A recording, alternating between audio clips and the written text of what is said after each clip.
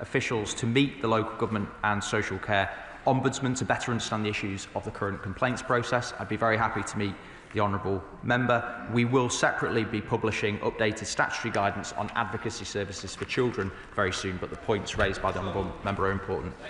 Speaker, the household income threshold for the maximum maintenance loan for students has not changed since 2008. If the threshold is not increased by 2028, a single-parent household working full-time for minimum wage, their child will not qualify for the full maintenance loan. What are we doing to end this scandal after 18 years and raise the quota? Minister. I thank my honourable friend for raising this important point. The government are focused on protecting support and increasing it for those who need it the most, Mr Speaker. That's why we're increasing loans in line with inflation, reintroducing maintenance grants and, crucially, something I'm very proud of, the Secretary of State recently announced, giving care experience students automatic access to the full loan entitlement. Gareth Bacon. A year ago, the Secretary of State dropped the statutory free speech complaint scheme from the Higher Education Freedom of Speech Act. According to a letter published in the Sunday Times from 370 academics, including 3 Nobel Prize winners, this has totally negated the whole point of the Act, thus imperiling freedom of speech on university campuses. When is the Secretary of State going to do something to correct this mistake? Mr Speaker, we as a government, and I am absolutely committed to freedom of speech and academic freedom. It was the Labour government that first enshrined freedom of expression into law through the Human Rights Act. I can't comment on what might or might not be considered for future legislation, but I will act, Mr Speaker, to protect freedom of speech and academic freedom, and we are considering options. Luke Charters. Speaker, children are entitled to 30 hours of free childcare from the term after they turn 9 months old, meaning that in practice some children are actually 13 months before they get the funding. Thank you to Mr P and my constituent Jolie Brearley for raising this. Will the Minister meet with me to see if we can fix this injustice? Minister. Thank you, Mr Speaker. I'd be delighted to meet with my friend and his constituent should he wish. As he knows, our record expansion of childcare means that more than 400,000 children benefited from additional childcare this September, and working families are saving up to £7,500 per year. I appreciate the concern he describes, but termly deadlines enable local authorities and childcare providers to better plan and ensure efficient early years places are available. Dame Caroline Downage. Speaker, there's growing evidence that smartphones in schools are harming behaviour, concentration and outcomes. But leaving it up to head teachers is just driving inconsistencies. Only 11% of senior schools have an effective mobile phone ban. Will the Secretary of State publish an assessment of the impact of a statutory ban of smartphones in schools? Minister. Thank her for a question. This government is completely clear and government guidance is completely clear that mobile phones have absolutely no place in schools at any point throughout the day, and obviously we continue to look closely to ensure that that is being enforced properly across the country. Tulip Sadiq. The Secretary of State will know about the horrific sexual abuse case in one of my local nurseries. So could I ask the Secretary of State, would she introduce mandatory CCTV in nurseries so that we can use it as a safeguarding tool? Minister. I thank my honourable friend for her advocacy for her constituents in what has been an absolutely appalling case, and my thoughts remain with all of the children and families who have been affected. The safety of our children comes first, Mr Speaker, so we are considering the mandatory use of CCTV in early years settings through our review, which we are getting underway rapidly. Liz Saville-Roberts. They are victims of convicted paedophile Neil Foden, the former headmaster of Yscol Friars, are furious that he is still in receipt of his pension even though he is in prison. The forfeiture panel has met. They have come to a conclusion. When will that conclusion be published as to whether he continues to receive that pension? Mr Speaker, I expect that to happen very, very rapidly. Laura Kirk-Smith, last question. Thank you, Mr Speaker. Alex Foster, a 17-year-old from Aylesbury, has shared his experiences of social media with me. He says, thankfully, I was one of the very few who had my phone checked by my parents, but my friends told stories of watching beheadings, terrorist material, explicit photos of them being shared. So does the Minister agree we must go further to protect and educate young people in online harms? Minister. I thank my honourable friend for her question and for her advocacy on behalf of her constituent. I agree with her that nothing is more important than the safety of our children. We're already taking world-leading action with the Online Safety Act, and we have been very clear that nothing is off the table when it comes to the safety of our children. Right, we'll let the front bench change over.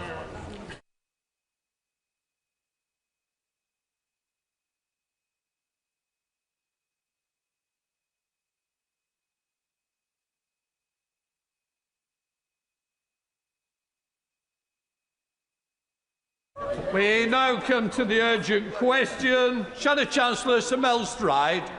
To ask the Chancellor of the Exchequer if she will make a statement on the planned changes to business rates for the retail, hospitality and leisure sectors. Minister. Thank you, Mr. Speaker. Colleagues will have heard what the Prime Minister and the Chancellor have said on this matter in recent days.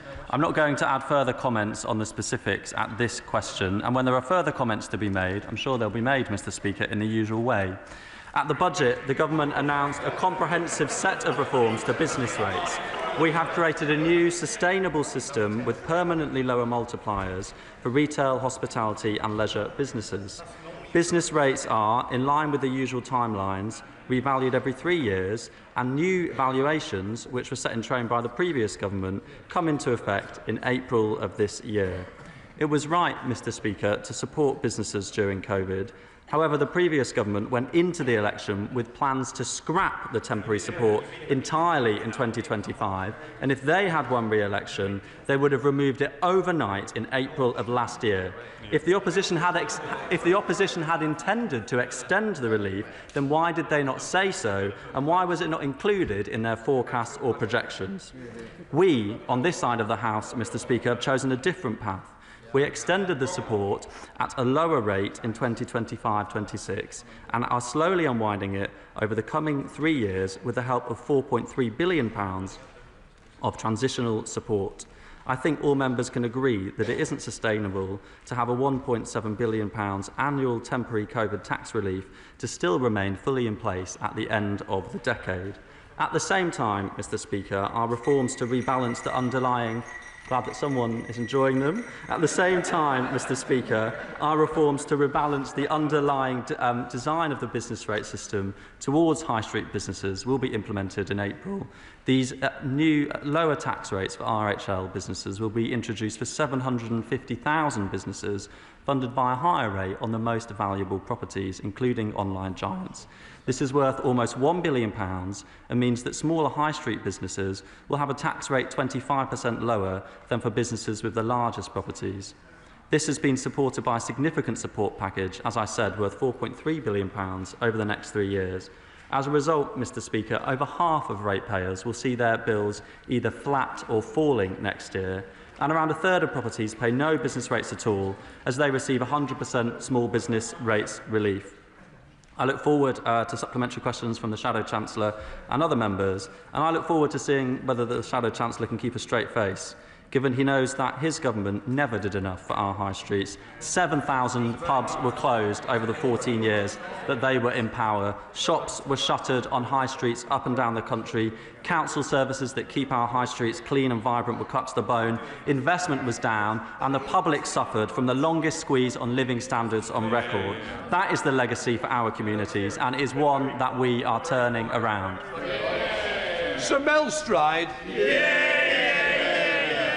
Mr. Speaker, that was a complete non-response. The Minister says that he will make a statement in the future in the usual way. We can only assume that will be via the media and not this House. Mr. Speaker, of all the excuses for a U-turn that we've had from this government, this one simply beggars belief. The Minister expects us to accept that the government simply did not know what the impact of these changes would have been when they announced them. That is astonishing. So could I ask the Minister, why did they announce crippling rises in business rates without bothering to check who would be hit the hardest? But worse still, Mr. Speaker, we now know from the Chief Executive of the Valuation Office Agency, who appeared before the Select Committee last week, that ministers were provided with the data on revaluations before the budget. So we are left with questions not only about whether the government's excuse is reasonable, but also about whether it is indeed correct. So can the Minister clarify what specific information was given to ministers on the level of increases that businesses would be facing and when? Mr. Speaker, businesses are now in a terrible limbo over what their bills will look like over the coming years. The government has indicated that a change is to be announced for pubs at least, but there has been no official statement on this. And that is why this afternoon we have had to drag this Minister before the House. So could the Minister answer the following additional questions. Can he at least make clear which sectors will be in line for further support? Will it be just pubs? And if so, why is the government refusing to help the wider retail, hospitality and leisure sectors, some of whom are seeing even higher increases in their rates? Will the new support be temporary or a permanent cut in bills, as we have called for? How much will it cost? And will this be funded by yet more government borrowing? And will he apologise now to the thousands of local businesses up and down our country who have been so sorely let down by this shambolic Labour government? Thank you, Mr. Speaker. He said that I was dragged to the House. Very much not the case. I'm very happy to take questions from the Shadow Chancellor and from members opposite and on government benches. Can I just help the Minister a little bit? I did grant a UQ for this to happen. It wouldn't have happened if I hadn't granted it, so I'm not quite sure the two are compatible, Minister. Mr. Speaker, I fully respect your decision to grant an urgent question. It don't need any help from over here. It was the specific use of the word dragged, Mr. Speaker, that I did take some objection to, which doesn't have any comment on your decision to bring a question. Mr. Speaker, in answer to some of the questions raised by the Shadow Chancellor, the key thing on the valuations is that we are implementing the revaluations that his government set in train. Treasury ministers holding a similar role to me a good few years ago put in place the process for the revaluations that are coming in place from April 2026. Those are set on property values from 2024. And yes, there is an unwind from the pandemic in terms of increases in businesses' property values as a result of businesses recovering from the pandemic.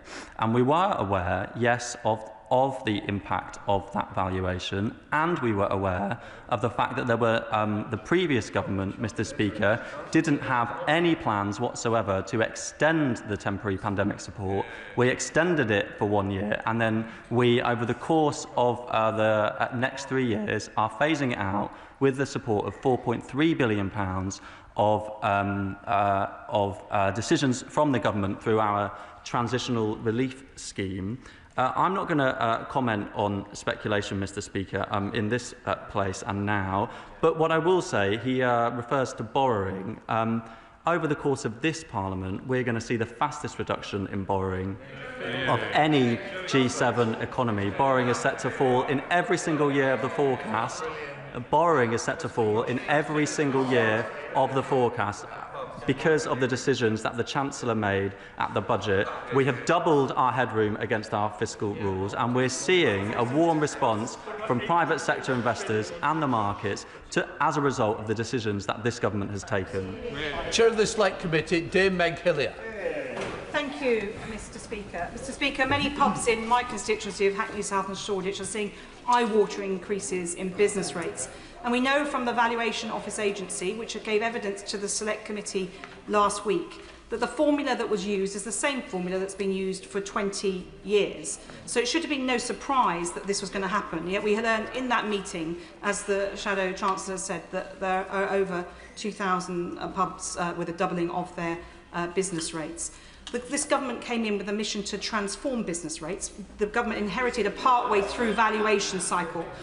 But regardless of what may or may not happen to the hospitality sector, where are the plans for reform of business rates in the medium to long term? I thank my honourable friend for her question and her leadership of the Treasury Select Committee. At the budget, we set out the first significant fundamental reform of the business rate system that we have ever seen. For the first time now, there is a very significant divergence in the tax rate paid by businesses on our high street and the very largest businesses, including those online giants. That means, Mr. Speaker, the tax rate is around 13 pence lower for those businesses than the largest ones. That's a 25% reduction. It cost around £1 billion, and that's a £1 billion reduction for those businesses on the high street, paid for by higher taxes on those who can most afford it. Daisy Cooper, Liberal Democrat spokesperson. Thank you, Mr. Speaker. These business rates changes are going to hammer high streets. And on top of the jobs tax, there are many businesses that have already decided to shut up shop. Getting data out of this government has been like getting blood from a stone. And every question that I'm about to ask, I have already asked before. But, Mr. Speaker, let me try again. Why did the government set an expectation that it was going to reduce the business rates multiplier by the full 20p discount for retail, hospitality and leisure and then not use the maximum powers that it gave itself to do just that? Does the government accept that lots of small businesses have made investment decisions and hiring decisions based on the expectation that this government made? And will they apologise to those businesses for raising their expectations and dashing them? Can the government finally tell us how many business premises have been brought into paying business rates for the first time? Last Tuesday, we learnt that the Valuation Office had sent the Treasury data drops on a regular basis over the last 12 months. What did ministers know and when? The VOA also confirmed that it had told the Treasury that more than 5,000 pubs would see their business rates double. So how is it possible, Mr. Speaker, that ministers didn't know? Can I ask, finally, Mr. Speaker, whatever the government is considering, can they confirm it will apply to all hospitality and not just to pubs? And will the government consider our Liberal Democrat fully costed plan for an emergency VAT cut for hospitality? Minister. Thank you, Mr. Speaker. On the point around 20p versus 5p, we did legislate for up to a 20p reduction in the multiplier for RHL businesses, but that did not set an expectation that we would go that far. That sets the bounds within which the government could choose to operate, and we chose, as our first step on our significant reform to the business rate system, to reduce that multiplier by 5p, which reduces the taxes paid in total by RHL businesses, retail, hospitality and leisure, by almost £1 billion, and increases the tax take from those largest businesses by an equivalent amount. When it comes to the data, many of the questions that honourable members ask, Mr. Speaker, are the answers to them are very easy to find in the published data by the VOA, which publishes very detailed breakdowns of the changes in the values to properties between the different revaluation periods. These are all published on the government's website. And, Mr. Speaker, I won't take I don't want to say lectures, but suggestions from members opposite in the Liberal Democrats on the issue of VAT. When they were in power, they chose, along with the Conservatives, to whack up VAT, a decision that pushed up inflation and added to the cost of living for people up and down the country. Thank you, Mr. Speaker. The £4 billion package announced in the budget is very welcome, but the manifesto commitment was to replace the business rate system, not tinker with it or subsidise it. Now, pubs alone are going to see bill increases of 4% this year, alongside VAT thresholds which are strangling hospitality businesses along the high street, on top of a tax compliance bill for small business of £25 billion, not least because HMRC doesn't answer 4 million phone calls a year. So can I repeat the question posed by the Chair of the Treasury Select Committee, which is, when is the government going to table comprehensive, radical reform that meets the test of the manifesto commitment? Minister. I thank my honourable friend for his question, and at the budget we also published further updates on our work to transform the business rate system more broadly. There are things that we want to look at, for example, a switch from a slab system to a slice system, which should support and encourage investment. We've already extended small business rates relief, which was confirmed at the budget by the Chancellor, so that businesses that expand from 1 to 2 premises cannot have that disincentive. But there are more things that we want to look at that are included in that consultation. And of course, we will continue to engage with businesses on our high streets up and down the country, and businesses large and small, to see what more we can do to continue our work of reforming and improving the business rate system. Sir Gavin Williams. Thank you, Mr. Speaker. Some of my publicans are facing a threefold increase in rates. They've seen the speculation that's been briefed out by the Treasury into the newspapers, but they are still waiting. But they haven't got long to wait until they have to pay these increased bills. Can the Minister give some indication when there's going to be clarity, not just to publicans, but also to retailers? Minister. Thank you, Mr. Speaker. I think it's really important to be clear about the fact that there will be no pub that is seeing their business rates bill go up by 3 times this year. No, that's simply not the case, Mr. Speaker. It is true that there are some businesses who have seen significant increases in their valuations, but this year the government is capping the increase in business rates bills at either £800, 5%, 15 or 30%, depending on the size of the property. So yes, it may be the case that it could be higher, it could be a large percentage if it's a move up to £800, but for the vast majority of businesses, Mr. Speaker, the increases in their bills this year, because of the intervention that the government is taking, providing over £2 billion of support this year, will limit the rise in bills for businesses in the coming year, Mr. Speaker. And I welcome noises from the department that there may be additional support for pubs, but it's not just pubs, it is all hospitality businesses, including music venues like Claptrap the Venue, Katie Fitzgerald in my constituency, are being massively impacted by the perfect storm of new VOA, end of COVID-related reliefs and rising energy costs. And I also just want to mention service-based industries as well, hair salons, beauty, indoor play. They've got limited opportunities to claim back VAT as labour is the highest cost in those businesses. So please, when you're considering any additional support measures to hospitality, please can all businesses be included in that? Minister. I thank my honourable friend for her question. Hospitality businesses are the cornerstone of our communities, Mr. Speaker, providing life and vibrancy to high streets up and down the country. And the government is committed to continuing to support their growth and their success. We really value both the work that employees in that sector do. I believe there are around 2 million people who work in hospitality across the country, Mr. Speaker, and the work of the business owners who are seeking to grow and expand their hospitality businesses. And precisely because we value their work and the work of businesses on the high street, we fundamentally redesign the transitional relief scheme so that it takes as its jumping off point the 40% reduction in bills as a result of this government's decision to extend the pandemic-related relief, something that the previous government hadn't costed and hadn't funded, and it would have ended overnight if they had won the general election in 2024. Harriet Baldwin. Thank you very much, Mr. Speaker.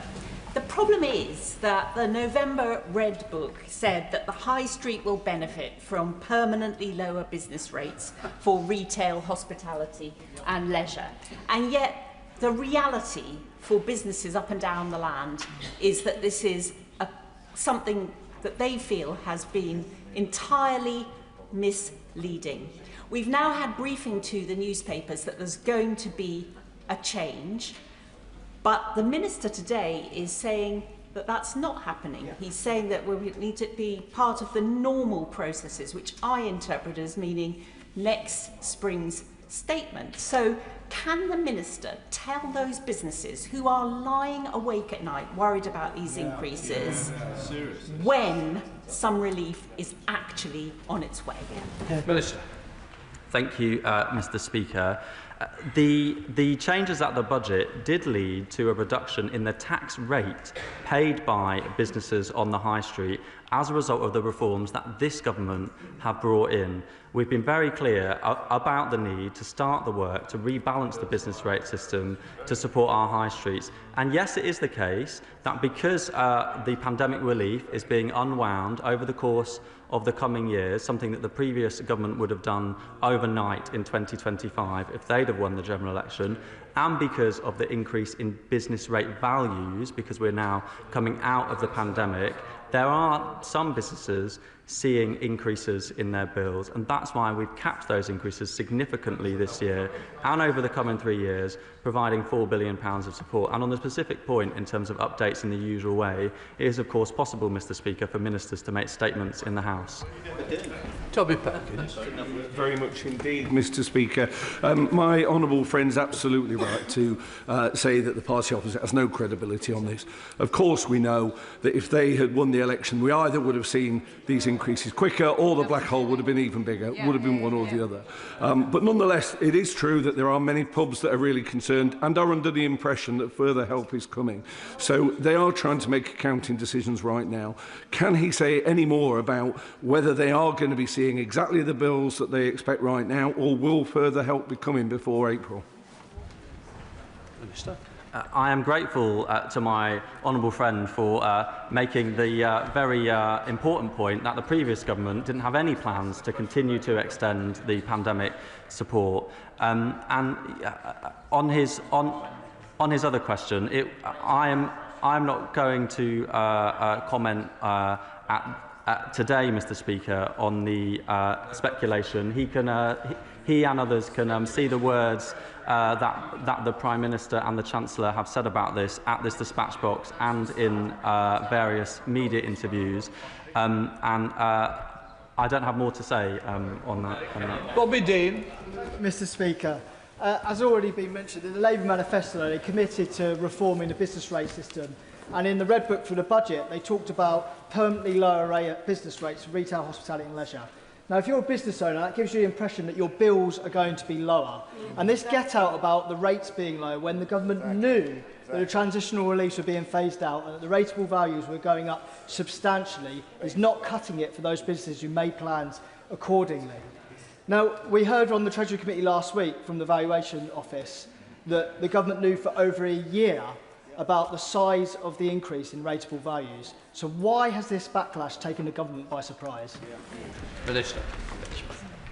Thank you, Mr Speaker. As I have set out already today, the government was aware that there was a revaluation taking place. It was a revaluation that was initiated by the previous government, took account of property values in 2024 and will come into place from April of this year. We were also aware that it was right, and I believe members on all sides of the House would probably agree that by the end of the decade it wouldn't be appropriate to have the full pandemic relief in place, almost 10 years on from the height of the pandemic. And in the round, as a result of those decisions, we came forward with a really significant package, Mr Speaker, of £4.3 billion of protection for businesses across the country, large and small, high street and non-high street, in order to help them adjust to the potential for higher bills that some are experiencing. I would say too, it is the case, as I said in my opening remarks, that around half of businesses are seeing their business rates bills either flat or falling, Mr Speaker. Rachel Maskell. Thank you, Mr Speaker. While pubs have a powerful lobby, the independents on our high street, whether cafes or retail outlets, don't. And I have been poring over the spreadsheets of the impact it's going to have on York. Some businesses seeing business rates rising by 93%, little retail outlets, and simply they don't have the resilience. So can the Minister set out what he's going to do for independents to ensure that they are going to survive past March this year?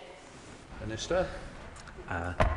Mr Speaker, York High Street and my honourable friend's constituency is a beautiful and wonderful place with lots of fantastic businesses. I used to work there for a time, and I know that members on all sides of the House really do value the businesses that keep their high streets both vibrant and thriving. And Mr Speaker, we are taking steps, and we have taken steps at the budget to support high street businesses through our £4.3 billion of support, and we will continue to engage with members and with businesses on the steps we can take to continue to support our high street businesses.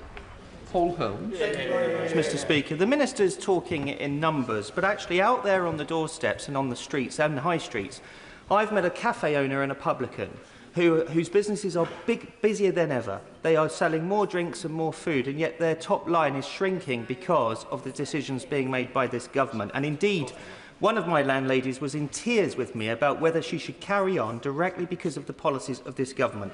What advice would the Minister give her? Minister. I hope, Mr Speaker, that the honourable member, when he was in conversation with businesses in his constituency, would have explained that this year, for example, if a pub has a rateable value of less than £100,000, the policy, as was set out, the budget would have capped those increases at a 15% increase. I think it is really important that members in this place do all they can to help business owners pick through the complexities of the business rate system. It is a complicated system. It has many different reliefs, and there's a difference both between the tax rates that are paid, the relief that is applied, and the rateable value of the property.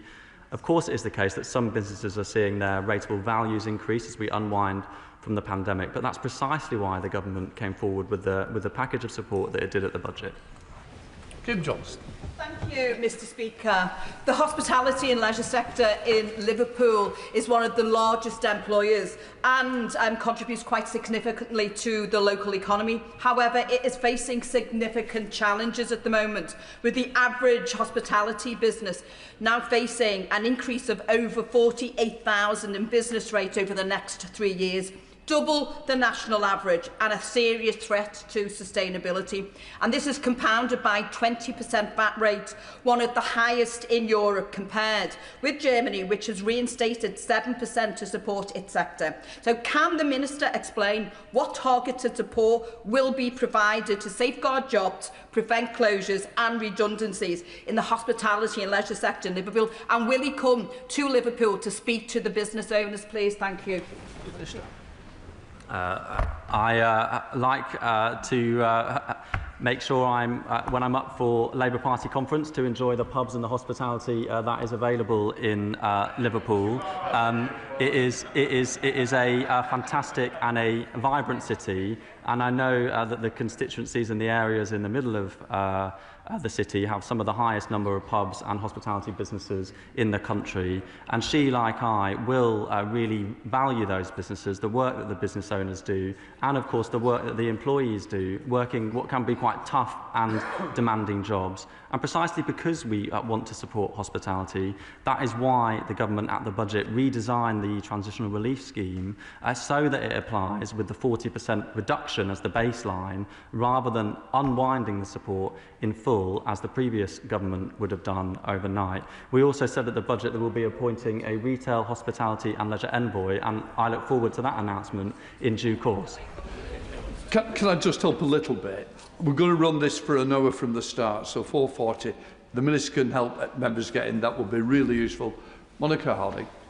Mr Speaker, perhaps the Prime Minister on his much heralded cost of living tour might like to come and visit the pubs and cafes of my constituency in East and Walton if they let him in, who are being squeezed to breaking point by this government, while constituents watch their wallets because of tax rises. Hospitality venues are the lifeblood of my high street and create the jobs we need for young people. So will the government act now by fully using business rates relief and introducing an emergency VAT cut for hospitality to protect jobs, pubs, restaurants and the lifeblood of my Thank you, Mr Speaker. One of the things that the government is doing to support businesses up and down the country is to bring back economic stability. We've had interest rates cut 6 times under this government, which will reduce borrowing costs for businesses small and large, and we're doing all we can to boost living standards, Mr Speaker, so that people have got more money in their pockets to spend in hospitality businesses. We've seen faster increases in wages in the first year of this government than we did in the whole first 10 years under the Conservatives. Chris Webb. Thank you, Mr Speaker. I do find it a bit rich from the party opposite to be raising this issue after around 7,000 pubs and bars closed under their watch. So it's very rich, and that is felt in places like Blackpool and across the country. But will the Minister continue to engage with the hospitality sector, for UK hospitality and other small businesses, to ensure that we get this right? Because many are struggling after 14 years of the party opposite, but especially after COVID, and we need to support our high streets that have been forgotten about for far too long. Minister. I thank my honourable friend for his question and for his engagement on this important issue and the work that he does on the APPG. And yes, the government will continue to engage with sector bodies like UK Hospitality and on this and other important matters that are important for the hospitality industry. Mark Pritchard. The Minister doesn't have to defect to reform to get a pint.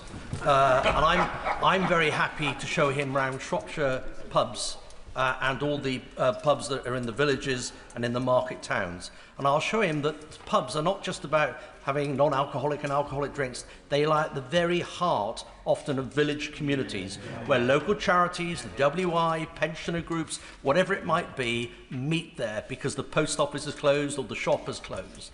So can I genuinely invite the Minister to get out of London, get out of the Beltway, out of the bubble, come to Shropshire? He won't be allowed in, of course, but I can bring him a pint outside when the warmer weather comes. But genuinely, I've appealed to the Minister, join me in Shropshire and hear firsthand what pub landlords and owners have to say. Last orders. Come on, Minister.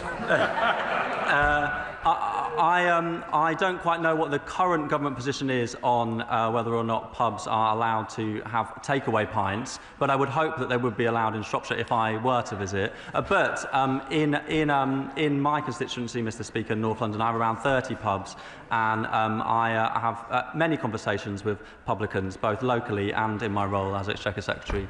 Thank you, Mr. Speaker. I refer to my register of interest and my chairship of the APPG for beer. Will the Minister accept that pubs are anchor employers on our high streets? And will he please ask the Chancellor to expedite a package of rate relief and duty reduction aimed specifically at sustaining these really important jobs in hospitality? Minister. I would strongly agree with my honourable friend that pubs are important anchor institutions. I know that she cares deeply about the businesses in her constituency and is a strong representative for them. You know, under the previous government, we saw more than one pub closing every single day, 7,000 fewer pubs in our communities. This government will do all it can to continue to support publicans and those institutions that are a lifeblood of communities up and down the country. Richard Tice. Mr. Speaker, an absolute shambolic, chaotic furore around this business rates since the budget. When will the Minister do the right thing and confirm to the House exactly when we're going to get some clarity on these changes? And is he aware just how despairing businesses are in my constituency of Boston and Skegness and around the country because of the uncertainty, the increased costs? And is he aware that they're reducing opening hours, reducing employ hours, and will he do the decent thing and apologise? Minister. Thank you, Mr. Speaker. I wasn't sure whether the what the honourable member was referring to when he said it was shambolic, chaotic, and there was a furore. It's probably his own party that wouldn't be able to run anything in any brewery, let alone a whole country, Mr. Speaker. Thank you very much, Mr. Speaker. Can I gently say to the Minister, when he says it's job of MPs to help publicans and hospitaliers understand the system, they do understand. Their frustration doesn't come from not understanding the help but actually the system they're working in. And several things can be true at once. It is true that there is a permanently lower rate. It is true there is a £4 billion worth of package to soften the blow for those that have increased business rates. But it's also true that when that goes away, breweries like Titanic Brewery in Stoke-on-Trent will have an overall business rate increase of 130%, with some of their venues seeing 400% increases. So is the Minister able to set out what specific support they can look forward to in the next 3 years? Or can he give them clarity about what they need to budget for? Because as a result of this changes, some pubs will close around this country, and we need to avoid that. Minister. I would totally agree with my honourable friend that we do need to avoid the situation that we saw in the last 14 years, where we had 7,000 pubs closing under the Conservatives, around 4,000 closed in the first 5 years when the Lib Dems were in coalition with them. This government will do all we can to support pubs, hospitality and our high streets, Mr. Speaker. That is why we set out a really strong set of proposals at the budget, those that he mentions, including the £4.3 billion of support. Sir Bernard. Mr. Speaker, when is a U-turn not a U-turn? And I would suggest it is when the government realises it's made a terrible mistake, briefs that it's going to change the policy, and then sends a minister to this House to explain that nothing's changing at all. Does he realise how much despair people are feeling? And this isn't a problem of a transition. This is a fundamental flaw in the whole concept of business rates that hits the smallest businesses the hardest. And what there needs to be is our policy, which is to leave this transition permanently in place, this rates relief permanently in place, until there is a new system that exempts the smaller businesses from this punitive tax. Madam Deputy Speaker, the party opposite had 14 years to implement significant reforms to the business rate system. They could have changed the system with significant underlying reforms to mean that the tax rate paid by high street businesses was lower than the tax rate paid by the largest businesses, but they didn't. So I don't think we can trust a word they say when it comes to reform to the business rate system. They didn't take the opportunity when they had their chance. It's easy to say things. Instead, on this side of the government, we are getting on with doing the job of reforming and improving our business rate system. Emma Lewell. Deputy Speaker, I want to thank my honourable friend for his engagement so far on this issue. It will come as no surprise to him that a cut to VAT and the maximum 20p discount for business rates applied across hospitality, not just pubs, is what is needed. Because nobody wants to drink in a pub surrounded by boarded-up cafes, restaurants and B&Bs. Can I urge the Government to act quickly and, as a gesture of their intent, withdraw the statutory instrument that enforces the much lower 5p business rate discounts this April? I want to thank my honourable friend for her sustained and important engagement and advocacy, Madam Deputy Speaker, on behalf of the businesses in her constituency on the high streets, both hospitality, cafes, pubs and the independent shops. She has explained to me really clearly the impact of various changes that previous governments and this government have announced on the businesses in her constituency, and I will continue to engage with her and other strong advocates of the hospitality industry on this and other important issues that affect our high streets. Sarah Olney. Thank you very much, Madam Deputy Speaker. This government has already imposed additional employment costs on our small and high street businesses, and they're still struggling with sky-high energy costs that the government have yet to alleviate. And now we have these massive increases in business rates. Is there anything at all that the Minister can say at the dispatch box today that will give hope to our small and medium businesses on our high streets that are wondering whether they can continue, or to our entrepreneurs who are wondering if they can get started? Madam Deputy Speaker, this government backs small businesses and backs our high streets. We want to do all we can to continue to support businesses up and down this country, Madam Deputy Speaker. That's why we announced significant reforms to business rates at the budget, making sure that we could have a permanently lower multiplier for high street businesses and providing significant support worth £4.3 billion over the coming 3 years. Janet Derby. Thank you, Madam Deputy Speaker. Libraries and community centres are central to communities like mine in Lewisham, and they make an excellent contribution to the local areas. I'm wondering if the Minister can say if there are any planned changes to their business rates and how else they can be supported in our local community. Minister.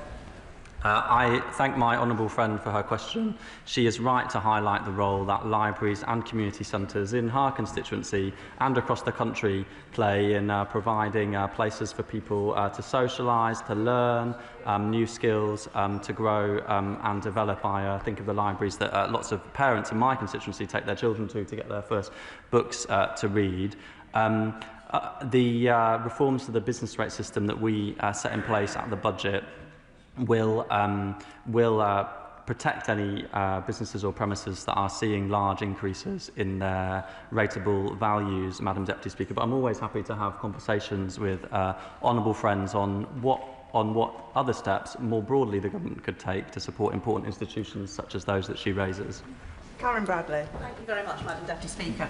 We all look forward to whatever it is the government has decided to change here.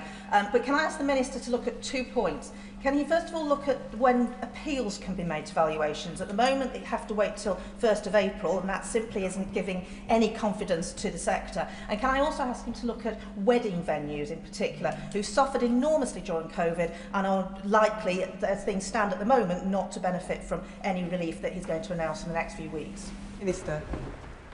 I thank the honourable member for raising those points. Yet the process for businesses who are not satisfied with the valuation that was provided by the VO is to go through the check, challenge and appeal process. In my role as the Minister with responsibility for HMRC, I will of course be doing all I can to make sure that the performance of the VO is as good as it can be in terms of helping businesses get through that process. That is really very important, not least given we are seeing the rebound from the pandemic in terms of the values of many businesses across the country. Kerry McCarthy. Thank you, Madam Deputy Speaker. I hope the Minister will join me in congratulating East Bristol's Lost and Grounded, which has just appeared in the Times' list of the 8 best breweries in Britain. He may recall that just before the budget, I brought another East Bristol brewery, Left-Handed Giant, to meet him and other ministers at number 11, where they made very clear the pressures that were facing the hospitality sector. Can he give me assurances that, as a first step, we need to sort out the revaluation shambles, but can he also make sure that the consideration of a differential rate of VAT, as we see in so many other countries on the continent, is also on the Treasury's radar? I would, of course, like to join with her in congratulating the brewery in her constituency. I know in Bristol there is a vibrant, small and independent brewery sector and lots of fantastic places where people can choose to have a drink if they so wish. Just the same as her, I want to make sure that this government does what it can to continue to support businesses like the one that she mentions and those operating up and down the country. One of the things that this government is seeking to do is to make sure that people have got more money in their pockets so they can go out and spend it. That's why I'm really glad that under the first year of this Labour government we saw faster increases in wages than we did in the whole first 10 years under the Conservatives. John Whittingdale. Thank you, Madam Deputy Speaker. As well as pubs, hotels and restaurants, is the Minister aware that many grassroots music venues, some of which have never been liable for rates, now face demands for thousands of pounds? The Music Venues Trust has said that these are not bills, they are closure notices. Will he ensure that grassroots music venues are included in any relief that he provides and are recognised as critical creative infrastructure? Minister. On the issue of businesses being brought into business rates for the first time, that was something that we considered before the budget, and we have set out at the budget this supporting small businesses scheme. So those businesses that are paying no business rates at the moment but are coming into business rates for the first time will have their increases capped at £800. Alex Serval. Thank you. First of all, I want to refer to a register of interest as the co-chair of the Music APPG. Live performance venues, vast majority have got alcohol licences. Many are pubs, but the vast majority are not. In my constituency, Leeds Arena is being dragged into the highest rate of business rates alongside some large multiple retailers. Without live performance venues, we won't have any future Ed Sheerans, any future Darcy Bustles, any future Idris Elbas or Simon Armitages, bringing in the export income that the Treasury Minister desperately needs. Is he considering live performance venues when he's thinking about the changes and not just pubs? Minister. My honourable friend is right to raise the importance of live performance venues.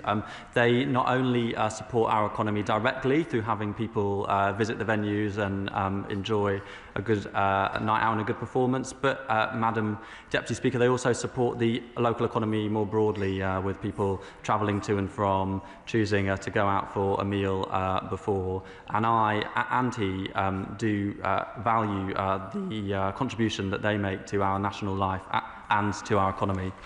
Christine Jardine. Thank you very much, Madam Deputy Speaker. Business rates in Scotland are, of course, devolved, but businesses, particularly in the hospitality, leisure and retail sectors, are not immune to the impact of these measures as they spread across the United Kingdom and undermine the economy.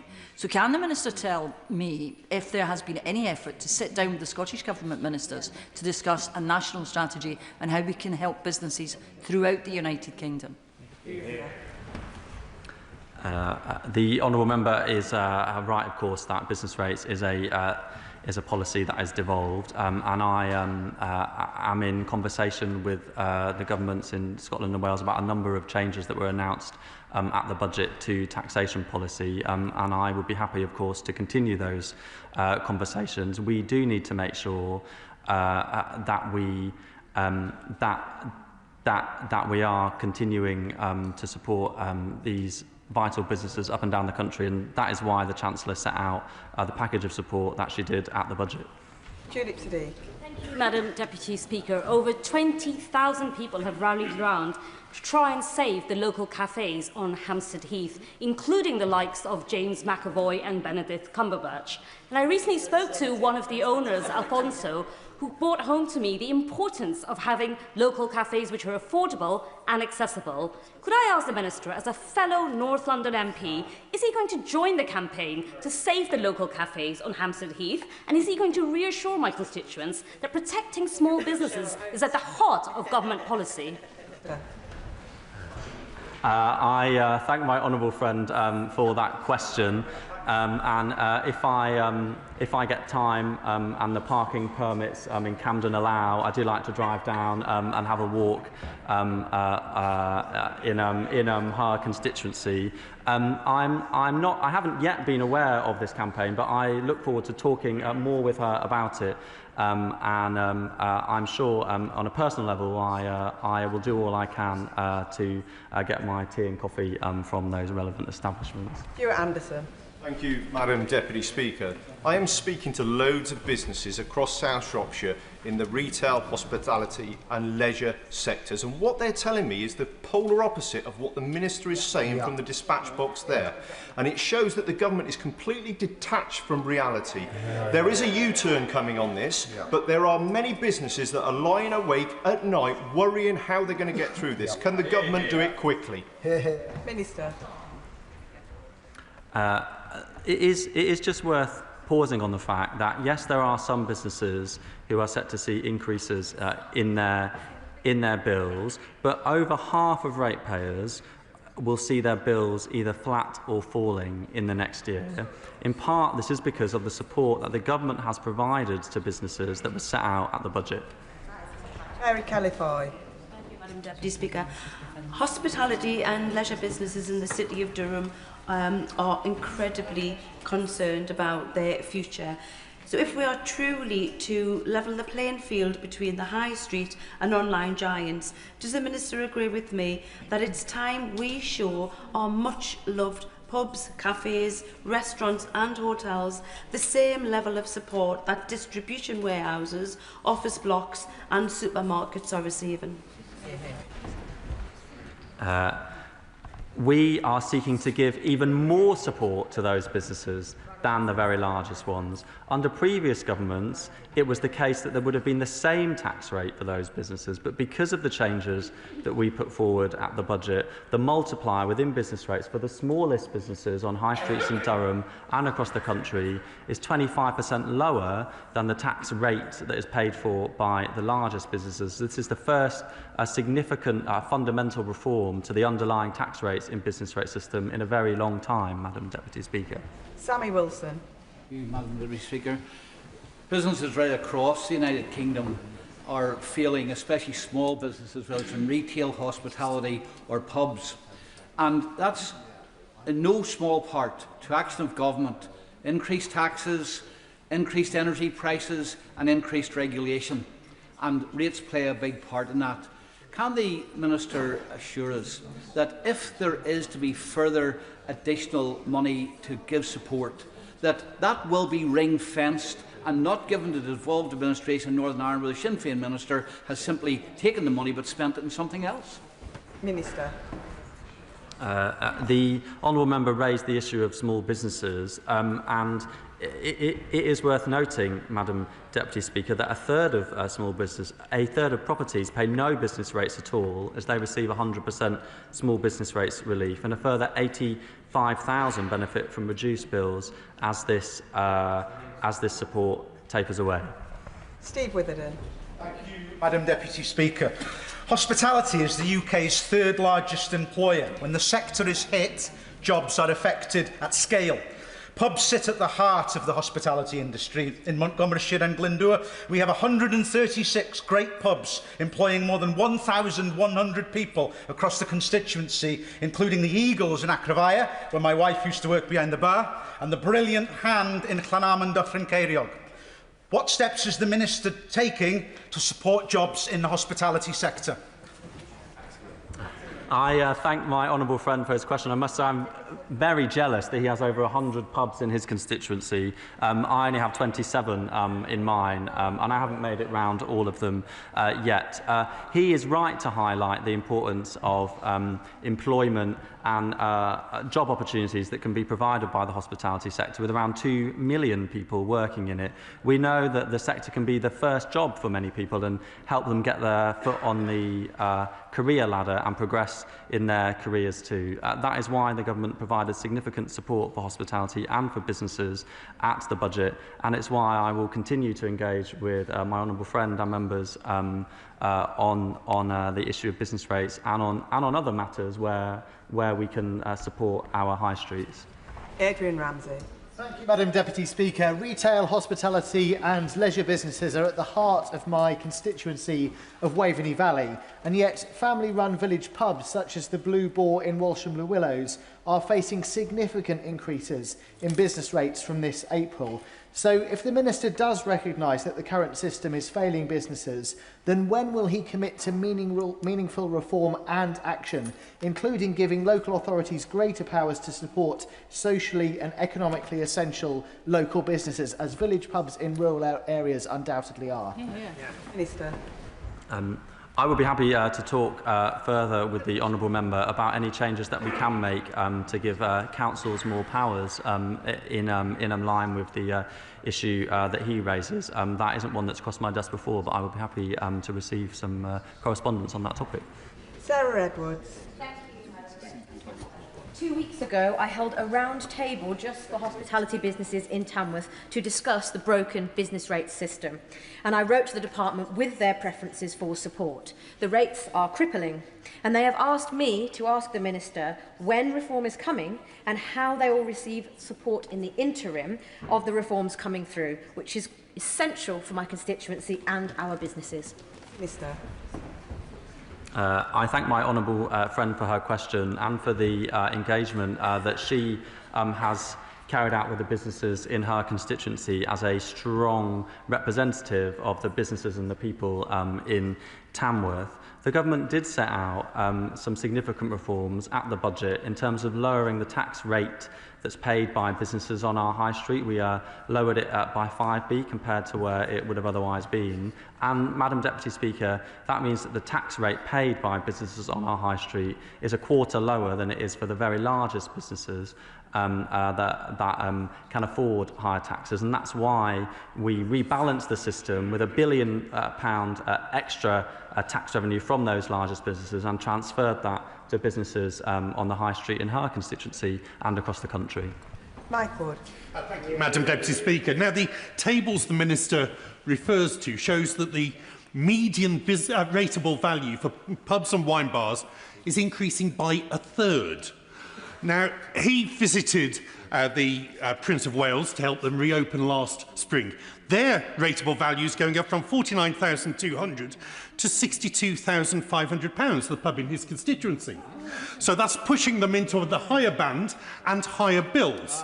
So when we do have the inevitable U-turn, will the Minister make sure that it genuinely does deliver lower business rates, not just for the Prince of Wales in his constituency, but for all hospitality venues around the country? I thank the honourable member for giving me a chance to talk about the Prince of Wales in my constituency. It is a fantastic pub, which I'm glad that me and colleagues in the local Barnet Council were able to save. I was there just a couple of weeks back after a canvassing session out on the doorsteps. He is right to point out that there are some pubs who are seeing increases in their rateable values as a result of the unwind from the pandemic, and that is precisely why we've come forward with the support that we have, capping the increases in business rates bills in this and in subsequent years.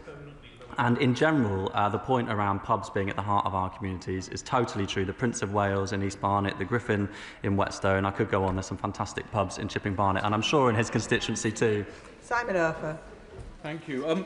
I'm just a little bit surprised by the mock rage coming from the benches opposite when actually over the last decade and a half absolutely thousands of pubs have closed. So can I also thank the Minister from the Stroud publicans to agree to review this system so that we can get a really practical solution for pubs? And can I confirm that all business rates, including those on the high streets, will be reviewed so we can have a proper level playing field with the out-of-town institutions? Thank you. Minister. It is really important that we level the playing field between the business rates paid by the high streets in Stroud and his constituency, which he is a strong and active representative of, and the business rates paid by the largest online retailers and those with warehouses and distribution centres. That's why at the budget we implemented those reforms to rebalance the system through a lower tax rate on those high street businesses and a higher one on those who can afford it. And I thank him for raising the point that members opposite want to keep dodging, which is that on their watch, 7,000 pubs closed across the country, hollowing out our communities and making our high streets and our places where we live less vibrant and less sociable. David Reid. Thank you, Madam Speaker. I've heard from many struggling businesses across my constituency of Exmouth and Exeter East about the increasing pressures that they're facing. Now, just to give one example, under the government's original plan, a small independent shop in Exmouth would have seen rateable values rise by about 50%, wiping out the benefits of the lower small business multiplier, stripping it of eligibility for relief and leaving it facing extra costs of around £600 a month. Now, does the Minister understand how damaging this is for business confidence and viability? And can he please set out a timeline for when these types of small businesses can expect to receive support? Minister. Madam Deputy Speaker, I think one of the challenges with the questions that I'm getting today from the members opposite is that they seem to be suggesting that the government shouldn't have gone ahead at all with the post-pandemic revaluations.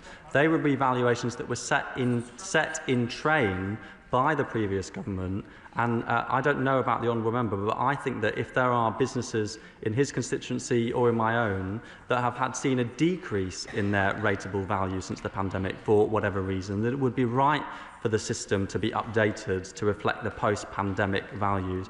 That's what we've done, and he cites a particular example. Of course, there will be businesses that are seeing increases in their rateable values, and that's precisely why we have stepped in with the £4.3 billion of transitional support that the Chancellor announced at the budget last year.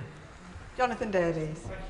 Madam Deputy Speaker, I welcome the assurance that half of businesses will see their business rates flat or falling, and that's even after the end of the COVID-era support and the post-pandemic review initiated by the previous government. But I wonder if I could put on his radar research by the Music Venues Trust, which estimates 600 grassroots music venues may see quite significant rises, and that's probably because of the valuation. Significant areas are backstage, are dedicated to production or performance and can't be used by for revenue-raising purposes. So will you meet with me and representatives from the sector so that we can understand this better together? Minister.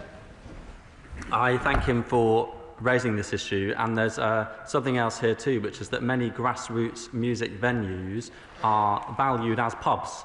There are some intricacies and complexities within the business rate system that mean that it is important when we think of pubs to also think of the grassroots music venues up and down the country. And to provide support to them and to other businesses. That's why the government stepped in with the £4.3 billion of transitional protection, over £2 billion of which will be in place this year, Madam Deputy Speaker. Thank you.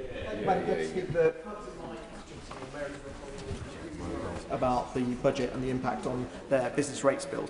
Last week, the Business Secretary said there was no way the government could have known about the impact of their decisions, but the Valuation Office then confirmed that they had told the government and ministers about the impact of their decisions, which I think the Minister has confirmed. He's also confirmed that that data was easily accessible. So why did this happen? Was it willful ignorance, or was it incompetence, or did they just go ahead anyway? Minister.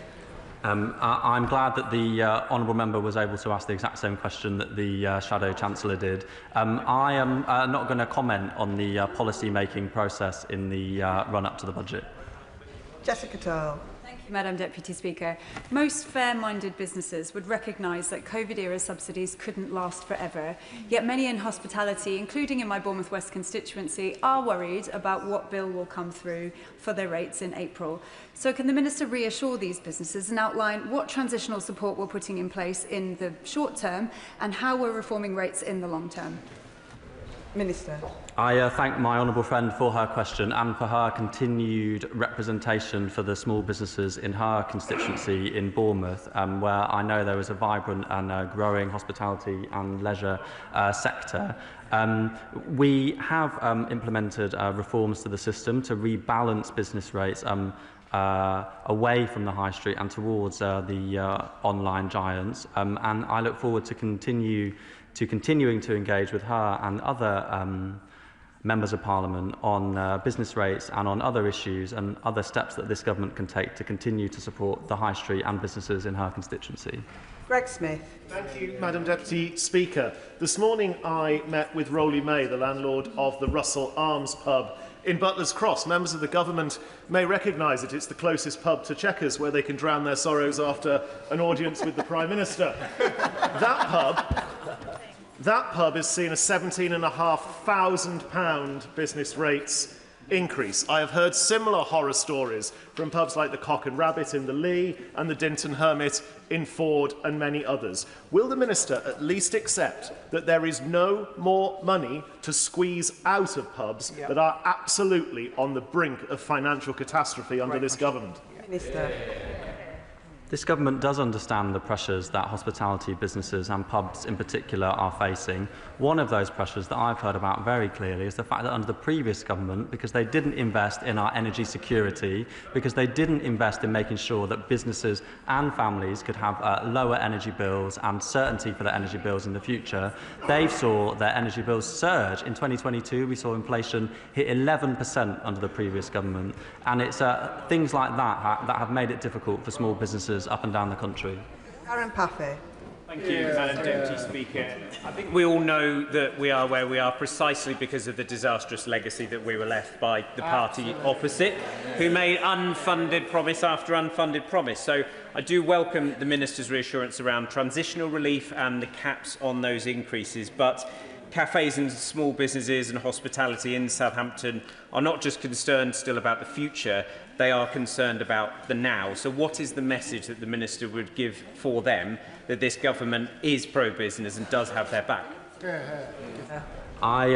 I thank my honourable friend for his question, and when it comes to support for businesses, we are making sure that we bring back economic stability to this country with 6 interest rates cuts which reduce the cost of borrowing for businesses and for households. The economic stability that we provided have meant that wages have gone up faster in the first year of this government than they did in the whole first 10 years of the previous government. We are supporting people with the cost of living up and down the country, and we are providing stability in the corporation tax system for businesses, keeping it at the lowest rate in the G7 as a part of our commitment to our corporate tax roadmap, Madam Deputy Speaker. With a final question, Shaka Adam. Thank you, Madam Deputy Speaker. One of the worst things for business owners in my constituency of Leicester South is the unpredictability of running a business. They need to know, and it's simply killing them. They already have to deal with poor parking, rise in antisocial behaviour, rise in national insurance contribution,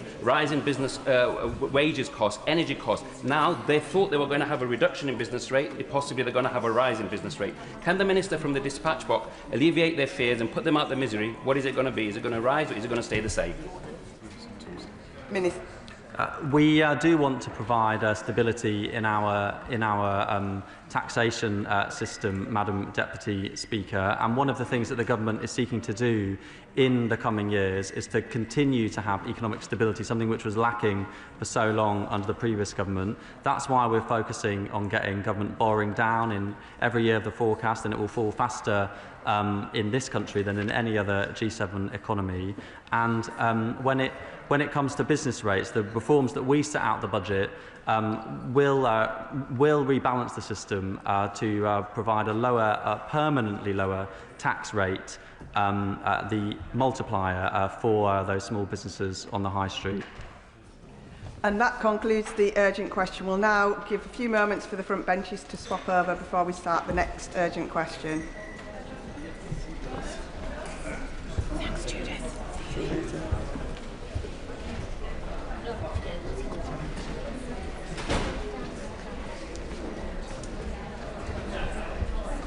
We'll now begin the urgent question. Shadow Foreign Secretary, Dame Priti Patel. Deputy Speaker, to ask the Secretary of State for the FCDO if she'll make a statement on the British government's response to the brutal crackdown on the protests by the Iranian regime. Minister.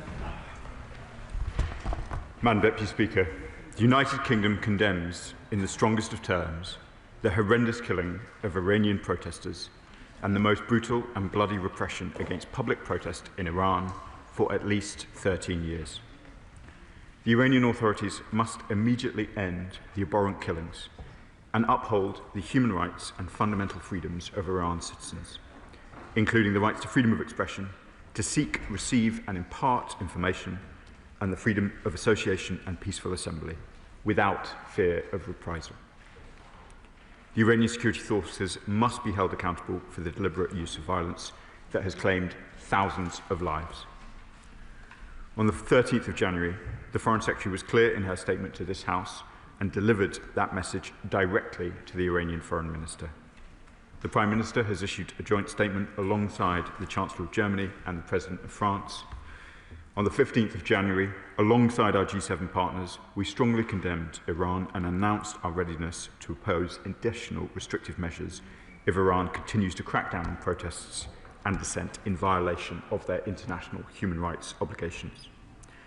We publicly called out Iran's crackdown at the UN Security Council meeting on the 15th of January, and we have now secured a special session of the Human Rights Council in Geneva, which will take place on the 23rd of January. On the 13th of January, I summoned the Iranian ambassador to underline the gravity of this moment and to call on Iran to answer for the horrific reports that we have heard. On the 1st of October, Madam Deputy Speaker, alongside our E3 partners France and Germany, the UK implemented snapback in full by reinstating the 6 previously terminated United Nations sanctions resolutions on Iran. We're going further by bringing forward legislation to implement more sectoral measures. We have already designated key players in Iran's oil, energy, nuclear and financial systems, and further measures will target finance, energy, transport and other significant industries. We will continue to work with the European Union and our other partners to explore what additional measures might be needed in response to these most recent developments.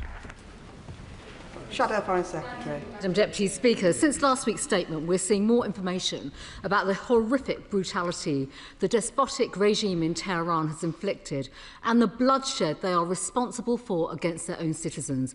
Reports from medics in country are saying that the figure could be as high as 18,000 men, women and children dead, slaughtered in cold blood. Reports also suggest that up to 360,000 people could be injured, with those wounded left dying due to shortages of blood in hospital. This is an affront to humanity, and there must be accountability, including for the use of execution show trials. The regime is one of the most consistently vile and brutal in the world, and the government cannot stand by, and we need to understand what more they are doing in response to the latest barbaric revelations and actions. So what is the government's assessment of the numbers killed and injured and the brutal tactics used by the regime? What do they make of reports that the regime may have used chemical weapons in the recent attacks on its own civilians? What assessment has been undertaken of those imprisoned and being tortured? The principal victims of this vile regime are the Iranian people themselves. What did their ambassador say when he was summoned last week at the Foreign Office? And what did their foreign minister say when he was called by the Foreign Secretary? Once again, Madam Deputy Speaker, protesters in Iran seek freedom from tyranny, and the response from the West just has been shameful as Iranians have been slaughtered. Iran continues to pose a threat to us all and our interests with their sponsoring of terrorism and their nuclear program. The US State Department remarked on Saturday that it had heard reports that the Islamic Republic is preparing options to target American bases. Given that Britain has many joint military bases with the US in the region, what is being done to secure those assets? What is the latest assessment on Iran's nuclear enrichment program and ballistic missile capability? And what is being done to strip Iran of those weapons? And with phase 2 of the Gaza peace plan being implemented, what is being done to stop Iranians' sponsorship of Hamas and other terrorist groups undermining the efforts to secure peace in the region? This is not a time to be timid, as the response to these continued atrocities continues to be shamefully muted. Minister. Madam Deputy Speaker, the Right Honourable Lady asks important questions. Let me turn first off to the question of numbers.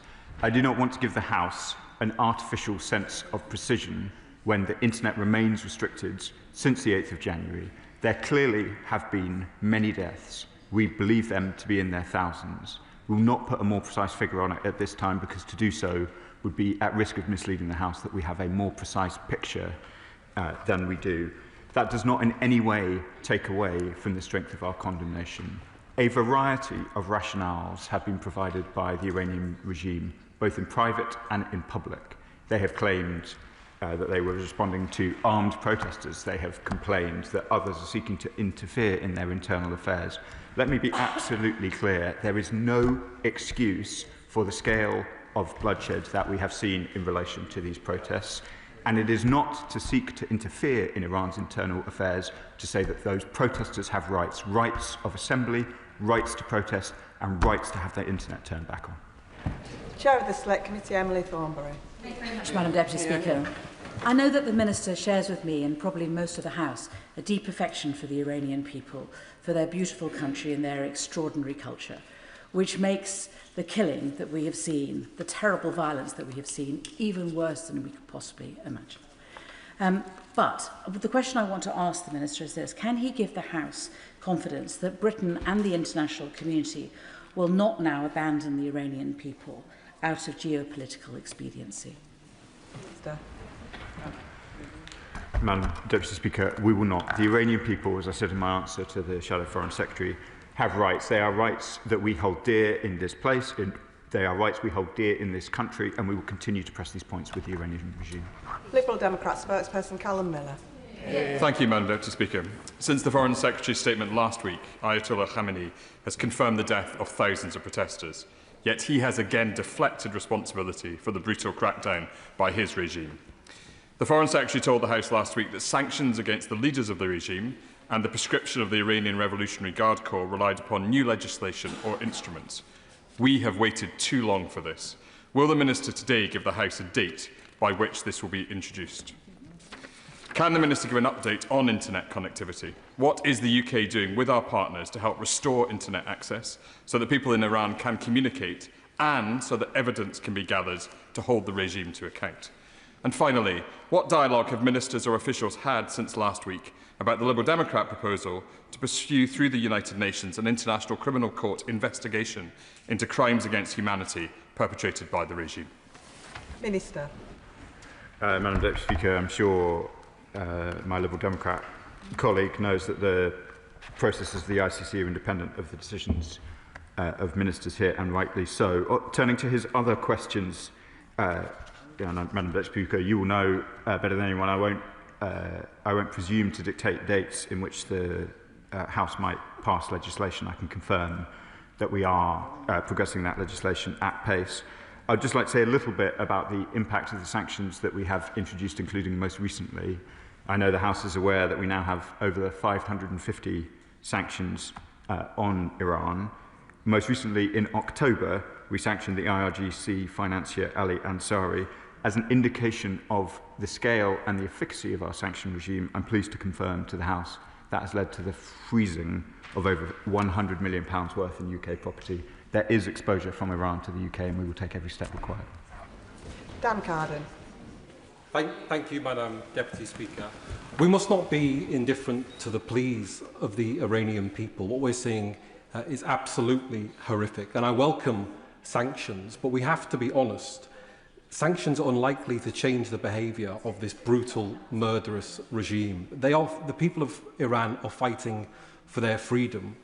It's possible that the US may still intervene.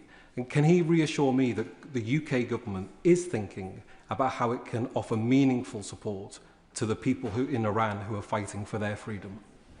Yeah. Madam Deputy Speaker, I've set out the position that we are taking in relation to these issues. I would not wish to give the impression to the House that those protesters are not at risk. Clearly they are, and we've seen the devastating consequences of regime behaviour in the most recent days. We will do everything that we can to ensure that the rights of those protesters are protected, and we're discussing closely with our allies what steps we can take. Sir David Davies. This is a despicable regime that goes in for state terrorism both at home and abroad. Its principal instrument of its terrorism abroad is the IRGC. This is now the 6th time I've called on Prime Ministers and Ministers. When are we going to proscribe the IRGC? The excuse historically given is we want to keep our embassy open. It's now shut, demonstrating quite how futile this argument is. When are we going to proscribe this terrorist organisation? Madam Deputy Speaker, I just want to be clear about the status of our embassy in Tehran. While it is true that we have withdrawn our staff, we have not closed our embassy. I expect that the embassy will be fully functional again soon, I hope, with some of this behind us. The questions around the IRGC, which I know the right honourable gentleman has raised on a number of occasions, as have others in the House. We conducted the Jonathan Hall review. Jonathan Hall found that it is important that we have a tool that is focused on the particularities of the threats from Iran and the IRGC. That is a different threat from that which emanates from a simple terrorist group, if I may use that language. We're committed to taking forward those recommendations through the creation of a straight threats prescription-like tool, and we'll be coming back for parliamentary time to do that. Dame Annalise Dodds. Thank you, Madam Deputy Speaker. Chillingly, the head of the Iranian judiciary has publicly called for the acceleration of executions of protesters. The killing in Iran is not stopping. Last week, when the Foreign Secretary talked of further sanctions and sectoral measures, she linked those to the nuclear industry. Can I please ask the Minister now to confirm that the UK will be seeking to go further than sanctions applied in relation to nuclear issues, to also seek to impose them on human rights grounds for those who have been linked with this brutal Iranian regime? Thank you. Madam Deputy Speaker, I pay tribute to my right honourable friend who's got considerable experience in these matters. She is right to differentiate between the snapback-related sanctions, which are in progress and which the Shadow Foreign Secretary and I have corresponded on recently. We are also, I can confirm, separately considering human rights sanctions in relation to the abuses that we've seen. Sir Gavin Williamson. Thank you, Madam Deputy Speaker. I think many of us will have read the reports in the Sunday Times yesterday, which detailed about how IRGC forces burnt alive so many, machine gunned down so many, and this isn't happening in just one town or one city, but right across Iran. We have very few levers in this country to make a difference, but one of them is to prescribe the IRGC. Please, Minister, just do it and make some small difference to send a clear message and make the Iranian people understand that we stand with them. Madam Deputy, I don't have a great deal to add to the answer I've already given to the Right Honourable Gentleman opposite, but I would say we are under no illusions about the threat that the IRGC pose. The Right Honourable Gentleman talks about what they are doing in Iran. Nobody on this side of the House has lost track of the fact that there have also been more than 20 plots linked to Iran, linked to the IRGC in this country as well. That is why it's so important to us that we have a tool focused on the particularities of a state-based threat rather than treating them just as terrorists. James Nash. Thank you, Madam Deputy Speaker. The world has been appalled by the scenes of bloodshed that we have seen. Can I ask the Minister to outline what discussions the Government is having with our G7 colleagues and European colleagues to make sure that we send out a united message of condemnation and a common demand for the rights of the Iranian people to be respected? Minister. I can confirm to the House that both the Foreign Secretary and I have been in extensive discussions over the last few days, and I expect those to continue this week, including at Davos. Monica Harding. Madam Deputy Speaker, the Iranian government is massacring civilians. Brave and young protesters are risking their life for freedom and dignity against a violent and corrupt regime. And the Minister has spoken about the thousands that we fear have lost their lives, and the Times are reporting that up to 16,000 people may have died. And this in darkness, in an age when we can see news as it happens in the palm of our hands, we see nothing because of the internet crackdown. So what is the government doing to support internet access across Iran so that we can collect evidence to hold the perpetrators to account for this brutality? Mr. Madam Deputy Speaker, the Honourable Lady asks important questions. We are working with our allies and we continue to press the Iranians, both in public and in private. They must restore internet access. Jim Chionwara. Thank you, Madam Deputy Speaker. The brutal regime in Iran has destroyed so many lives, and as a woman and as a feminist, I want to pay particular tribute to the brave women of Iran fighting for their freedom against such odds. They were promised support by President Trump. Can the Minister say what form that support may take and what involvement the UK may or may not have, and whether it is dependent on executions taking place? And on the technical front, can he write to me in my role as the chair of the Technology Select Committee and explain exactly how the Iranian regime was able to turn off access to the internet? Do they have some switch somewhere? And what, with our unique technical expertise, the UK is doing to address that?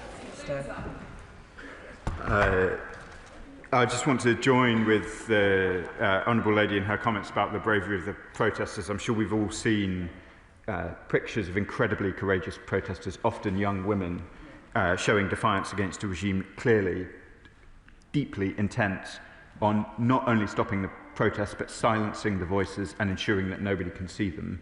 They are admirable people asserting their rights. It is clearly an inalienable right of the Iranian people to be able to protest, and that is what we want to see. I am happy to write to the Honourable Lady, though I will, for reasons she understands, not be able to delve too deeply into technical questions where they are sensitive. David Reid. Thank you, Madam Speaker. Does the Minister's Department assess that the Iranian regime can come back from this and go into a position of strength? And if so, does he assess that the sanctions packages that are being put forward now are enough to limit that from happening? Mr. Madam Speaker, I'm grateful for the opportunity to set out our position on the future of Iran. That is clearly a matter for the Iranian people. What we are pressing, what we are focused on, is the Iranian authorities ensuring their people can exercise their right to peaceful protest. What happens next is clearly a question for the Iranian people, not for London, not for Washington, but for the Iranian people themselves. That is a message we have delivered consistently to the Iranian regime. They are saying otherwise, publicly particularly, and I'm grateful for him giving me the opportunity to set that out from the dispatch box so clearly. David Taylor. Thank you, Madam Deputy Speaker. The Trump administration initially indicated that they would protect protesters when they came out, and came out they have done. Droves have come out, but of course, as many others have indicated, there are thousands upon thousands who are now being killed. I know we worry about outside interference, but if you listen to a lot of these protesters, they are of course actually demanding some help from outside. And I don't want to be standing, I'm sure the rest of us don't want to be standing here in a few years' time, where we look back and we think, what if, given that we've just gone through the Syria civil war, where 500,000 died when a simple, well not simple, but a straightforward no-fly zone could have protected them from being killed. So could I urge ministers to keep absolutely everything on the table and to talk to partners about what possible ways we might be able to degrade the IRGC's abilities to be killing thousands of protesters, because I don't think it's going to stop. Minister. Madam Deputy Speaker, I'm grateful to my honourable friend for his continued commitment to these issues and indeed to those in Syria, which he's been engaged in for some time. As I said earlier, we are deeply concerned about the use of violence against protesters. We strongly condemn the killings of protesters, and they must be able to exercise their right to peaceful protest without fear of reprisal. Alicia Kearns. Thank you, Madam Deputy Speaker. There are reports the US is planning airstrikes or action in Iran. Following the US's last airstrikes in Iran, in response they fired rockets at Al Udeid air base in Qatar. Now that is co-located, that base, which is recently partly evacuated, with the prison in Qatar, where Matthew Pascoe is being detained. So can the government please advise the House what they are doing to make sure that Matthew Pascoe will be safe and any British nationals who may be in the nearby area, but also what is being done to ensure the safety of the Foreman's who continue to be held in Evin prison. And we know in the past that Iranians often will seek to overthrow the prisons rightly because of all those who are being held unjustly there. Minister. Madam Deputy Speaker, the Honourable Lady asked a series of important questions. On our general posture in the region, I don't want to comment in great detail about force protection questions in relation to our bases, though I'm sure she'll be aware of reports. We're working closely with our American counterparts on those questions. In relation to those detained, both the Foremans and others, I can confirm I've been in touch with the families. They're very much at the foremost of our minds. I must, however, draw the House and the public's attention to our travel advice. With the embassy withdrawn, there is a limit to what can be done. We cannot offer a full consular package of assistance in Iran. This is a fast-moving situation. We try to keep our travel advice as up-to-date as possible to reflect the very latest developments. Ruth Cadbury. Thank you, Madam Deputy Speaker. For almost 50 years, Iranians have found refuge in the UK, and many have made their homes in West London. One wrote to me saying that even after 20 years, Iran still runs through his veins. So could the Minister outline how the government is working with the Iranian diaspora in the UK to provide support and reassurance to them and also to their families still in Iran? Thank you. Minister.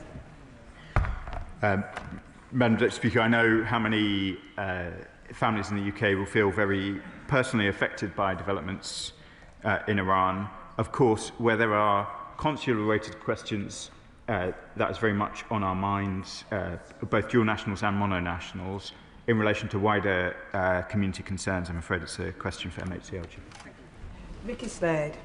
Thank you, Madam Deputy Speaker. My British Iranian residents are deeply worried about their families, and the Minister has said that he hopes the embassy will reopen soon, but time isn't on the side of the Iranian people. So when is soon likely to be, and how quickly should we be expecting the prescription of the IRCG?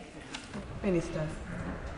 Madam Deputy Speaker, I don't want to sound evasive either about the delicate decisions that we need to make about posture across the region or indeed about parliamentary time, but I'm afraid I'm not able to be drawn any further on either. Rachel Blake. Thank you, Madam Deputy Speaker. The last few weeks I've been inundated with communication from constituents who are part of the Iranian diaspora.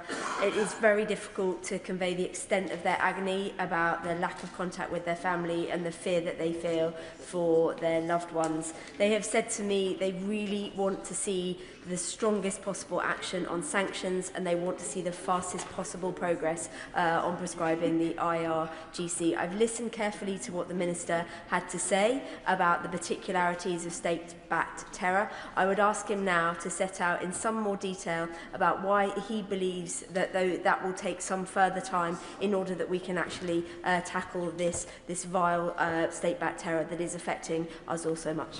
Minister. Madam Deputy Speaker, I'm grateful to my honourable friend both for the question and I know the care she puts into these issues in her constituency. The Jonathan Hall review sets out some of the reasons why in his view, a state-focused prescription-like tool is necessary. We accept those recommendations and we intend to legislate. Stephen Flynn. Thank you, Madam Deputy Speaker. There appears, and in fact there is, a shared horror across the chamber at the killing of protesters in Iran, just as there is a shared condemnation of this brutal regime, just as it appears that there is a shared view that the IRGC should be prescribed. Now, I've listened carefully to the Minister's answers, but I would gently suggest to him that he has a consensus and he should use that consensus to prescribe the IRGC as soon as possible to send that clear message to the Iranian people that we stand with them. Minister. Madam Deputy Speaker, the honourable gentleman's points are well noted. Just for the clarity of the House, the legislation will be Home Office rather than Foreign Office legislation, but I'll certainly pass on the strength of his feeling to the Security Minister. Alex Serval. Thank you, Madam Deputy Speaker. The Islamic Revolutionary Guard is undertaking and leading, actually, the brutal repression and murder of so many Iranians fighting for their freedom.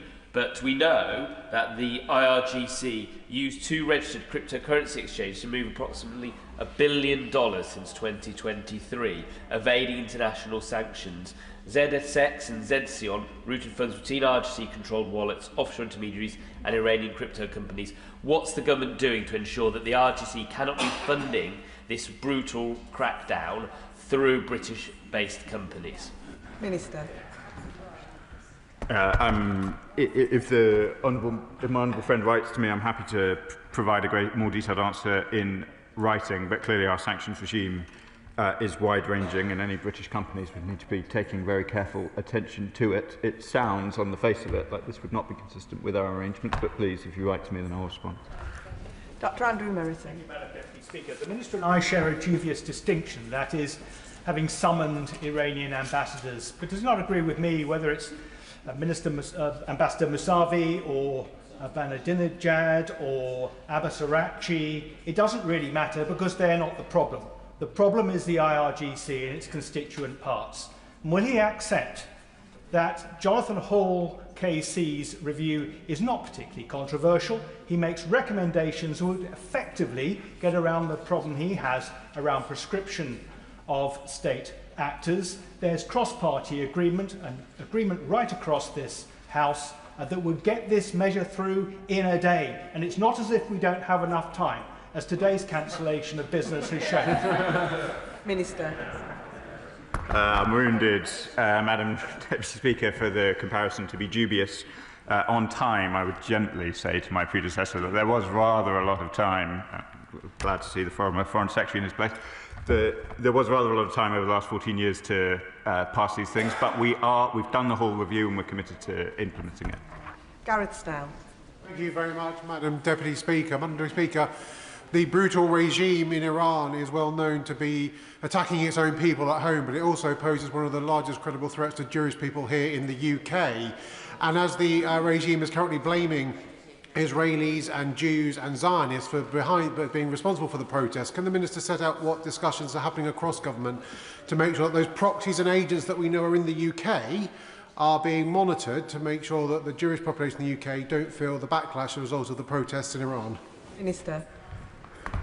I have said repeatedly in no uncertain terms, as has the Foreign Secretary, to our Iranian counterparts, that any threat in the UK to British people of any faith or denomination in any building, and indeed any other diplomatic premises in the UK, will be treated with the utmost seriousness. I've reiterated that strength of feeling to a range of representatives from the Jewish community in the UK, and I'm happy to reiterate it again from the dispatch box. Sir Julian Lewis. Yeah. Last Tuesday afternoon, President Trump took a short break from attacking America's NATO allies to write on Truth Social the following: Iranian patriots, keep protesting, take over your institutions, adding, help is on its way. Has the government the faintest idea of what he was talking about? Minister. Madam Deputy Speaker, US posture and policy towards Iran is, I'm afraid, a matter for the US government. Dr. Peter Prinsley. Thank you, Madam Deputy Speaker. Many in this House are concerned about the malign influence of the Ayatollahs in our own country. There has been dreadful slaughter on the streets of Iran, but curiously little protest on the streets of Britain. What a contrast to the regular protests, sometimes intimidatory to local Jewish people, about the terrible war in Israel and Palestine. Could the aforementioned malign influence explain this? Minister. Madam Deputy Speaker, as the Home Secretary has said, we are aware of the very considerable concern that the ongoing protests have caused, particularly in places of real sensitivity outside synagogues, etc., and we're taking measures to address it. Dr. Al Pinkerton.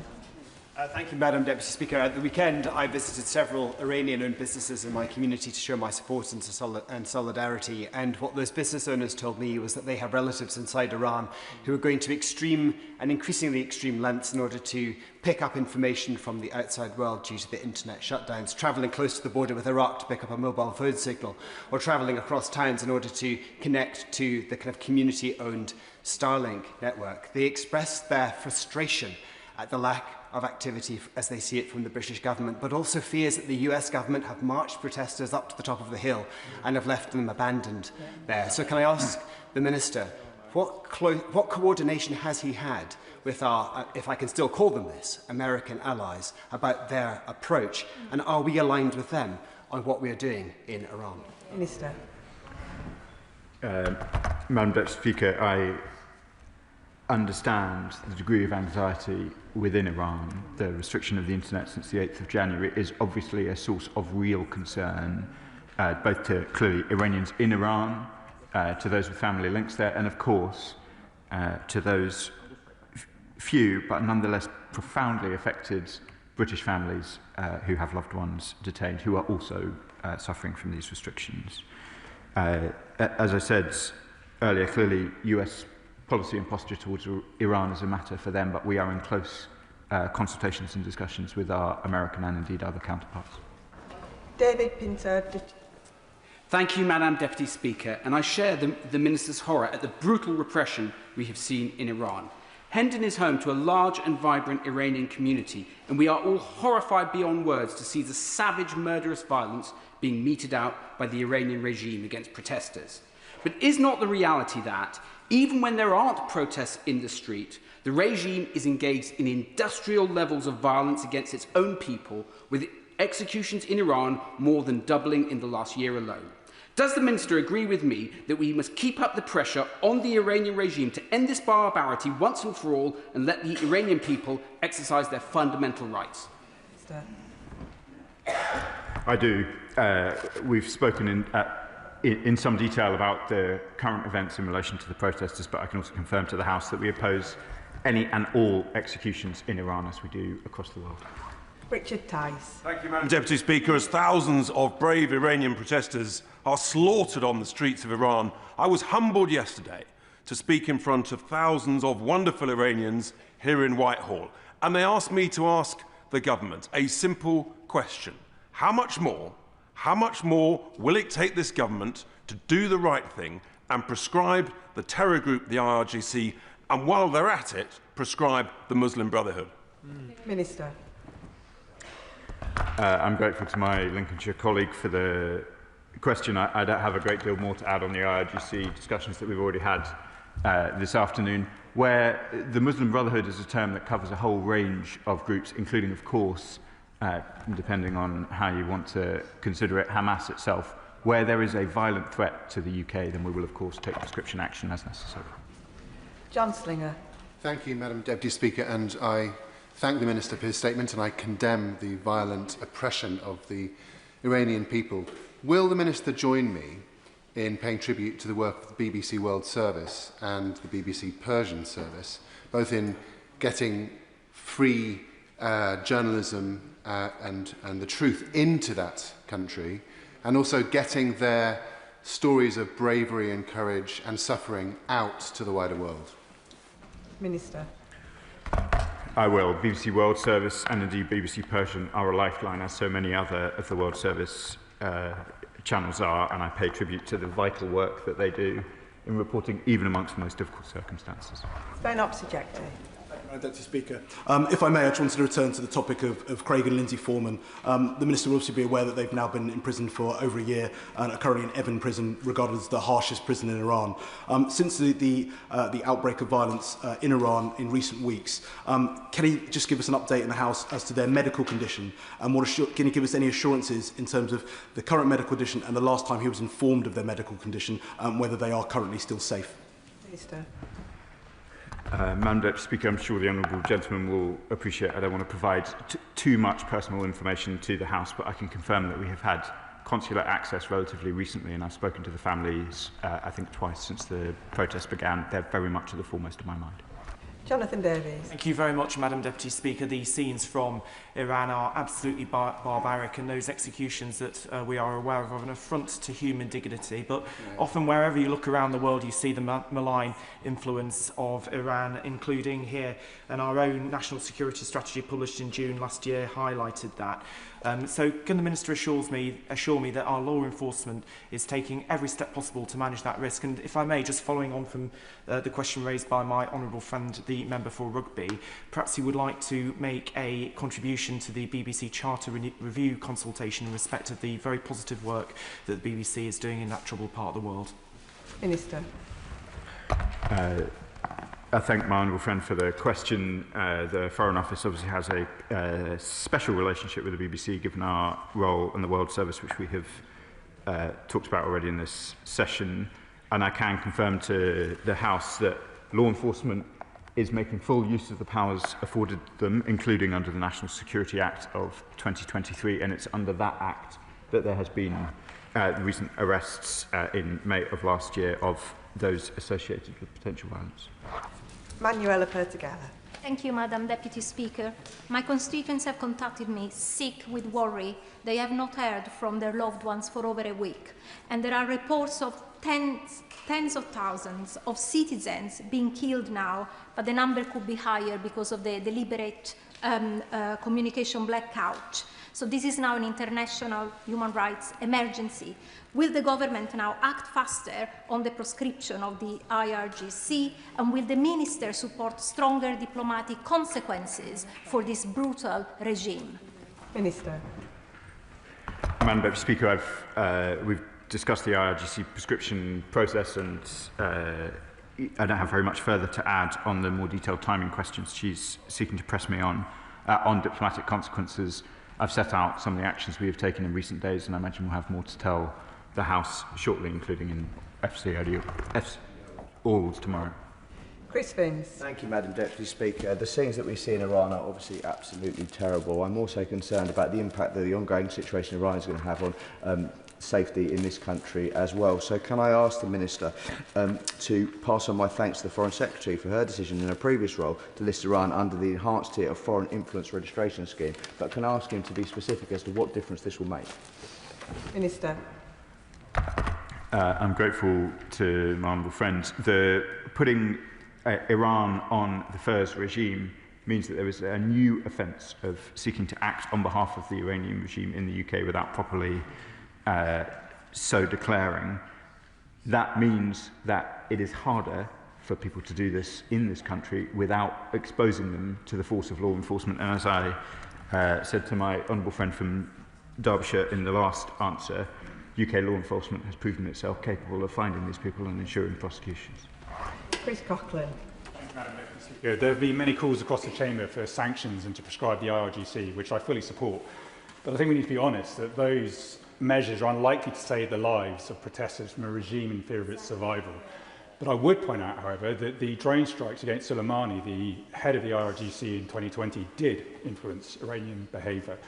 And an aspect of these protests is that they follow Western military intervention. And as the honourable member pointed out, the US President has explicitly called for them to overthrow the regime. This reminds me of the 1991 Shia uprisings in Iraq, when President Bush did exactly the same in the aftermath of the Gulf War and left them aside to be massacred by Saddam Hussein's helicopter gunships. Is the Minister considering this legacy in his deliberations? Minister. Madam Deputy Speaker, across the Middle East, I'm reluctant to focus on a particular incident in the long and, I'm afraid, fraught history of both interventions and violence that follows, but of course we're considering the broader history of the wider region as we consider our response. Dr. Ellie Chowns. Thank you, Madam Deputy Speaker. I share the horror expressed by colleagues from across the House at the brutal, repressive crackdown on protesters in Iran, and I'd like to pay tribute particularly to the bravery of women protesters, in particular, fighting for their rights. Among the many concerning stories now emerging is testimony of the use of sexual assault as a weapon of repression. Can I ask the Minister, is this something specifically that he and the Foreign Secretary raised in their interactions with representatives of the Iranian regime recently? And can he set out in more detail to the House the timetable for next steps, including implementation of the additional sanctions that the Foreign Secretary referred to last week? Minister. Madam Deputy Speaker, I can confirm to the House that the Iranian representatives were left in no doubt about the strength of our views. These were not terribly long conversations, so we weren't able to get into the full detail of our concerns, and I don't have very much more I can add on the timing of further sanctions. Martin Wrigley. Thank you, Madam Deputy Speaker. For me, this is personal. This reminds me of what I saw when I was in Tehran nearly 50 years ago at the beginning of the revolution. My father was appointed naval attaché to the British Embassy in Tehran before and during the revolution, and we saw some awful things. What kept us going when the nights were cold, the power was off, the phones were cut, the guns were going off outside and people were demonstrating on rooftops nearby, was the British World Service broadcasting where we could rely on that information. What extra support is the Minister giving the BBC to make sure that the World Service and BBC Persian is boosted in that area to get the information through, to give them that lifeline that I had before I took the last flight out before Khomeini arrived back? Minister. Madam Deputy Speaker, I'm very grateful to the honourable gentleman for the question, and I hope he won't mind if I also pay tribute to the fact he was I hope he doesn't mind me saying, a diplomat brat. And I know from my own service, as I know many in the House will be familiar with it, it's often families, particularly in circumstances like that, and it's families of the diplomatic service now who often face the same worries and the same hardships of diplomats in difficult positions. That was obviously very much on our mind as we considered the position of the embassy in Tehran last week, and it continues to be on our mind across the world where our brave diplomats face situations of peril. In relation to his generous words about the World Service, I echo them, and I can confirm that we are thinking about how the World Service can be ensured, its future can be ensured so that it can continue to provide the vital functions that it does. Sarah Poetry. Thank you, Madam Deputy Speaker. Given the horrific scenes we saw in London over the weekend of pro-democracy protesters being attacked by the police, what steps will the Minister take to ensure that peaceful protests can take place in this country? Minister. We completely support peaceful protest, but it is also true that diplomatic premises are subject to particular protections under the law. That applies in London as it does indeed in Tehran. There is a balance here, and I was in discussions with the Security Minister through the weekend to ensure that we get it right. Jess Brown-Fuller. Madam Deputy Speaker, there were so many people killed, they were hosing the blood down the street using fire engines. Was the message coming out of my constituent's hometown. She has no idea if her mum and dad in Iran are safe during the communication blackout. When she asks me, as she no doubt will, why won't the government do everything they can to prescribe the IRGC, what would the Minister have me tell her? Minister. Firstly, the anguish that I'm sure her constituent is suffering, and so many constituents that will be in correspondence with MPs across the House, I cannot imagine how I would feel when my own loved ones in a situation where communications was not certain. I feel it in relation to our consular cases, and I know that it's felt by people right across the country. We will do everything that we can, both to try and ensure that the protesters are able to enjoy their rights, and indeed that the communications restrictions are lifted. Iran has plunged into darkness since the 8th of January, as Afghanistan plunged into darkness last year. This is a malign trend which we oppose completely, and we will do everything we can to see that it is as temporary in Iran as it proved to be in Afghanistan. Jim Shannon. Thank you, Madam Deputy Speaker. Can I thank the Minister for his answers? The Minister will be under no illusion as to the barbaric tactics that are currently being employed. Indeed, last week's statement made it very clear that government is fully aware the strongly worded condemnation has not brought about any change. We have British citizens incarcerated and in danger. The IRGC have killed thousands. They've shot them in the head, the neck, and the face. It's been a shoot-to-kill policy by the IRGC. So what discussions has the Minister had with the United States of America, who promised physical action to show Iran that the safety of our citizens in this nation and protect the Iranian citizens as well against the sustained terrorism and recent abhorrent actions will no longer be tolerated, and physical action against the IRGC on the ground is what is needed? Minister. Madam Deputy Speaker, we've discussed already our attitude towards the protests. We are not threatening physical action against the IRGC in Tehran. What we want to see them do, and indeed the whole of the Iranian regime, is respect the rights of their people in accordance with international norms, ensure that the protesters can exercise their rights, and lift these restrictions on them. And that concludes the urgent question, and I'll give a few moments for the front benches to swap over.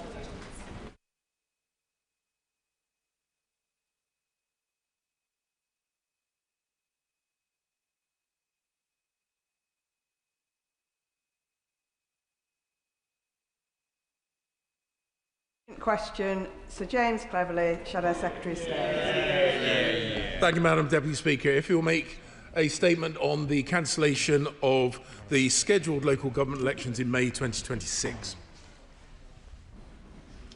Minister. Thank you, Madam Deputy Speaker, and I'd like to thank the right honourable gentleman for his question. We are undertaking a once-in-a-generation reorganisation of local government. We have now received proposals from all areas and from councils across the political spectrum. For decades, the two-tier council system, where it still exists, has made local government more complicated and more bureaucratic than it needs to be. This government is bold enough to change that. We will put in place single-tier councils everywhere by the end of this Parliament. That will mean faster local decisions to build homes and grow our towns and cities. It will bring services like housing and social care under one roof, making them more effective and responsive to what communities need. And it will end the duplication that sees two sets of chief executives, two sets of councillors, which creates confusion and waste for local taxpayers. This is a proven model, and when we change to unitaries, we never see calls for a return to two-tier local government. Madam Deputy Speaker, on the 18th of December, I updated the House on our plans to seek council's views on their elections in May. There is clear precedent for postponing elections due to local government reorganisation, and the previous government postponed many elections between 2019 and 2022 to smooth the transition to new councils. I therefore wrote to 63 councils undergoing reorganisations with elections in May.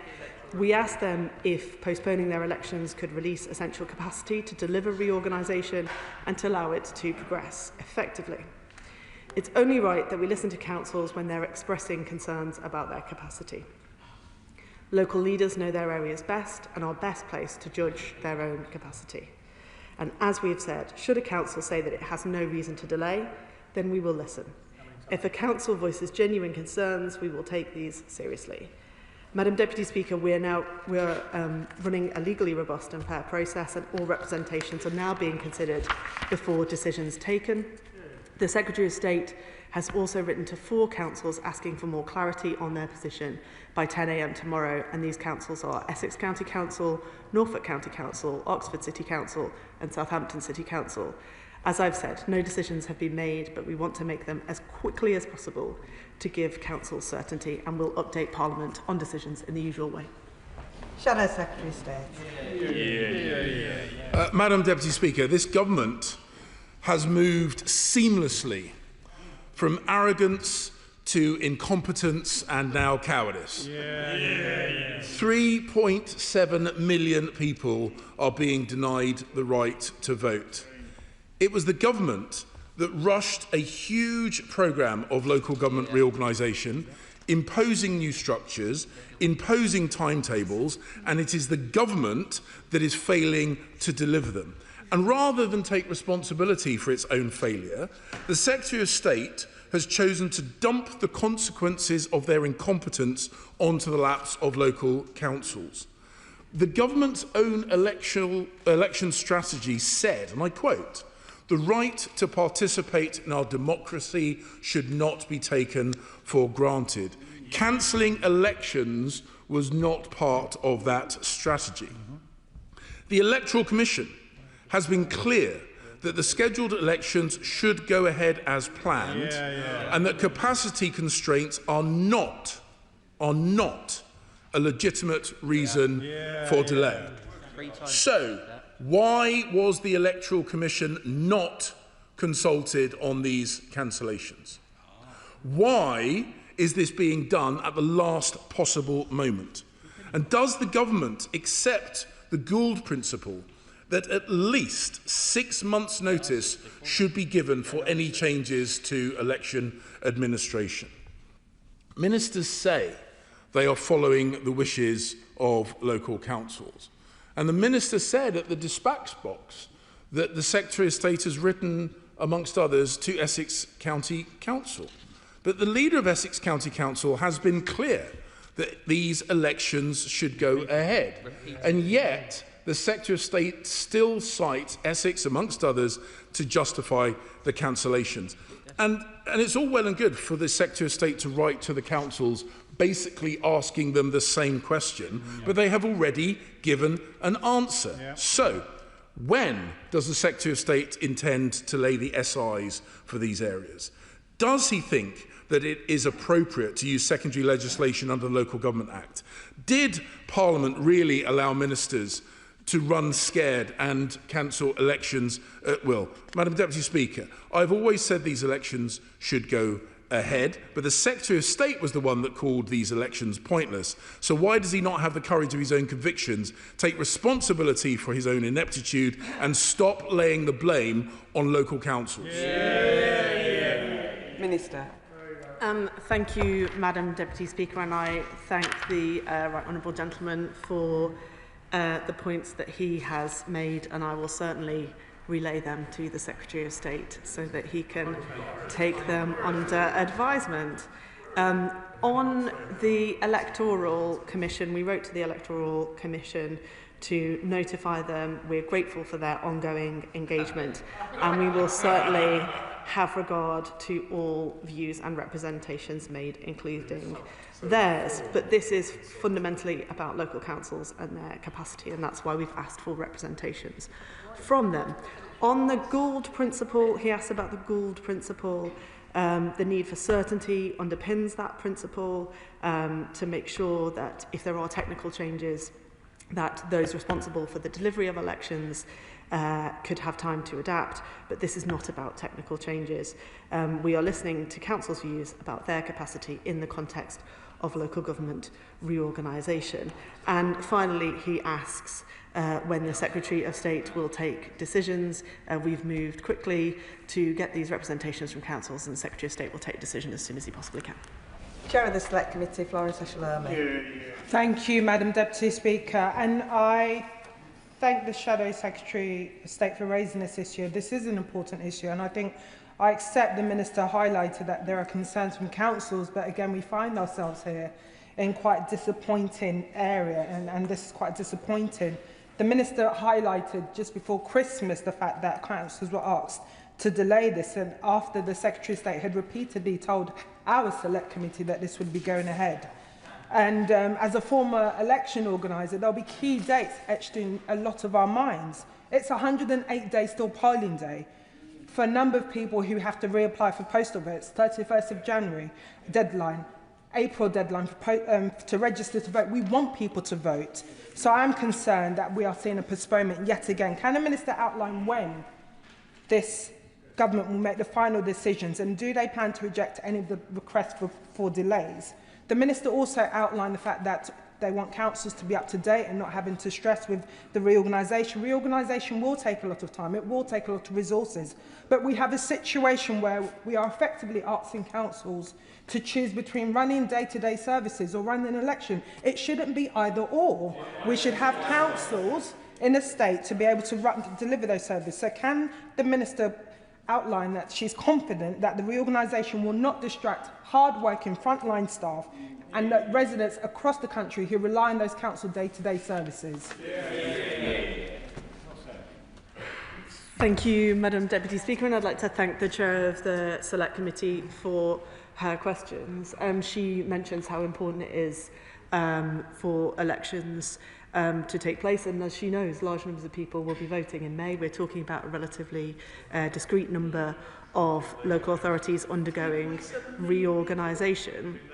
She asked when the Secretary of State will take the decision. He will do that as soon as he possibly can, and we've set out the further information that we have asked for. And she asks about resources. This is really important because the whole point of reorganisation is to make sure that we use our resources in the best way possible. It bears repeating, as I've done on many occasions in this House, that local authorities bore the brunt of austerity. We've reconnected council funding with deprivation, and I am anxious to make sure that all local authorities move towards financial sustainability, and I look forward to discussing that with her committee further. Liberal Democrat spokesperson Zoe Franklin. Thank you, Madam Deputy Speaker. I find it really interesting that this urgent question comes from the Conservative Party, who themselves have sought to cancel local elections this year and last year in Surrey. Given the honourable member for Braintree's professed concern for democracy, I hope he will commit to supporting Lord Pack's amendment in the other place, removing the Secretary of State's power to change the timing of local elections. That said, it is the Labour Party who are the main offenders when it comes to cancelling elections and appear to be running scared. Order. I do want to hear what the Liberal Democrat spokesperson has got to say, as do my constituents, as do all our constituents. Zoe Franklin. That said, it is the Labour Party who are the main offenders when it comes to cancelling elections and appear to be running scared from the ballot box rather than trusting voters. So does the Minister accept that cancelling elections risks setting a dangerous precedent that elections become optional when they are inconvenient to those in power? And what message does this send to residents about the value of local government if their right to vote can be so easily set aside? Democracy is right, not a matter of convenience. Mr. Thank you, Madam Deputy Speaker, and I'd like to thank the Honourable Lady for powering through despite commentary from the opposition front bench. She asked about the importance of democracy. Of course, it's very important. The vast majority of elections are going ahead next year. A huge number of people will be voting, and it is important that that principle is stuck to, and we will take the decisions based on the evidence and the precedent that I've set out in response to other members. Graham Stringer. Madam Deputy Speaker, as a former leader of a major council and a Labour MP, I find this completely embarrassing. A Labour government should not be taking the vote away from 3.7 million people. It is completely unprecedented for a Labour government to do that. And I'd like to ask my honourable friend on the front bench, there is clearly a vested interest from some councillors who may feel, looking at the opinion polls, that they will lose their seat. Some of those councillors will vote for delay.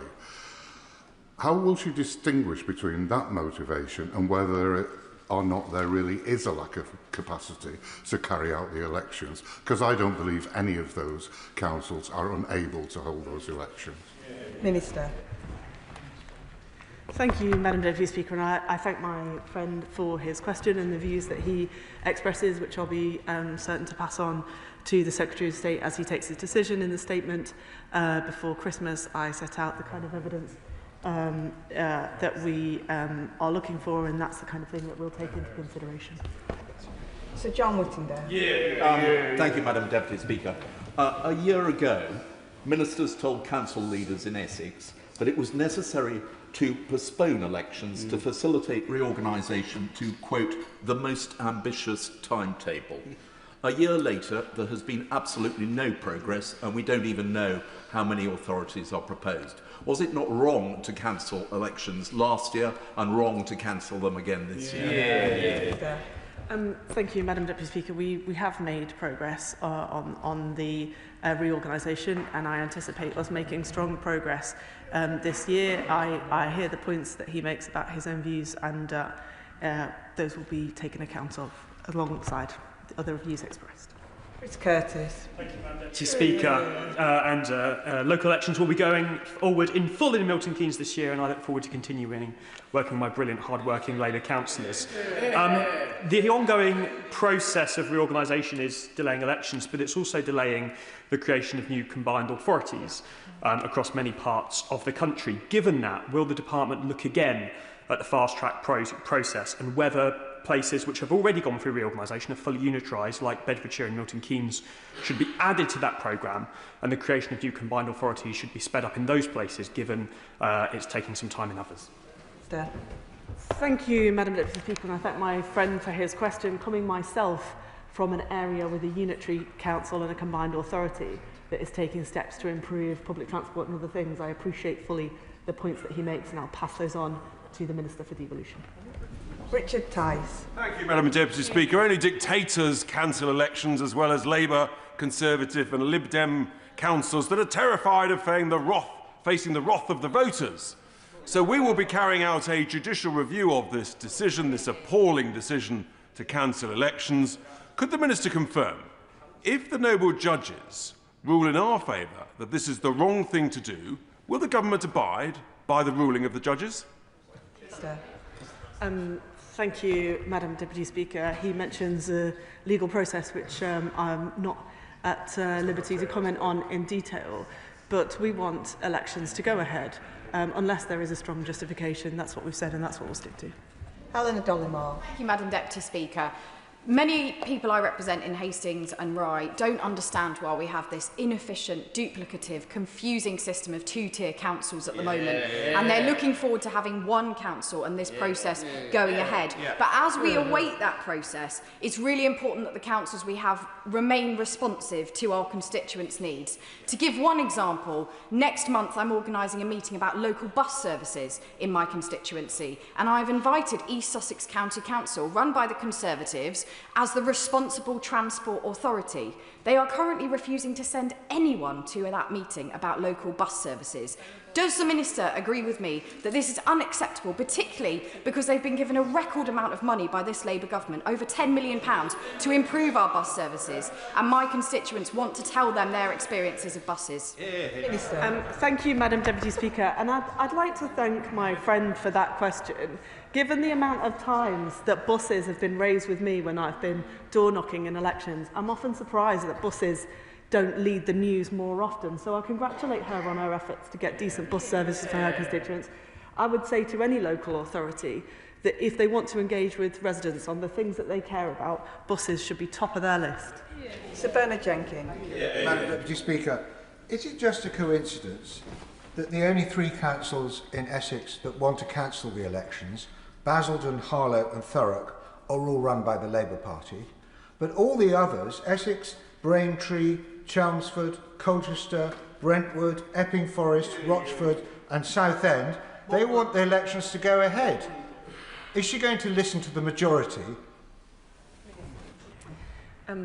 Thank you, Madam Deputy Speaker, and I'd like to thank the honourable gentleman for his question and the, forgive me, the right honourable gentleman, do beg his pardon. I'd like to thank him for the points that he raises. I've set out the way in which we're consulting with local authorities, and the Secretary of State will take the decision accordingly. Julie Minns. Madam Deputy Speaker, as the Minister has already mentioned, the previous government postponed elections in 2021, including in my constituency of Carlisle. Does the Minister agree with the words of the Right Honourable Member for Newark, who was the Community Secretary at the time, who I note is not in either of his recent places in this chamber, that holding elections in such circumstances, those circumstances being local government reorganisation, risks confusing voters and would be hard to justify where members could be elected to serve shortened terms. Thank you, Madam Deputy Speaker. I don't know about agreeing with the member for Newark, but I certainly agree with her. She gets to the point that we're trying to make, and we're acting in accordance with precedent. She makes the point very well. Josh Babarinde. Thank you, Madam Deputy Speaker. In Eastbourne, Conservative-run East Sussex County Council is one of the worst in the country for potholes, the second highest number of compensation payouts in total, and it has resurfaced 0 roads in the coming year, the top worst. Yet the people of East Sussex do not currently have a say. When can they expect to hear from the Minister or the Secretary of State about when they can kick out this Conservative council that is squatting in County Hall? Minister. Thank you, Madam Deputy Speaker, and I thank the honourable gentleman for his question. Potholes is probably second only to buses in the important issues. We won't have any undue delay, and the Secretary of State will have more to say quite soon. Phil Brickell. Madam Deputy Speaker, does the Minister agree with me that the truth of the matter is there's actually a lot of false information flying around? Actually, in Bolton, we're very much looking forward to having local elections in May. Can the Minister confirm that has always been the case, as it has been in the other 9 boroughs in Greater Manchester, and that actually worse to the opposite effect are simply false information? Minister.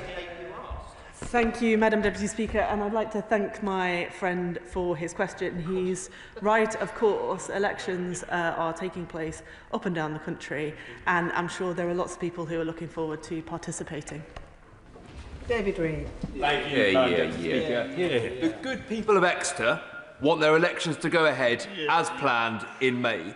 Yet the Labour supermajority in both Exeter City Council and the supermajority here in Westminster leaves no realistic prospect of fighting that decision. So does the Minister agree with me that Exeter City Council are quickly losing their democratic mandate and moving to some form of local tin pot autocracy? Minister. Let me thank the gentleman for his question. I don't agree with him, but on the substantive point that he makes, I've heard his views and I'll pass them on to the Secretary of State. Mark Francois. Thank you, Deputy Speaker. No taxation without representation. Councillor Kevin Bentley, the dynamic Conservative leader of Essex County Council, has been adamant they should go ahead. On the 14th of January, he wrote to the Minister, "You may be aware that at our full council on the 9th of December, I stated that Essex County Council would not be calling for the postponement of elections in May 2026. This continues to be our position." What was ambiguous about that, or are Labour simply running scared? Minister. Thank you, Madam Deputy Speaker, and I'd like to thank the honourable gentleman for his question, for relaying the words of Councillor Kevin Bentley, who it's been a pleasure to meet on a number of occasions. I think getting a clear position is obviously important. We'll do that quickly, and the Secretary of State will. The Secretary of State will. The Secretary. I don't know. There may have been more context than that one quote, but the Secretary of State. No, you're fine. The Secretary of State will take into account those representations and others and make a decision without any undue delay. John Mill. Thank you, Madam Deputy Speaker. Conservative-run West Sussex County Councillors applied for the second year running to council local elections, where they faced wipeout. Their excuse is that it would be too hard to organise. But it's the 7 district and borough councils who run the elections, not county. So will the Minister speak to the councils who have an actual democratic mandate, rather than the county administration trying to cling to power long past its sell-by date? Minister. Thank you, Madam Deputy Speaker, and I thank the honourable gentleman for his question. We're in regular contact with local authorities. The department and myself and the Secretary of State will have heard what he said, and we'll make sure those views are fed in. Gagan Mahindra. Thank As the House may be aware, I was a councillor at 3 different local levels, both parish, district and county. I know several honourable and right honourable members refer to the proposals as being either single tier or 2-tier. Can I gently remind them that parishes and towns will remain, so it's a 2-tier as a minimum. Can I just repeat the question that was asked earlier? When will all these councils know for definite if and when their elections are going to be held later this year? Minister. Thank you, Madam Deputy Speaker. Just to respond again, we've moved quickly. We're getting the information that we need, and the Secretary of State will move as quickly as he can to take the decision. And it's good to know that we've got members with extensive experience in the House, and I thank him for all he's done down the years. Lewis Cocking. Thank you, Madam Deputy Speaker. Conservative-run Broxbourne Council want their elections to go ahead, and the people of Broxbourne should be allowed their choice on the 7th of May. However, under the devolution plans, it could see us merge with Labour Stevenage and coalition Labour and Liberal Democrat Welwyn Hatfield, who both want their elections to be cancelled. So, Conservative-run Broxbourne Council want their elections to go ahead. I, as the Conservative Member of Parliament for Broxbourne, want the elections to go ahead. The people of Broxbourne want their elections to go ahead. Can the Minister categorically confirm to my constituents that local elections in Broxbourne will go ahead on the 7th of May? Minister. Thank you, Madam Deputy Speaker, and I thank the honourable gentleman for his question. I've said on a number of occasions we want the elections to go ahead unless there's a justified reason. He makes his point on behalf of his constituents in the context of reorganisation, and I will take that under advisement as we move forward. Sir Julian Lewis. If a future political researcher decides to write a thesis about the influence of adverse opinion polls on the cancellation of local elections in Britain, will the Minister, amiable as she always is, make herself available? Thanks, Madam Deputy Speaker. And I'd like to thank the honourable gentleman for his kind question.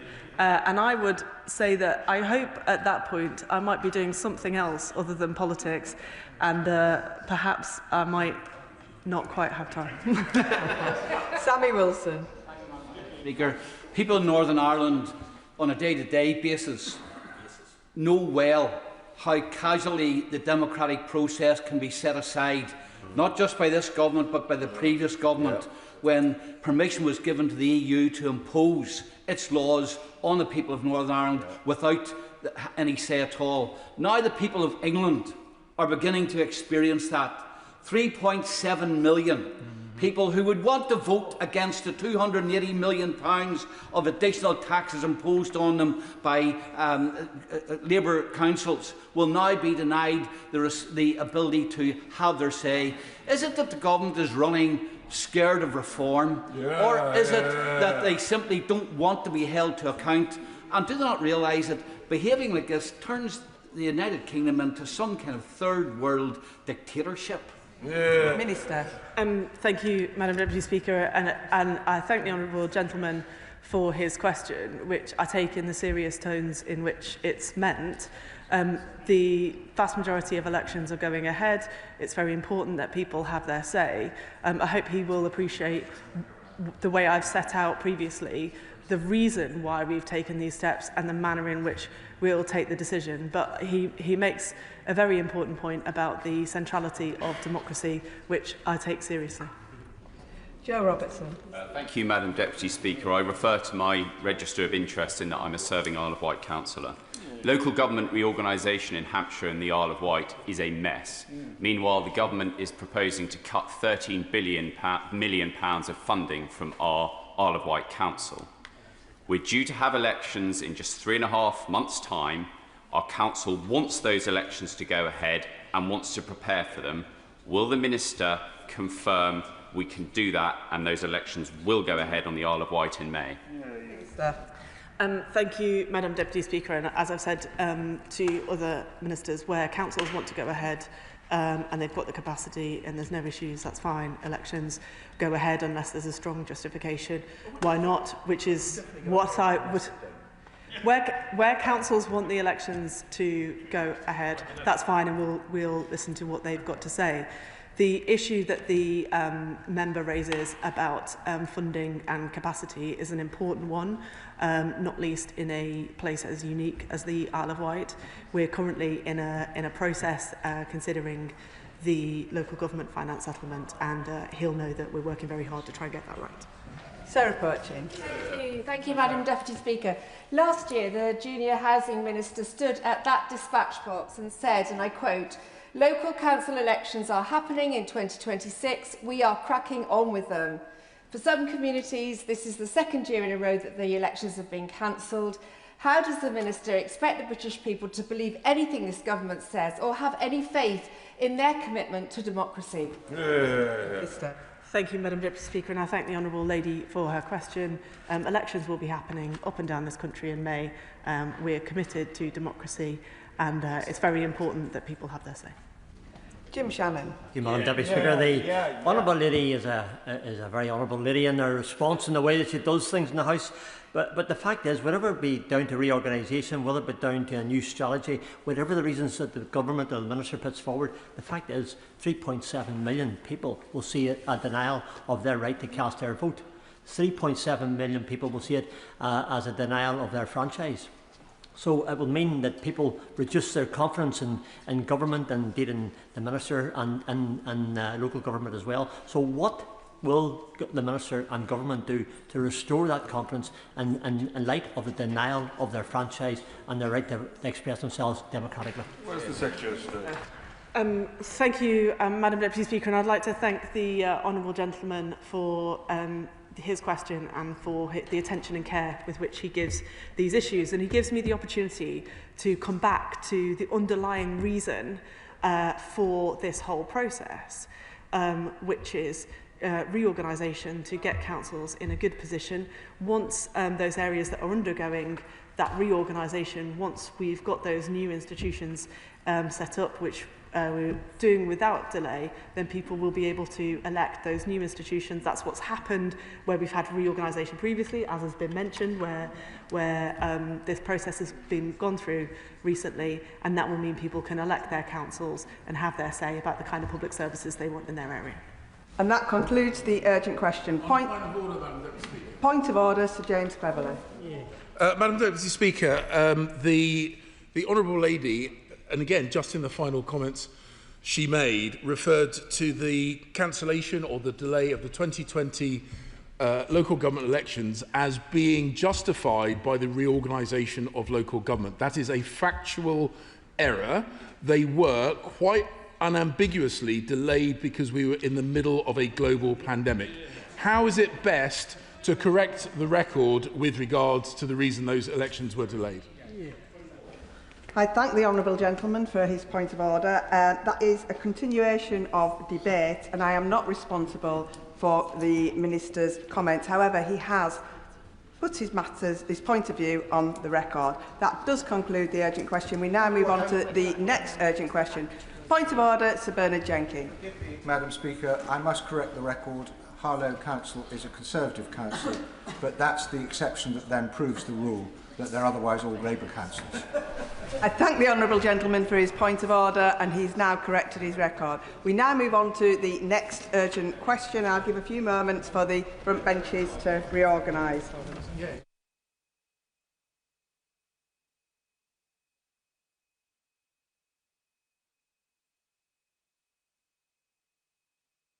Urgent question, Sarah Champion. Thank you, Madam Deputy Speaker. To ask the Secretary of State for FCDO what representations have been made to Five Eyes Partners regarding the potential risk posed by the proximity of sensitive cabling infrastructure to the Royal Mint Court, the site of the proposed new Chinese embassy. Minister. Thank you, Madam Deputy Speaker, and I thank my honourable friend for her question and for the opportunity to respond to it today. She will know that discussions with Five Eyes Partners relating to domestic security matters are primarily a responsibility for the Home Office.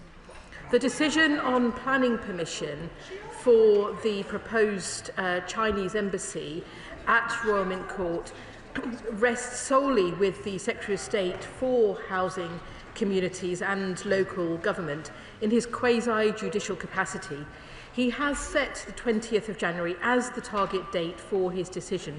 And I'm sure she will agree that it will not be appropriate for me to cut across that process. I appreciate there has been significant interest in our engagement with allies and partners on this matter. And I am sure, the Honourable Member, as the Honourable Member will know, we never comment on conversations with allies regarding intelligence matters. I can nevertheless reassure her, as well as the House, that we continue to work closely with our Five Eyes partners and other like-minded countries on a wide range of issues, including pertaining to domestic security. These partnerships are essential for our shared security.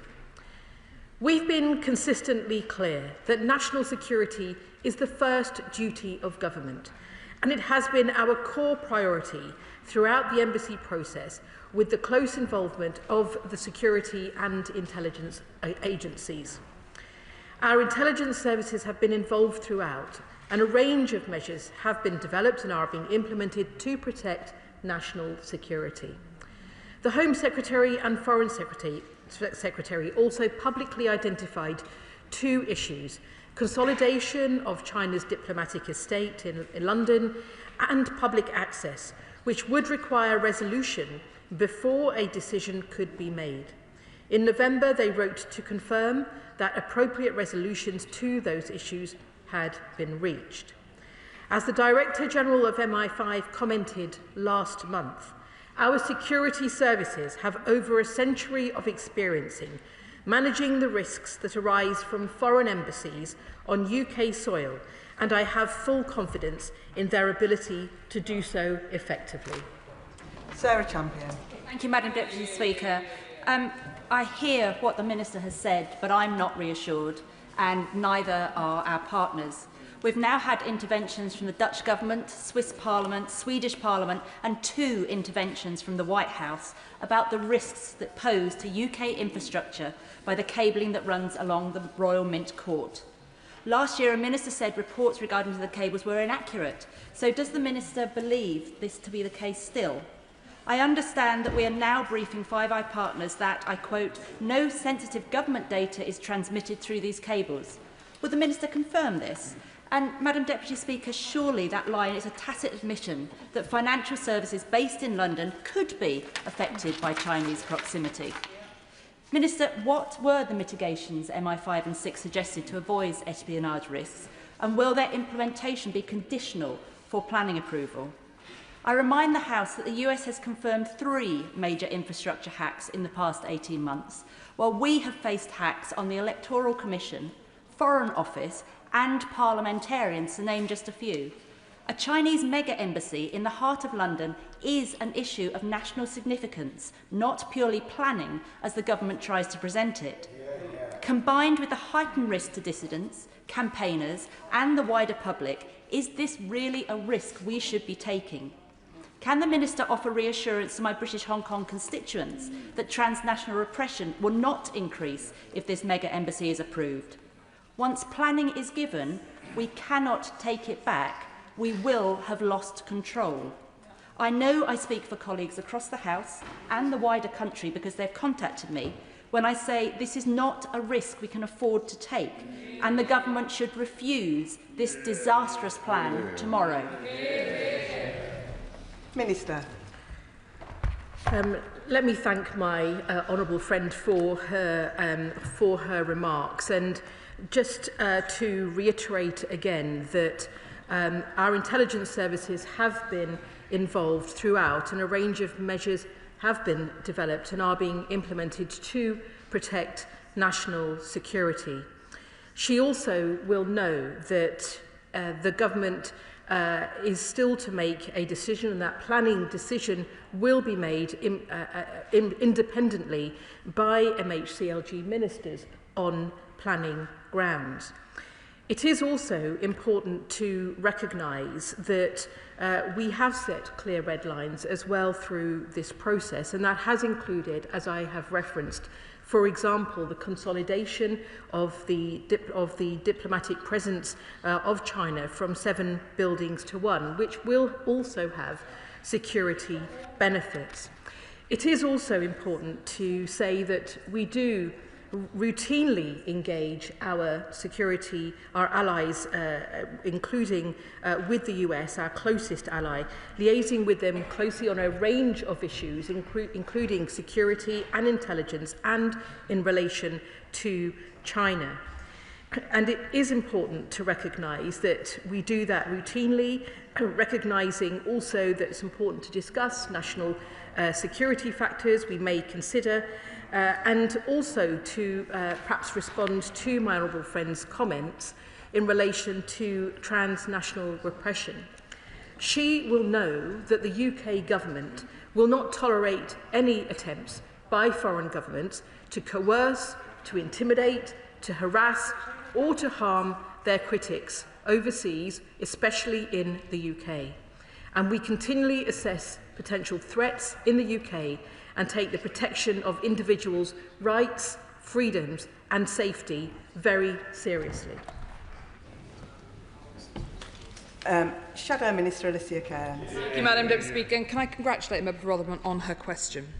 One could be excused, Madam Deputy Speaker, for feeling this is Groundhog Day, because once again the House is gathered to share our collective concern about plans to approve the Chinese Communist Party's mega embassy, and once again the Home Office has declined to answer. Now, I did consider rereading my speech from last week, but as I hope we'll get some answers, I've gone back to the drawing board. Now, the Chinese Communist Party plans are not normal diplomatic renovations, and it would be laughable to suggest they are when they are taking place at this location. Had the Minister seen these unredacted plans before their publication? And can she genuinely say she has no concerns if her government approves this shadowy network of 208 secret rooms? Now, given claims that the government and ministers had not seen these plans until last week, surely the government needs time to review them. So can the minister confirm there will be a delay to the decision due tomorrow? Because no one would seriously suggest that in the week that has passed, the government has identified all the mitigations needed to protect our cables and mitigate against these secret rooms. Now, the government has so far shielded itself behind the mundane language of planning policy, but this is not a normal application. So can the minister confirm whether our allies have been consulted on the unredacted plans, and if so, who? And whether UK government officials have previously denied the existence of these cables to the United States in discussions? Now, last week I asked whether the Chinese Communist Party's ambassador had been demarched and forced to explain his party's duplicity in their application. The minister declined to answer. It's now been a week. Has the minister, not officials, finally found time to prioritise national security in hauling the Chinese ambassador? And if not, why not? And what message does that send to China?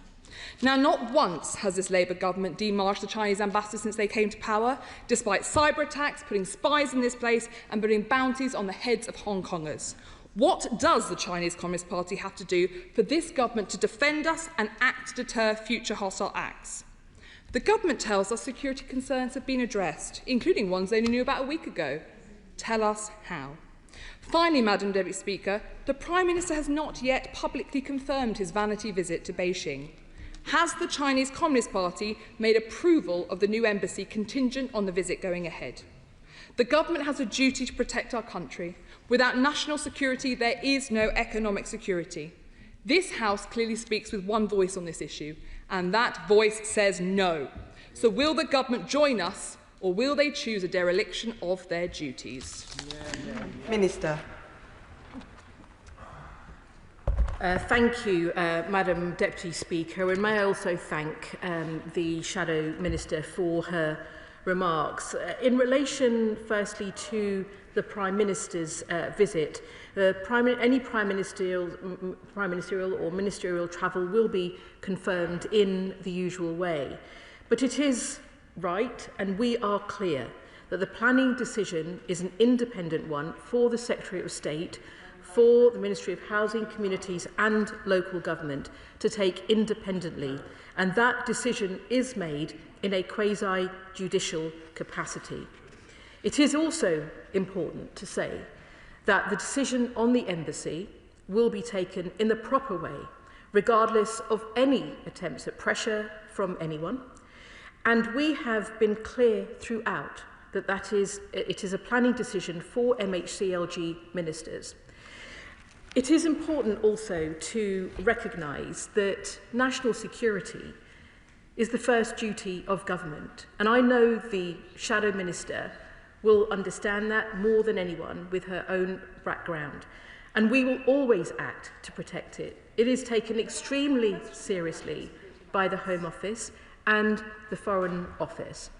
And indeed, it will be important that we continue to make sure we have conversations, as we do routinely, with our allies, and to recognise that it's important to have those conversations, as we do regularly with the US, to take into account security and intelligence that we also share on a routine basis, and that we do in relation to China. And that is important because, as I've already mentioned in this debate, where there are concerns about national security, it is important that our intelligence services are involved throughout, and there's a range of measures that have been developed and are being implemented.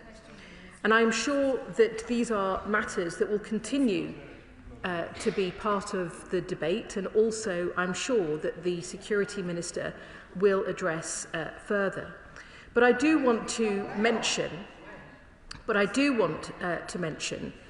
it is important that we continue to make sure that there is that focus on security, and in relation, as I've said as well, to concerns about those who may experience attempts under transnational repression, that we continue to make sure that we stand up for the safety and security of all of our people in the United Kingdom.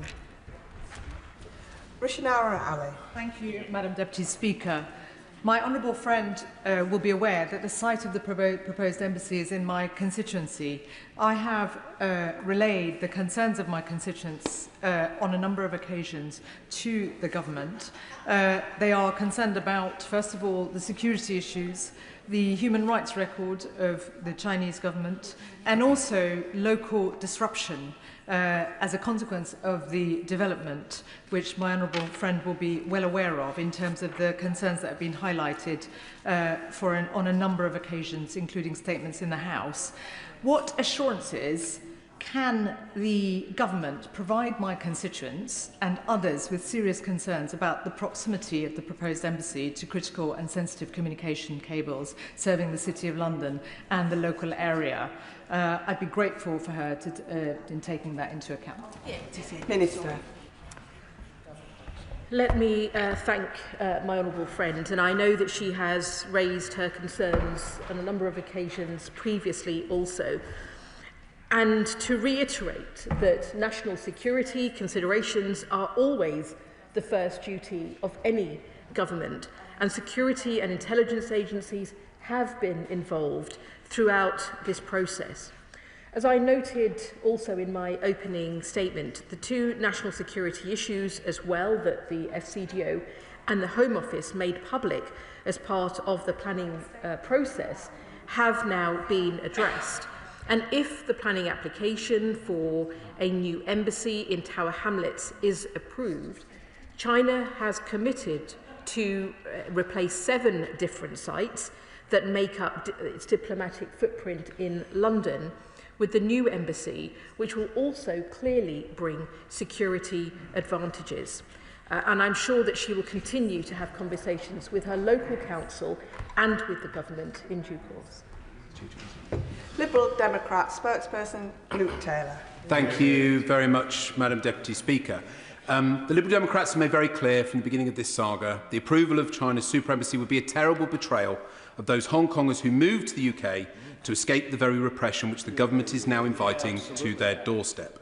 The government must halt this application and summon the Chinese ambassador to make clear that we will not accept Beijing's efforts to spy on our parliament, nor to intimidate and harass Hong Kongers in our community. Now, on the specifics of the application, in 2018, in a letter, the then Foreign Secretary Boris Johnson granted diplomatic status to the Royal Mint Court. That letter made no mention of a condition surrounding planning permission. And under Section 1 of the Diplomatic and Consular Premises Act 1987, this represents a fulfilment of the condition to provide express consent. 8 years later, we're now being told that this consent was somehow conditional on planning permission, based on a secret note verbale from May 2018, which has not been published.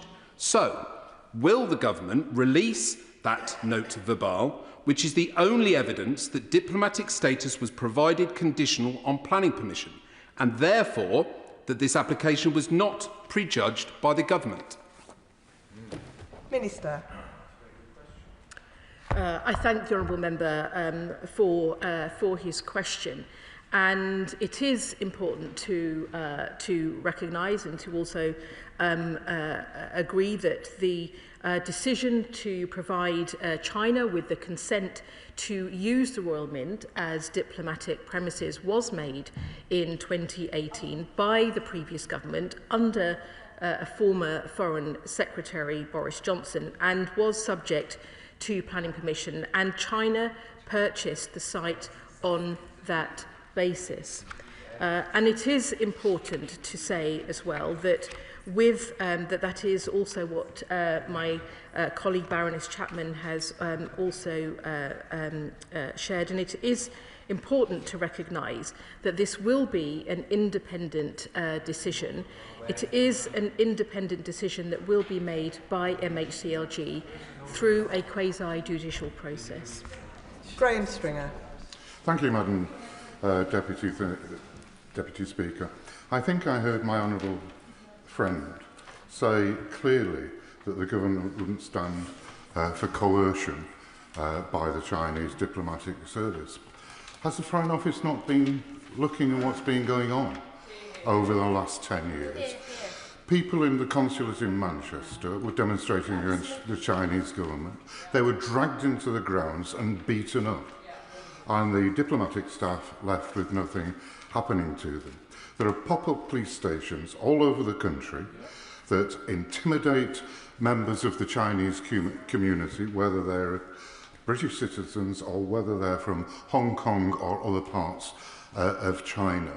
There should be a simple answer to this application, that there is no need for the size of the Chinese diplomatic community in this country.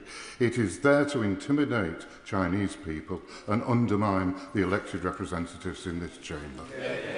Minister.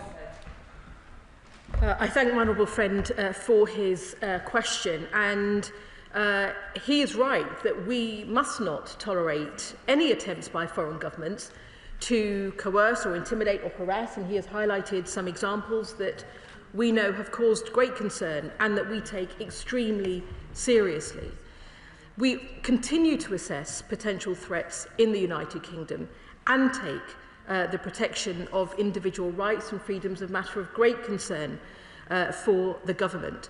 And indeed, freedom of speech and other fundamental rights of all people in the UK are protected under domestic law.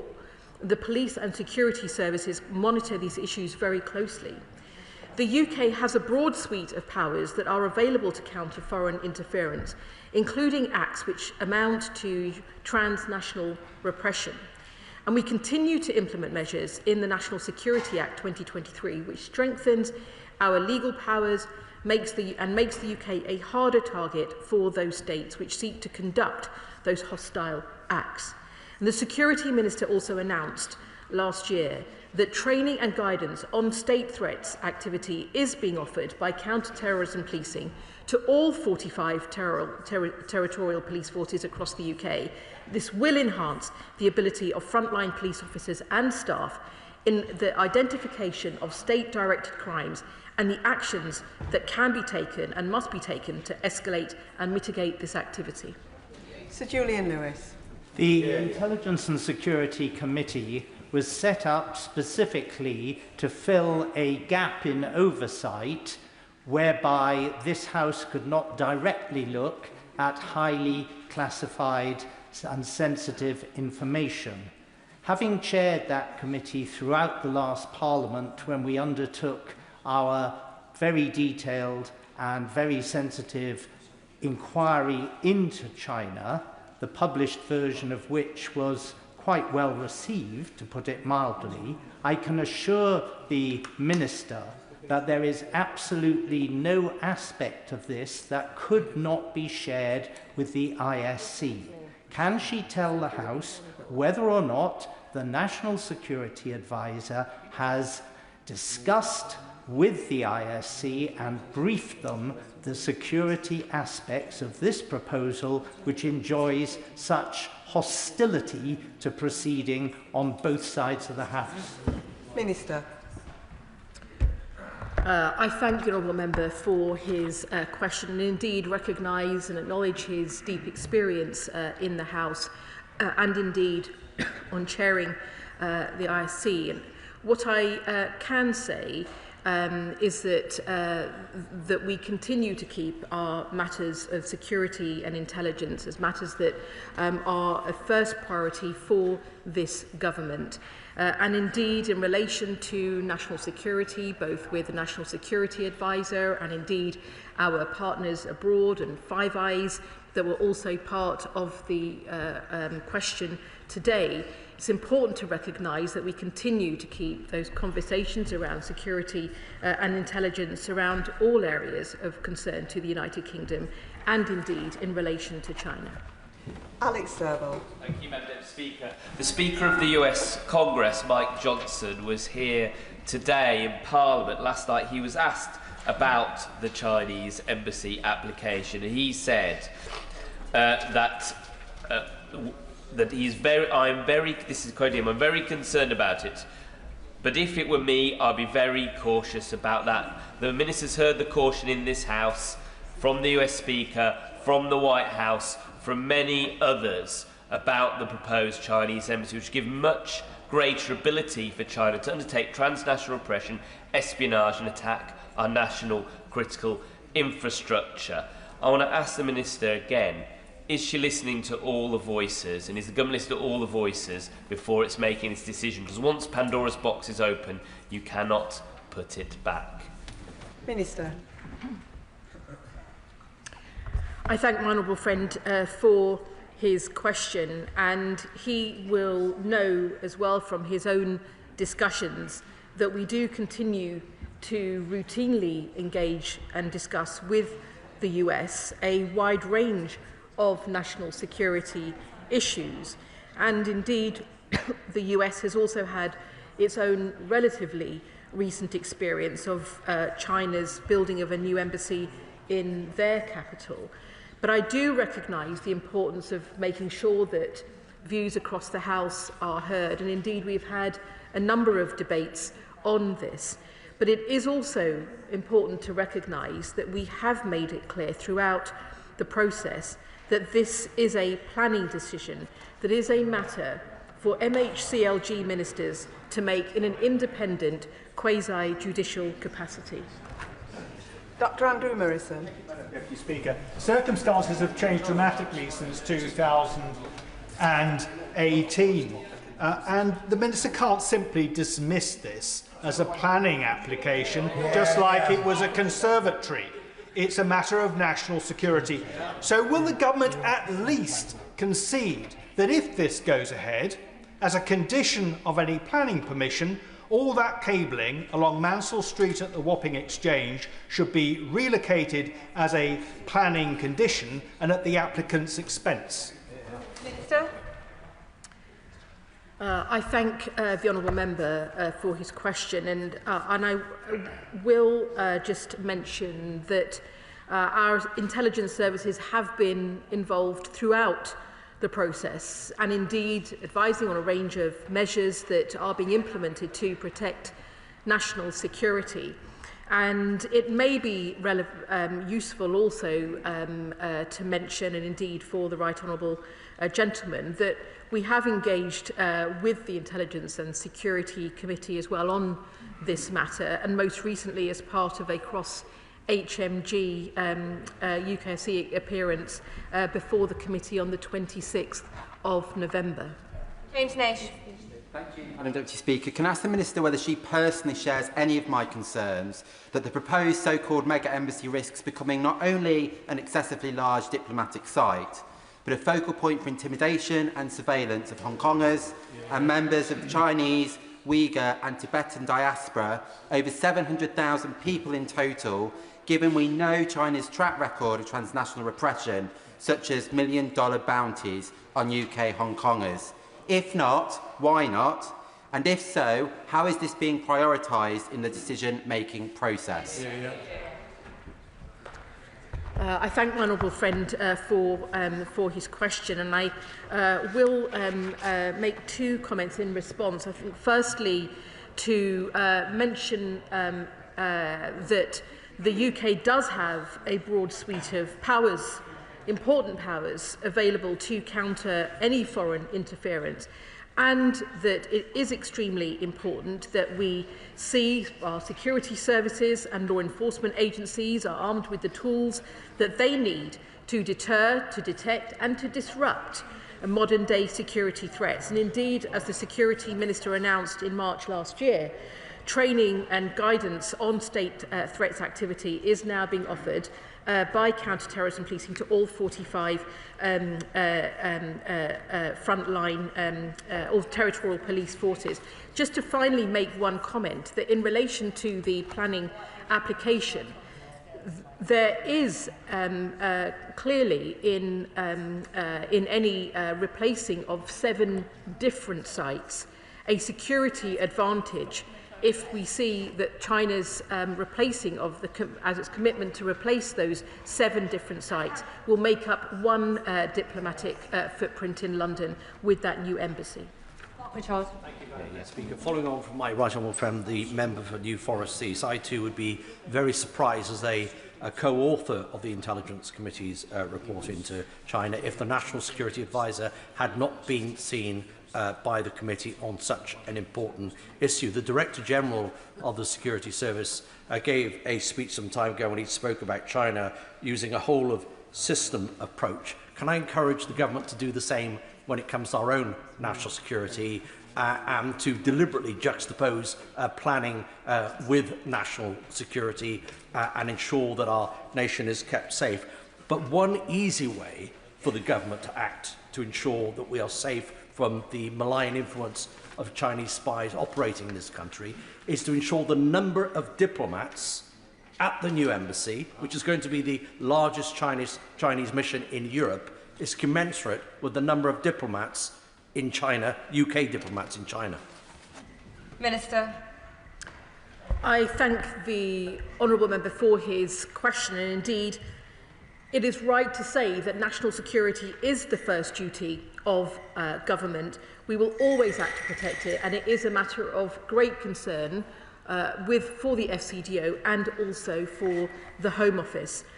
And it is indeed also right to say that the UK does have control over the number of diplomats in the United Kingdom, as per the Vienna Convention on Diplomatic Relations.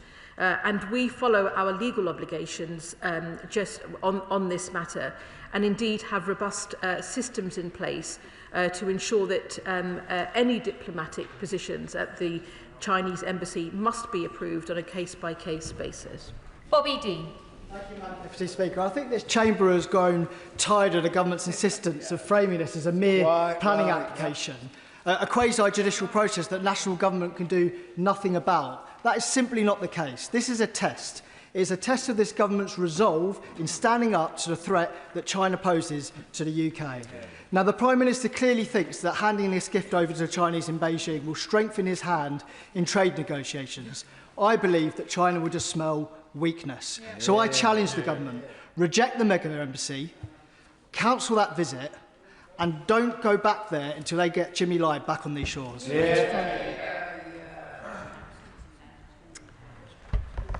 Let me thank the honourable member for his question, but also to challenge him, because what he will know is that it is important, and you can have national security and economic security as both upheld by the government in terms of its priorities, and he will know that national security must always be the first duty of any government. And in relation to our relationship with China, we have talked extensively about our serious, clear-eyed approach to having a relationship with China that is in our long-term interests, where we do cooperate, where we do challenge where we must, and where we also do compete. And it isn't about just balancing that. It is about, through engagement, being strong on security and strong on the economy.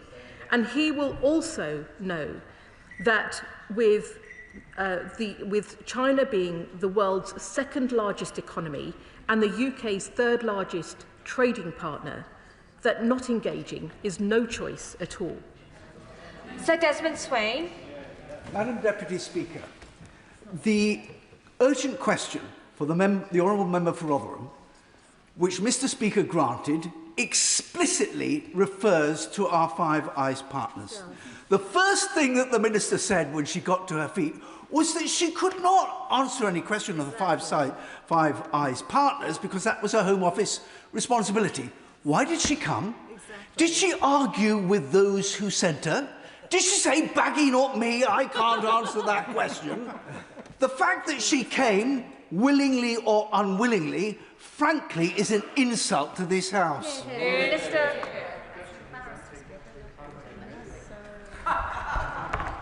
Let me thank the Honourable Member for his question and say that what is important is to acknowledge that we work with our Five Eyes partners on a range of security matters, that it is important that we have that trust.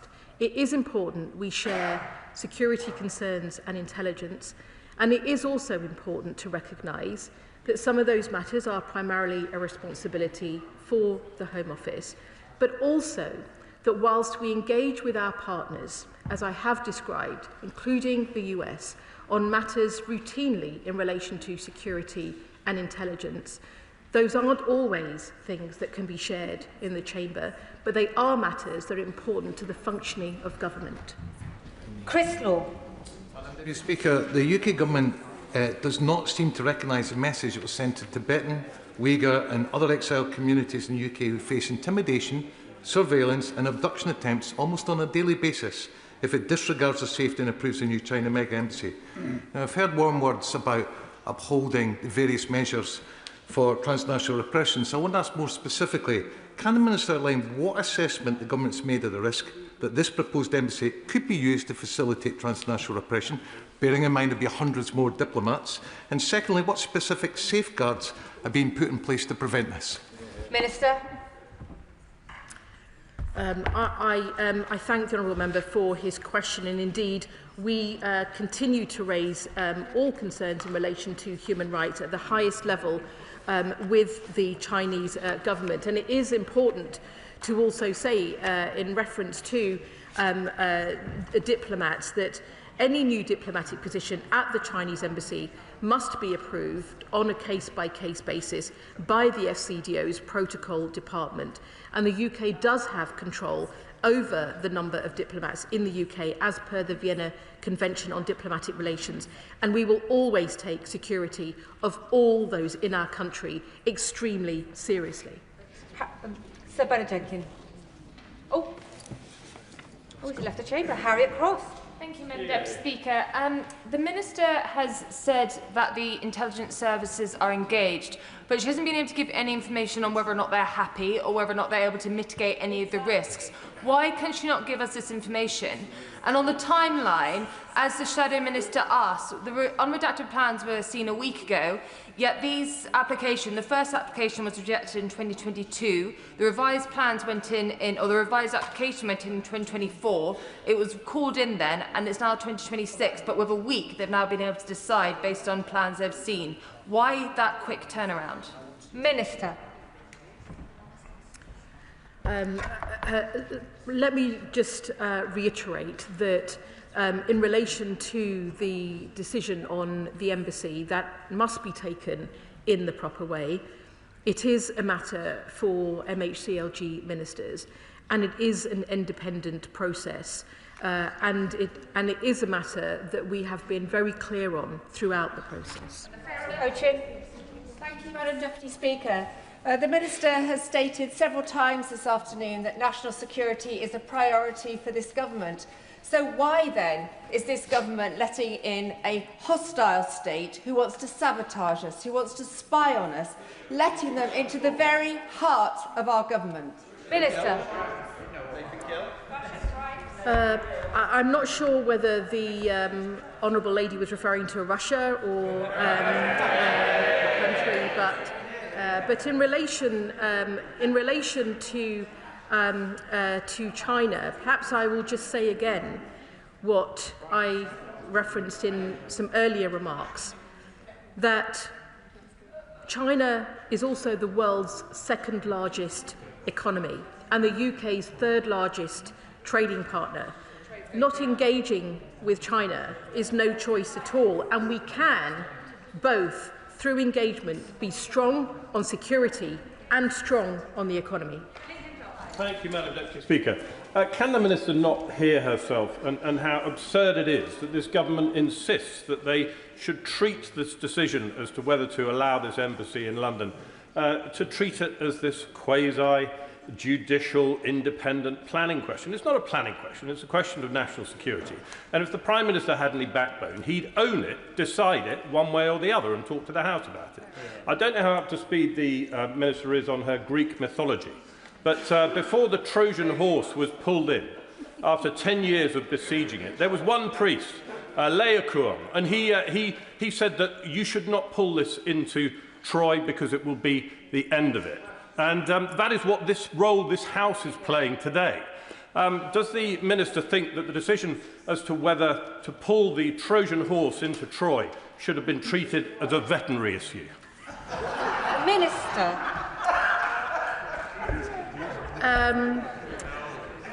Well, I thank the honourable member for his lesson in Greek mythology, most of which I am familiar with. But perhaps I will just say this to him, that it's important to have a serious debate in relation to our relationship with China. And it is also important to continue to have a consistent and pragmatic approach to our engagement. I've already referenced how China is also our third largest trading partner. But it is also the case that all G7 nations engage with China economically and diplomatically. And it is important that we continue to do so. Mr. Speaker, foreign interference in British politics is of enormous concern to most of these benches following the conviction of Reform politician Nathan Gill, who betrayed our country for a genocidal Russian dictator. The government announced the Rycroft review to investigate foreign interference in response, including by China.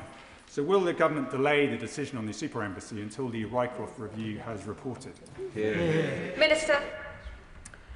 The honourable member won't be surprised to hear me say that the decision on the embassy is an independent process, but I will just emphasise to him that the UK has a broad range of powers to counter foreign interference, including acts which amount to transnational repression, and it is important that we take that extremely seriously, the government in terms of with the government, but also across the House. And it is also important that we see the announcement that the Security Minister made last year in relation to training and guidance on state threats being offered to by counter-terrorism policing to all 45 territorial police forces across the UK. That training is taken up and that we are seeing the enhancement of the ability of frontline police officers and staff in the identification of state-directed crime and the actions that should be taken and must be taken to escalate and mitigate this activity. Final question, Jim Shannon. Thank you, Madam Deputy Speaker. Can I thank the Minister very much for her answers. During last week's UQ on the topic of the Chinese embassy, I highlighted that whilst the consulate is entitled to facilities to enable their citizens to have consular help, they are not entitled to have this pose any type of threat to national security. The information provided this morning again demonstrates the potential that there is for risk for our national security. So will the Minister not take the steps well within government's power and grasp to act in the national interest and make clear that the consulate, as proposed, is not necessary to carry out consulate functions and will therefore not be acceptable. Thank you. Minister. I thank the honourable member for his question, and it is important to emphasise again that national security is the first duty of government, and we will always act to protect it. That is the end of the question on the proposed Chinese embassy. Point of order, Alicia Kearns. Thank you, Madam Deputy Speaker. When I asked an urgent question about this important issue last week, it was shunted to MHCOG. Today, when the honourable member for Rotherham asked the question, it was shunted to the Foreign Office. The Minister opened her answers by saying she could not answer on the fundamental question being asked in the Chamber. When she was then put a direct question by me, has she demarched the Chinese ambassador because it is within her briefing, no answer was given. So the ministers will not answer on other people's briefs, despite collective responsibility. If they won't answer on their own briefs, how are we to get answers in this place? Well, I thank the honourable lady for her notice of that point of order. As you may know, the Chair is not responsible for the content of ministers' answers, if only we were. But she has most definitely put her point on the record, unless the Minister wishes to respond right now. The Minister has declined to respond right now. No doubt the Treasury front bench will feed that back in to the Ministers responsible. Thank you so much. I'll give the front benches a moment or two to shuffle over.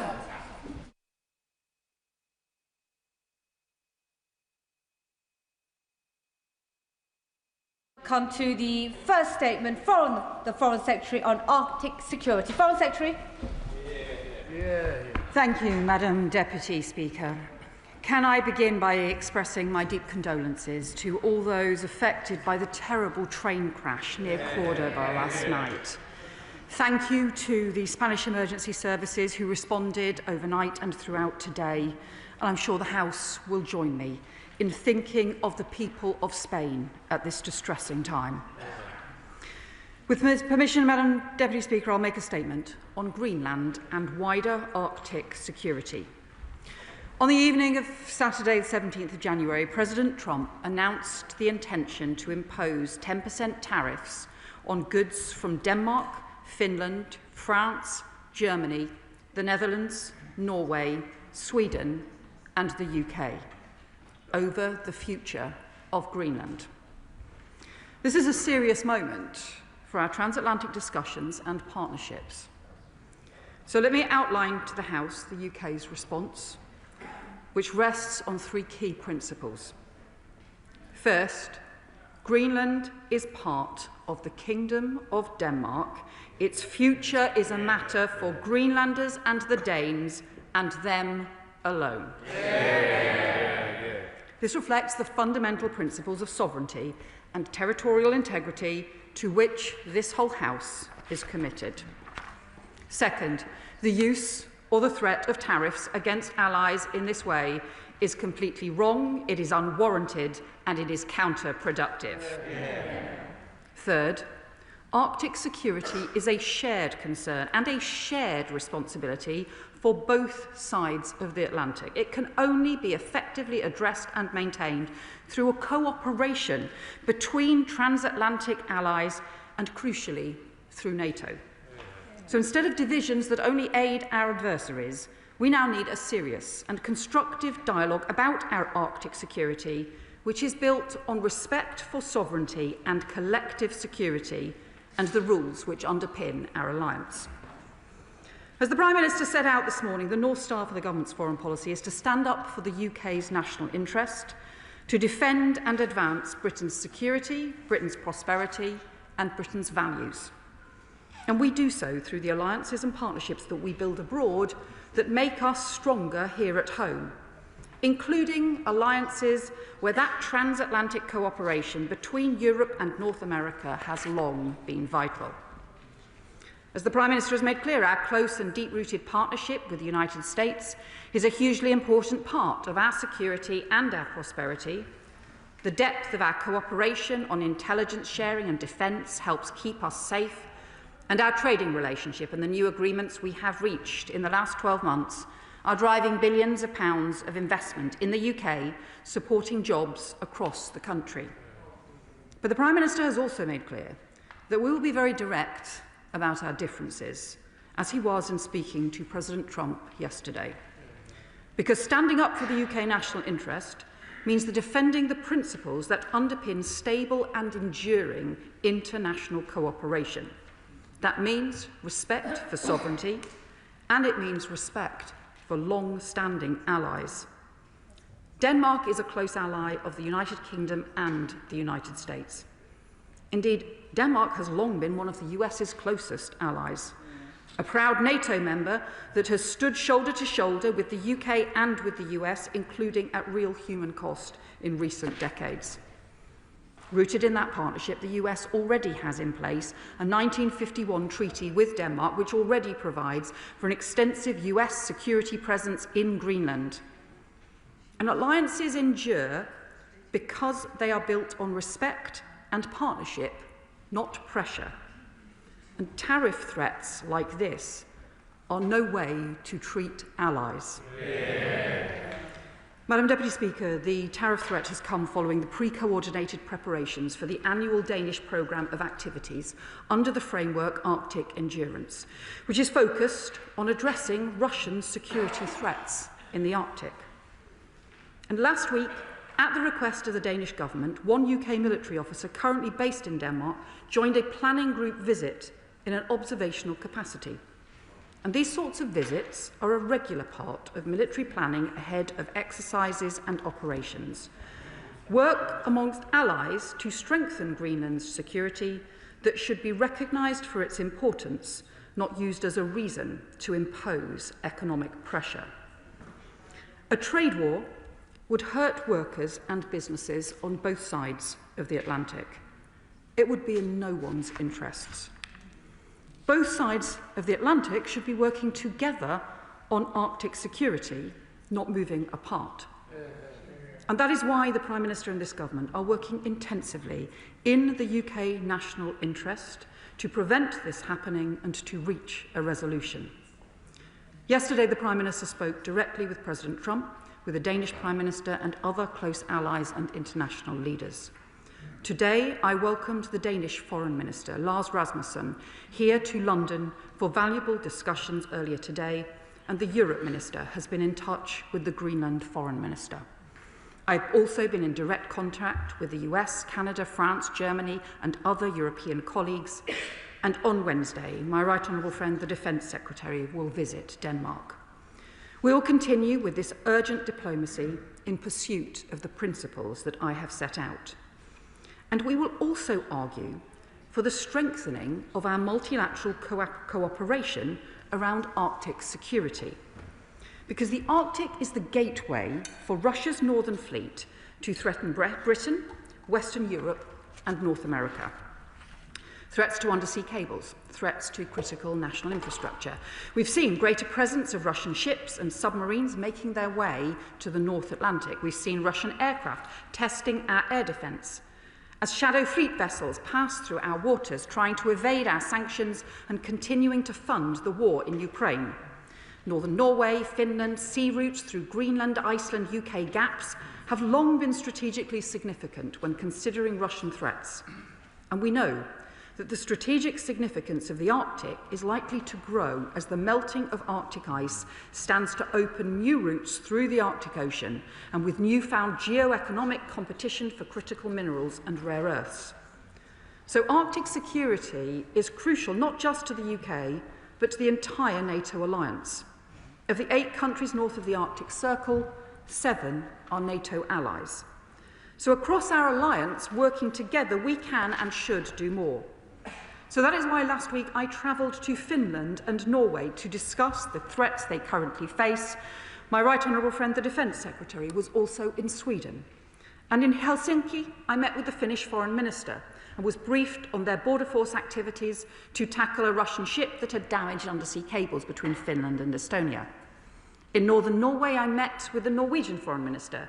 We signed a new agreement to strengthen our cooperation to tackle Russia's shadow fleet, and we travelled together to Camp Viking to see the work of the Royal Marines and their Norwegian partners.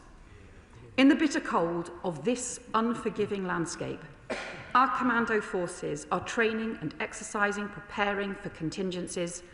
For more than 50 years, the Royal Marines have trained in the Norwegian Arctic, But we are increasing that commitment, doubling the number of Marines there from 1,000 to 2,000 in the space of 3 years, and I pay tribute to the phenomenal work that they do. Alongside the landmark Lunar House Defence Agreement that will see the UK and Norway jointly operate a new fleet of Type 26 anti-submarine warfare frigates to hunt Russian submarines and protect our critical undersea infrastructure. And in the autumn, the UK-led Joint Expeditionary Force saw thousands of troops, including over 1,700 British personnel, dozens of ships, vehicles and aircraft, deployed from the Baltics to Iceland. And the UK plans to contribute to a range of exercises in the North Atlantic and High North throughout 2026. Because this is how we believe we best strengthen our Arctic security for the sake of both Western Europe and North America, together through alliances and partnerships, not through threats on tariffs or sovereignty that simply undermine our collective security. So, Madam Deputy Speaker, I welcome the messages of cross-party unity and the shared conviction that the future of Greenland must be determined by the Greenlanders and the Danes. And whether it be on Greenland, on tariffs or on wider Arctic security, we are clear in our views, firm in our principles and steadfast in our commitment to safeguarding UK interests. The UK will continue to pursue constructive ways forward, collaborating intensively with our partners and allies, and pursuing our security, our prosperity and our values every step of the way. I commend this statement to the House. I call the Shadow Foreign Secretary, Priti Patel. Thank you, Madam Deputy Speaker. Let me begin my remarks by expressing our condolences to the people of Spain following the devastating train crash yesterday. The Conservative Party is clear that the US administration's decision to announce tariffs on the UK over Greenland is completely wrong. Madam Deputy Speaker, people in both the United Kingdom and the United States will face higher costs because of this proposal of tariffs. There will be yet another burden for businesses across our country. And these tariffs also go against the United States' recent national security strategy, which says, and I quote, that it is natural and just that all nations put their interests first and guard their sovereignty. It goes on to say that we stand for sovereign rights of nations. So, Madam Deputy Speaker, we respect the sovereignty and territorial integrity of Greenland and Denmark. The future of Greenland must be for its people and Denmark to decide. It is theirs to decide alone. Denmark is a valued NATO ally and a leading contributor to Ukraine, indeed one of the highest per capita donors. We've also worked with Denmark on Arctic security, and it is an imperative that we and our European NATO allies now show a determination to go much further and back up our words with actions. The security challenges in the Arctic must be tackled head-on, particularly with the threat of Russia. Greenland is of geopolitical significance for every NATO member state, including the United Kingdom. And the best way to tackle threats is by working together in unison as NATO allies, because America's national security is indivisible from NATO's. They are one and the same. That is, collective security is the basis of our national defence architecture. Collective action in the immediate term is how we should work together to address these challenges. So will the Foreign Secretary say what resources the government will put in place to prioritise or repurpose its inventory to contribute to NATO's High North missions? What is the government doing to look at how, working with the US, we can build on existing joint defence agreements to broker a greater and consensual military presence on Greenland from both sides of the Atlantic? What is the government's plan to help lead international efforts to secure the safety of Arctic shipping routes as they become more open, and stave off exploitation of Greenland's critical minerals by malign actors, and also protect the region's fisheries, and boost digital connectivity and security, particularly at sea? Has the Foreign Secretary discussed this issue with Secretary Rubio? And if not, what will she propose to him when she does speak to him, including on the security issue in the High North? UK leadership does matter at this challenging moment for NATO, as we should advance a push from all NATO allies to thwart Putin's ambitions in the High North. It is incumbent on the United Kingdom to help to lead that charge, and our ability to convene outside the EU is a strength which we should play. Conservatives have also called on the Prime Minister to push for an urgent meeting of NATO, including and especially the United States. So will the government pursue this so that position can be reconciled behind closed doors so that we can present a united front to our adversaries? And on the issue of tariffs, Madam Deputy Speaker, it is important for our economy and for businesses that the government secures a reversal on this position. This is not a moment for megaphone diplomacy, but can she share the government's strategy for bringing the US round to revoking them before the kick-in date? And can she confirm the UK's position on countermeasures? Under the tariff deal agreed in the spring, the UK secured a 10% reduced tariff for 100,000 vehicles.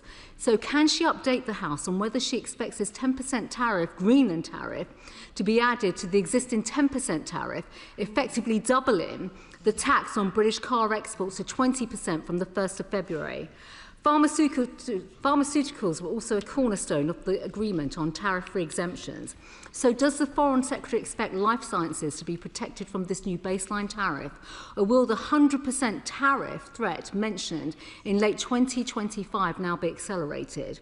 And what specific support will her colleagues in DBT provide small and medium-sized business exporters who could face an overnight 10% increase in the cost for their largest export market? What assessment has been made in government about the potential economic impact of tariffs? What can be done to mitigate them? Madam Deputy Speaker, this is now time for cool but determined heads, because the stakes are significant and enormous for our country. It isn't just a big geopolitical moment. It's a moment of real concern for businesses in our country and exporters. And we're counting on British diplomacy to reverse the tariff situation, to bring swift end to this debacle over Greenland. The US is our closest ally. The way our security agencies operate together is unparalleled in modern history, and our bilateral trading relationship dwarfs every other relationship. This is a moment where we need to summon and leverage the strength and depth of that special relationship. Foreign Secretary. And I thank the Shadow Foreign Secretary for her response and also welcome her support for the sovereignty of Greenland and Denmark, and also for the strengthening of support for Arctic security against the Russian threat, which she is right to highlight.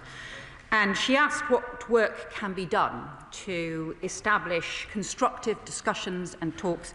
And indeed, this is an issue that I talked to the Danish Foreign Minister about today, because they have set out a process to have detailed talks with the US on how to strengthen security around Greenland, being very clear that the issue of sovereignty was non-negotiable, but there are many issues to be discussed around strengthening security.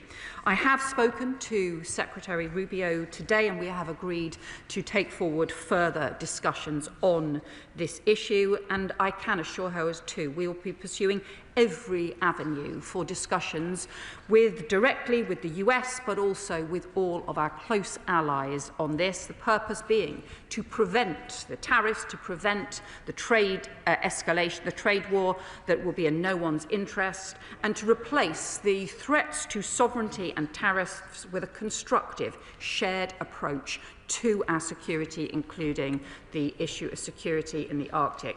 And I think it is a critical issue here that the Arctic is the gateway for the Russian Northern Fleet to be able to threaten the UK, to be able to threaten Western Europe, but also to be able to threaten the US, to be able to threaten Canada. And so that is why this is a shared threat and requires a shared response. And that is why I proposed, as part of the discussions in Norway and in Finland last week, that NATO should establish an Arctic sentry similar to the approach that NATO has taken to the Baltic Sentry and to the Eastern Sentry, coordination that brings together and looks in a strategic way at all of the issues around security across the Arctic. We believe it is through those partnerships and through those alliances that we can best strengthen our shared security against the threats that should concern us most. Emily Thornbury. Thank you very much, Madam Deputy Speaker. The main purpose of the Prime Minister's speech today, his statement today, was of course to send out an international message, and I thank the Foreign Secretary for the skillful way in which she has amplified that message this evening. But there is another audience who deeply appreciate what the Prime Minister has had to say. Many ordinary people, many ordinary British people, are becoming increasingly anxious about the threats that are being made by one of our most important friends to one of our allies. They are frightened by the dark turn that international relations seem to have taken and the potential chaos that we may be heading for. In fact, I have to say, a friend of mine texted me today to tell me that as she was watching the Prime Minister live, she was weeping. She has found this very frightening. So could the Foreign Secretary please convey the thanks of so many of us for his clarity, for his calm and for his leadership? I thank my right honourable friend for those remarks, and I will convey that message to the Prime Minister. I think what we have clearly seen is that our Prime Minister is standing up for the UK national interest, standing up for our security and prosperity, but also standing up for British values as well, because we know that our security and prosperity is strengthened by alliances and strengthened by partnerships, not strengthened by pulling apart. Democrat Senator Davey. Thank you, Madam Deputy Speaker. Can I associate myself and my party with the comments of the Foreign Secretary about the terrible rail crash in Spain? And can I thank her for her statement? Madam Deputy Speaker, President Trump is acting like an international gangster, threatening to trample over the sovereignty of an ally, threatening the end of NATO altogether, and now threatening to hit our country and 7 European allies with outrageous, damaging tariffs unless he gets his hands on Greenland. This is an incredibly grave moment for the United Kingdom, Europe and our world. Without provocation or justification, the President of the United States is attacking our economy, our livelihoods and our national security. Trump has put British businesses and jobs on the front line in his unprovoked aggression. The only people cheering him on are Vladimir Putin and Xi Jinping. Only a few months ago, Trump hailed the special relationship at Windsor Castle. Now, thanks to his actions, it is nearly in tatters. So how do we stop Trump's damaging trade war? For a year now, Madam Deputy Speaker, the Prime Minister has tried a policy of appeasing Trump, flattering him, fawning over him, refusing to stand up to him, because, he argued, otherwise Trump would hit us with damaging tariffs. Well, the Prime Minister has tested his approach to destruction. It has failed. It is time for the government to change course. We have to finally be clear-eyed about the sort of man Trump is and treat him accordingly. He is a bully. He thinks he can grab whatever he wants, using force if necessary. And he is corrupt. The most corrupt president the United States has ever seen. So there are only 2 ways of getting him to back down: bribing him with a new jet perhaps, or a few billion in his crypto account, or standing up to him like we would with any other bully, standing together with our European allies to make him back down. That's the choice. Which one, Foreign Secretary? Well, this is clearly a serious moment. I wonder if the honourable gentleman actually saw the Prime Minister's response this morning. And he should know that it is because this is a serious moment that we respond in a serious way. That this Prime Minister responds in a serious way, in a calm, robust and hard-headed way about what is in the UK's national interest and also how we work together in the alliances that are crucial for our security, our prosperity, and also are underpinned by our values. That is why the Prime Minister has been so firm in the United Kingdom's response. It's why I welcomed the Danish Foreign Minister to London today. And I think that the Honourable Member's description of our Prime Minister's response and our UK government response is inappropriate. I would say I think this is a really important time for parties to come together on how we ensure that we can respond to the situation that we are in, that we can work closely with our allies, but that we can also create a constructive approach to our Arctic security, which ultimately will depend on transatlantic cooperation and ultimately will depend on ensuring that those alliances and that transatlantic alliance respects the principles of sovereignty and respects the principles of collective security. That is something we will do in a sober and serious way.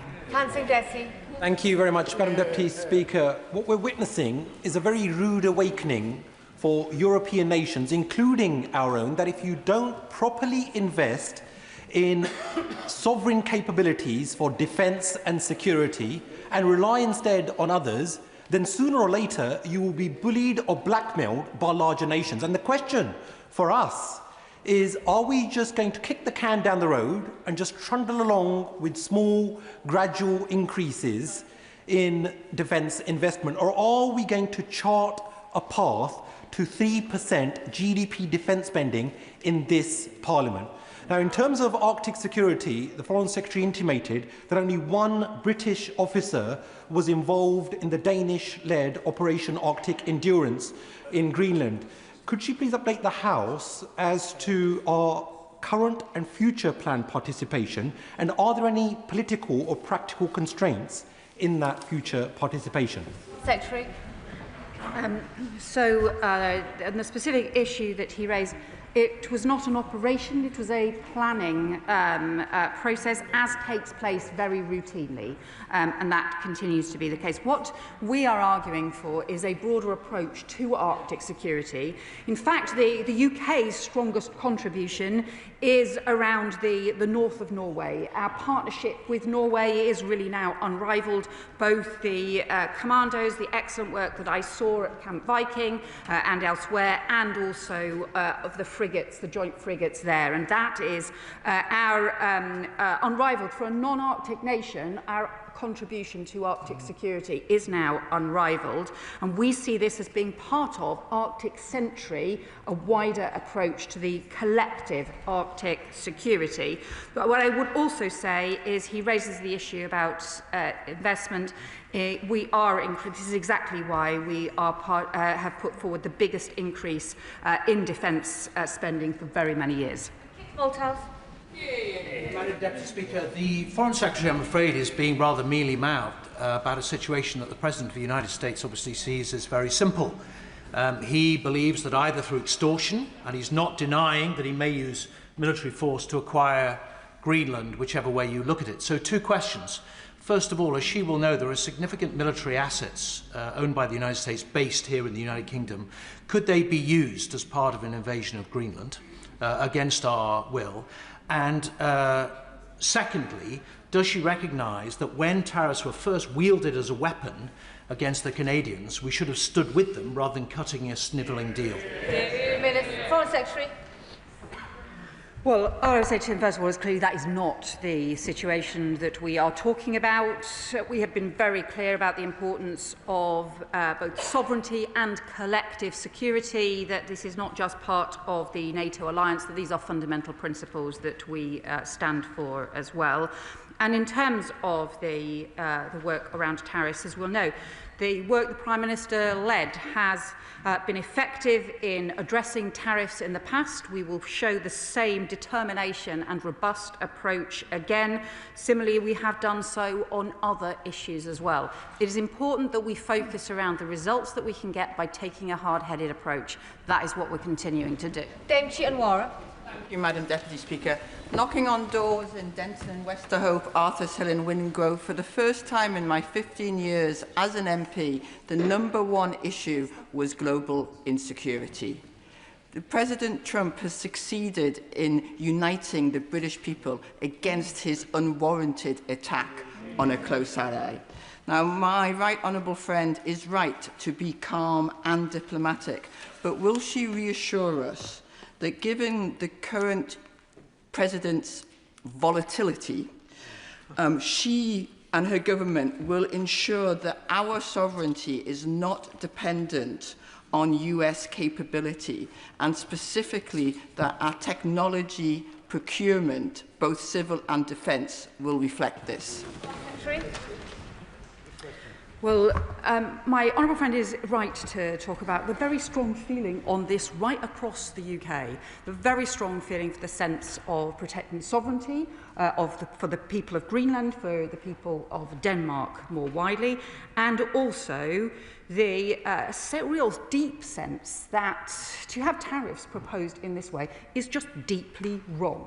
It's also counterproductive to our collective security, but it is also deeply wrong.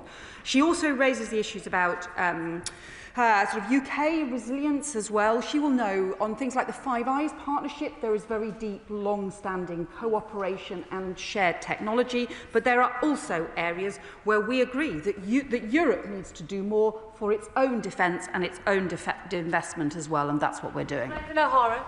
Thank you, Madam Deputy Speaker. And I declare an interest as Chair of the All-Party Parliamentary Group on Greenland. President Trump's threat to annex Greenland, either the easy way or the hard way, is pushing Europe to the verge of one of the biggest political crises and security crises we've faced in decades. Now his threat to impose punitive tariffs on those opposing his illegal annexation means that the President of our closest ally is using economic and military threats against the UK and other European nations simply for defending sovereignty, self-determination and international law. So on what basis does this government view this particular president as being a trustworthy and reliable ally? Secretary. Well, we have made very clear that threats to Greenland's sovereignty are wrong. Threats on tariffs and on economic pressure are wrong because allies should stand together and not face the kinds of threats that we have seen. Particularly, that is an issue for the UK, but also particularly for Denmark, that has been such a close ally to both the UK and the US as well. We are taking a very robust, hard-headed approach to this, to work through what is in the UK national interest and to get a resolution to this that can protect and defend and strengthen the Arctic security and also UK security more widely, and that is the right thing to do. Colleagues need to shorten their questions. Many members want to get in, and that depends on the length of your questions. Alan Gemmell. Thank you very much, Madam Deputy Speaker. Can I thank the Foreign Secretary for setting out the UK's position on the future of Greenland for the people of Greenland and for the Danes to decide. It's not right that one of our closest and oldest allies threatens us with economic sanctions, and I have two questions for the Foreign Secretary. How will she explain to the US administration our interests and actions at this time and stop the sanctions and resolve the situation? And might she take an interest in the Franco-British fast jet replacement programme and a company called Aralis, so that we don't have to rely on a British solution, building on the excellent question from the member for Newcastle upon Tyne Central and West? Foreign Secretary. Well, I can say we have been very clear to the US and more widely about the importance of countries working together to strengthen security. That is exactly what Denmark has been seeking to do, to strengthen security of Greenland. as part of strengthening Arctic security against the Russian threat. And that should be something which is recognised as important, recognised as valuable, where countries come together to do so, because Arctic security is a multilateral issue. It's not a unilateral issue, it's a multilateral issue, will only be strengthened by countries working together. So this is about our interests on that shared collective security, but also our values in defending sovereignty and territorial integrity. Thank you, Madam Deputy Speaker.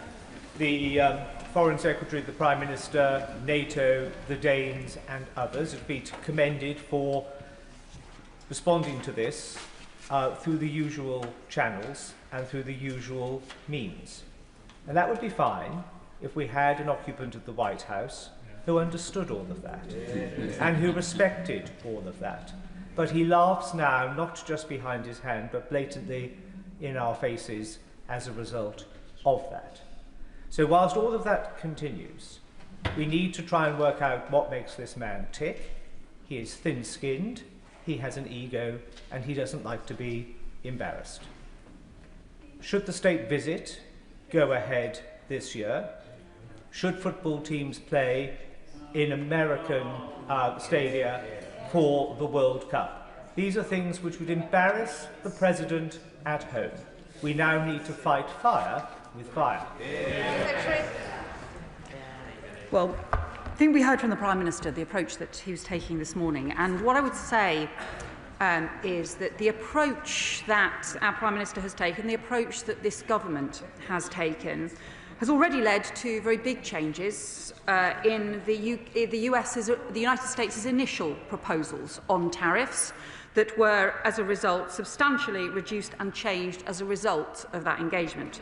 We've also seen, as a result of the engagement, big changes in the US approach to Ukraine, where considerable work has been done now to secure agreements around security guarantees that have been immensely important. And that is as a result of continued engagement, not just by the Prime Minister, but others more widely. So we're clear about the importance of working in the UK's national interests and pursuing different issues around this in order to make sure that we protect UK businesses, UK prosperity, and also our shared values, including around sovereignty as well. Bill Brickell. Deputy Speaker, and as a proud member of the NATO Parliamentary Assembly myself, can I thank the Foreign Secretary for her visit to our Marines at Camp Viking in Norway and her unequivocal stance on support for collective security with NATO at its heart. Now, I welcome the Rycroft review into foreign interference in our politics. So can I ask the Foreign Secretary, in the context of NATO and Arctic security, whether she agrees it's vitally important that we get to the bottom of the role that Russian money plays in trying to subvert our public discourse on these vitally important issues? Ask Nigel. Foreign Secretary. I know that honourable friend and also others have been raising this issue, particularly about the hybrid threats from Russia. So there are the direct threats that we see in the Arctic, but also these broader hybrid threats, which range from sabotage, including on undersea cables, but through to the foreign interference and information interference as well. I know that the Select Committee is doing important inquiry into this issue as well and look forward to its conclusions, but we have substantially increased UK sanctions to address some of these interference threats. Edward Morello. The post-war world order was based on the premise that like-minded Western liberal democracies would stand up for each other, that we would expand democracy wherever we saw it, that we would lower the barriers to free trade, and that through NATO we would engage in collective responsibility. An attack against one was an attack against all. It is clear that the President of the United States does not share these values. Does she not agree that the UK should be closening our military and economic bonds with the European allies who do share those values? Foreign Secretary. Well, what I would say is the transatlantic security relationship of North America, US and Canada and Western Europe and the whole of Europe working together around security has been immensely important for a long time, and we still continue to have the shared interests, shared threats. For example, Arctic security is very clearly a shared security interest, but we are also strengthening our direct security and defence cooperation with Europe. That was part of the EU reset, was strengthening defence cooperation with our European allies, where we are bound by our close geography as well as our shared values and interests, and we will continue to strengthen those relationships. Bergen. Thank you, Madam Deputy Speaker. Donald Trump's appalling threats to seize Greenland, along with his disgusting bombing of Venezuela, are a new form of gangster politics that are set out in his new national security strategy, which also speaks of boosting support for the far right across Europe. We have to deal with that reality, and Trump's threats of tariffs this weekend show how little we can rely on the so-called special relationship. So I want to ask the Foreign Secretary, instead of blindly following US policy, as we have all too often done in the past with disastrous consequences, isn't it now time to stand up to Trump and forge a new independent foreign policy based upon international law, peace and cooperation, important values that are the very antithesis of what Donald Trump stands for?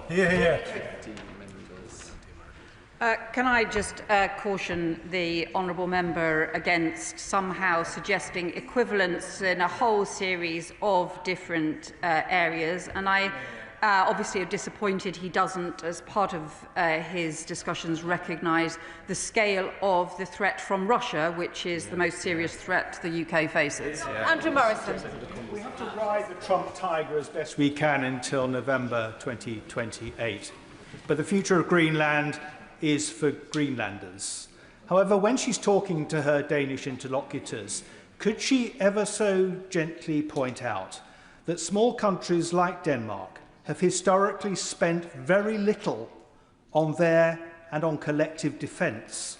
And can she also perhaps equally gently admonish Denmark, since along with most member states of the European Union, it has administered something of a punishment beating to this country since 2016. Well, I'm going to say to him that I was delighted to see the Danish Foreign Minister in London today. He is a friend, and Denmark is a close friend of the UK.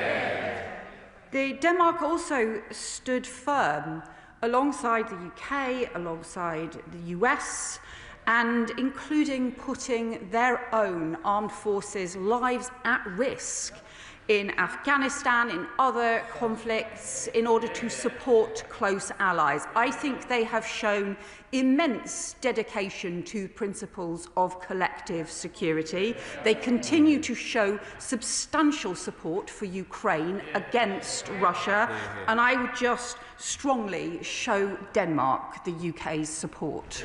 Calvin Bailey. Thank you, Madam Deputy Speaker. This week's tensions highlight the strategic importance of the Greenland-Iceland-UK gap and the urgent need for Europeans to fill its gaps in being able to defend that space, which currently can only be done by the United States of America. So can she update us on the government's discussions with our European counterparts on strengthening our defence industries and any discussions on full access to SAFE?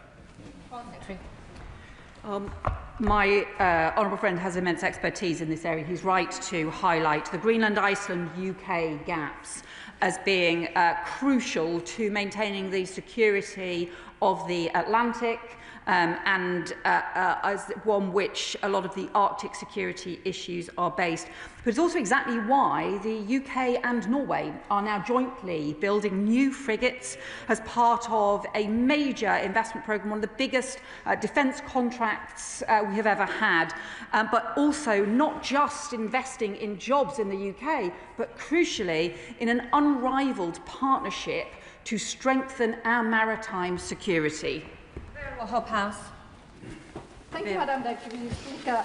I will happily accept tariffs to oppose Trump and his corrupt regime. Not my words, but a Bath constituent who emailed me today. Does the Foreign Secretary not recognise the strong feelings of so many of our constituents who are ready to stand up to the bully that Donald Trump is and want this government to do the same?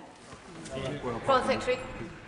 I think across the country there are strong feelings and about the tariff threats that we have seen. It's why we have been very clear that they are completely wrong. I would also say that I think the impact on of tariffs is felt on businesses, on consumers, on ordinary families.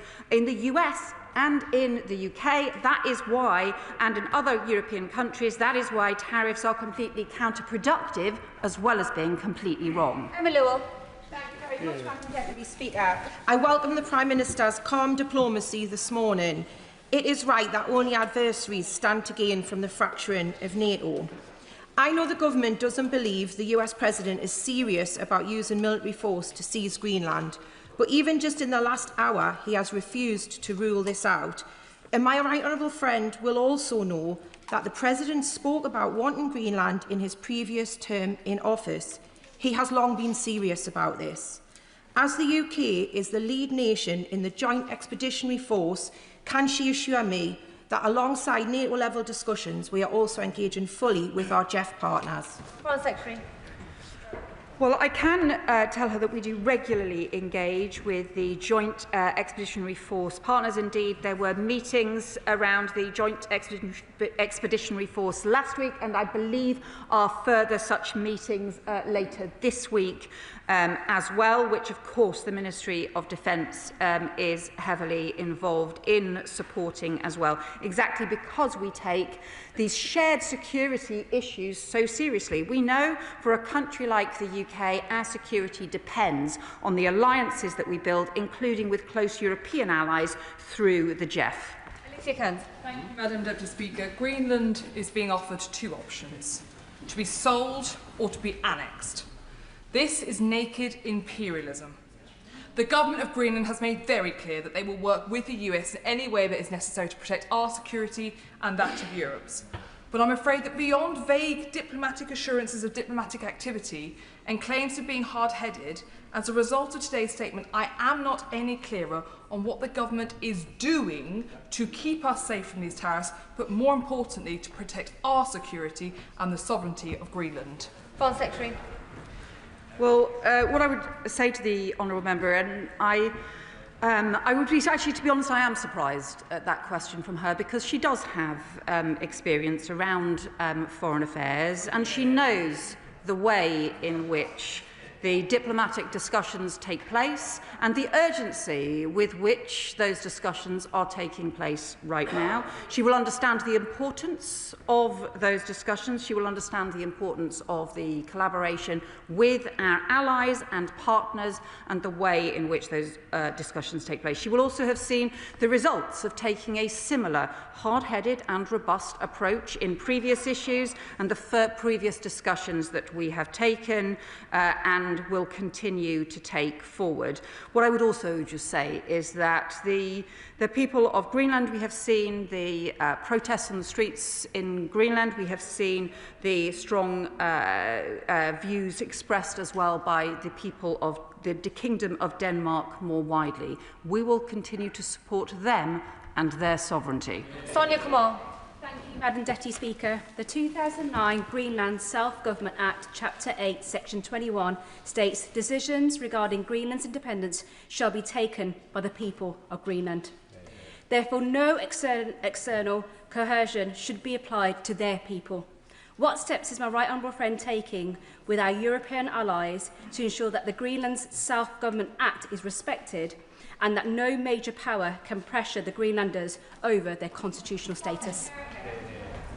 Well, I welcome my honourable friend's point, and this is exactly why my colleague, the Europe Minister, has been in touch with the Greenland Foreign Minister, and why I had many discussions today with the Danish Foreign Minister about our support for the sovereignty of the people of Greenland. It is for them to decide their future.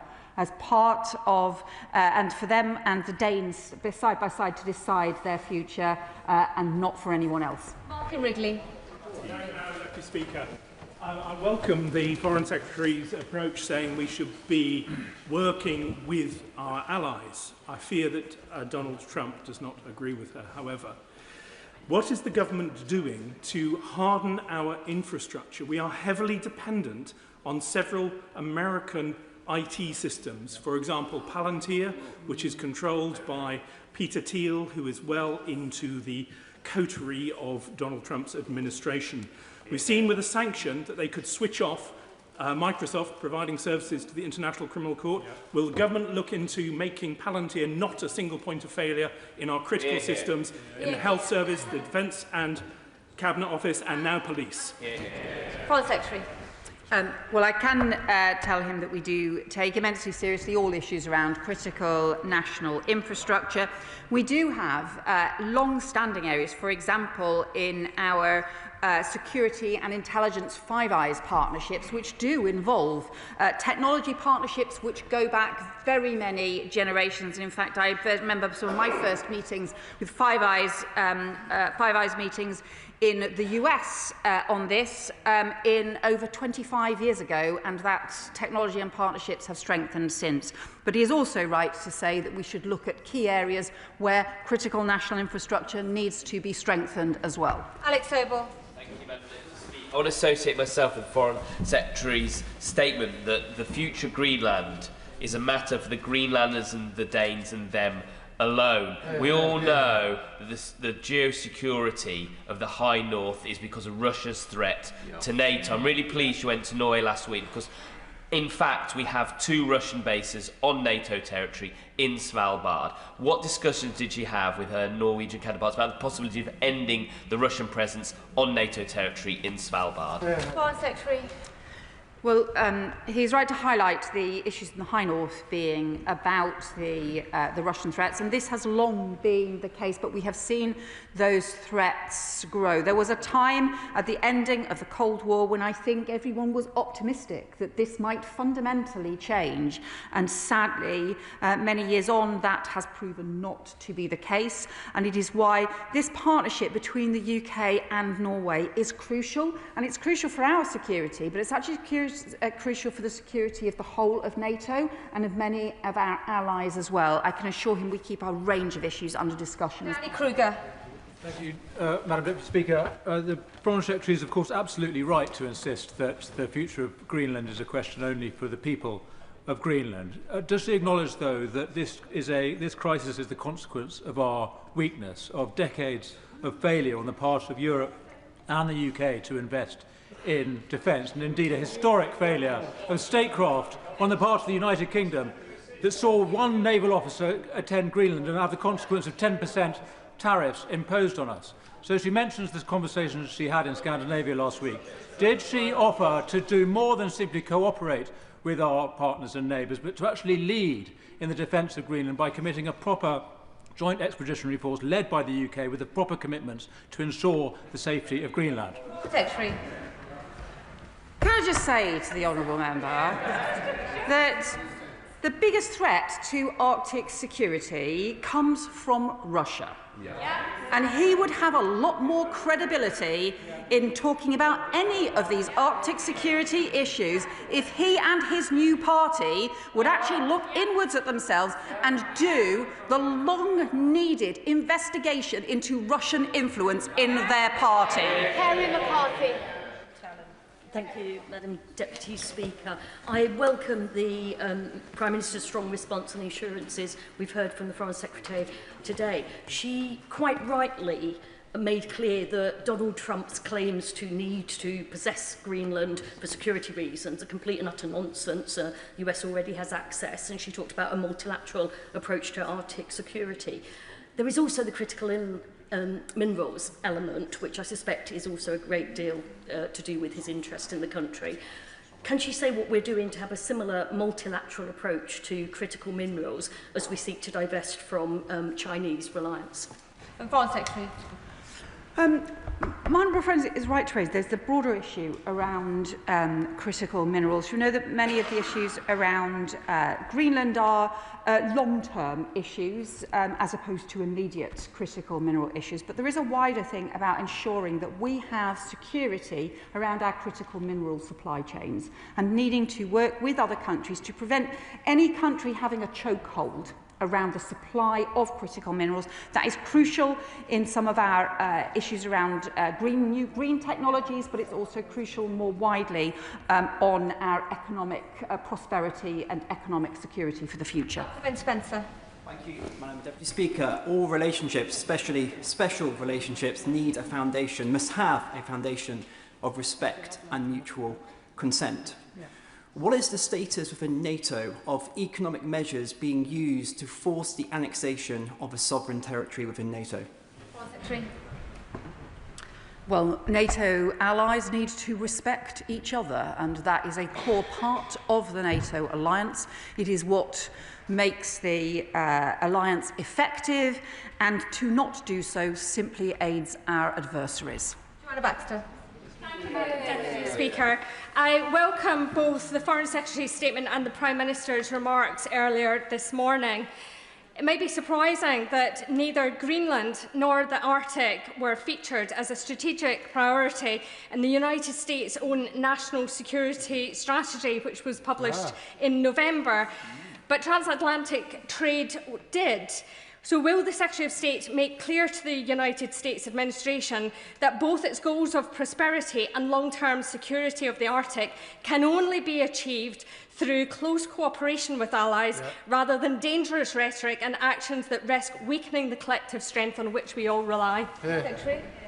I agree with my honourable friend because our economic prosperity for the UK, for Western Europe, for quite across Europe, but also for North America, including the US, Canada as our other NATO allies, our prosperity is strengthened by trade rather than tariffs. Our security is strengthened by the cooperation through NATO and by respect for each other's sovereignty and collective security. Gavin Robinson. Thank you very much, Madam Deputy Speaker. The Foreign Secretary is right to say that NATO allies should not threaten one another.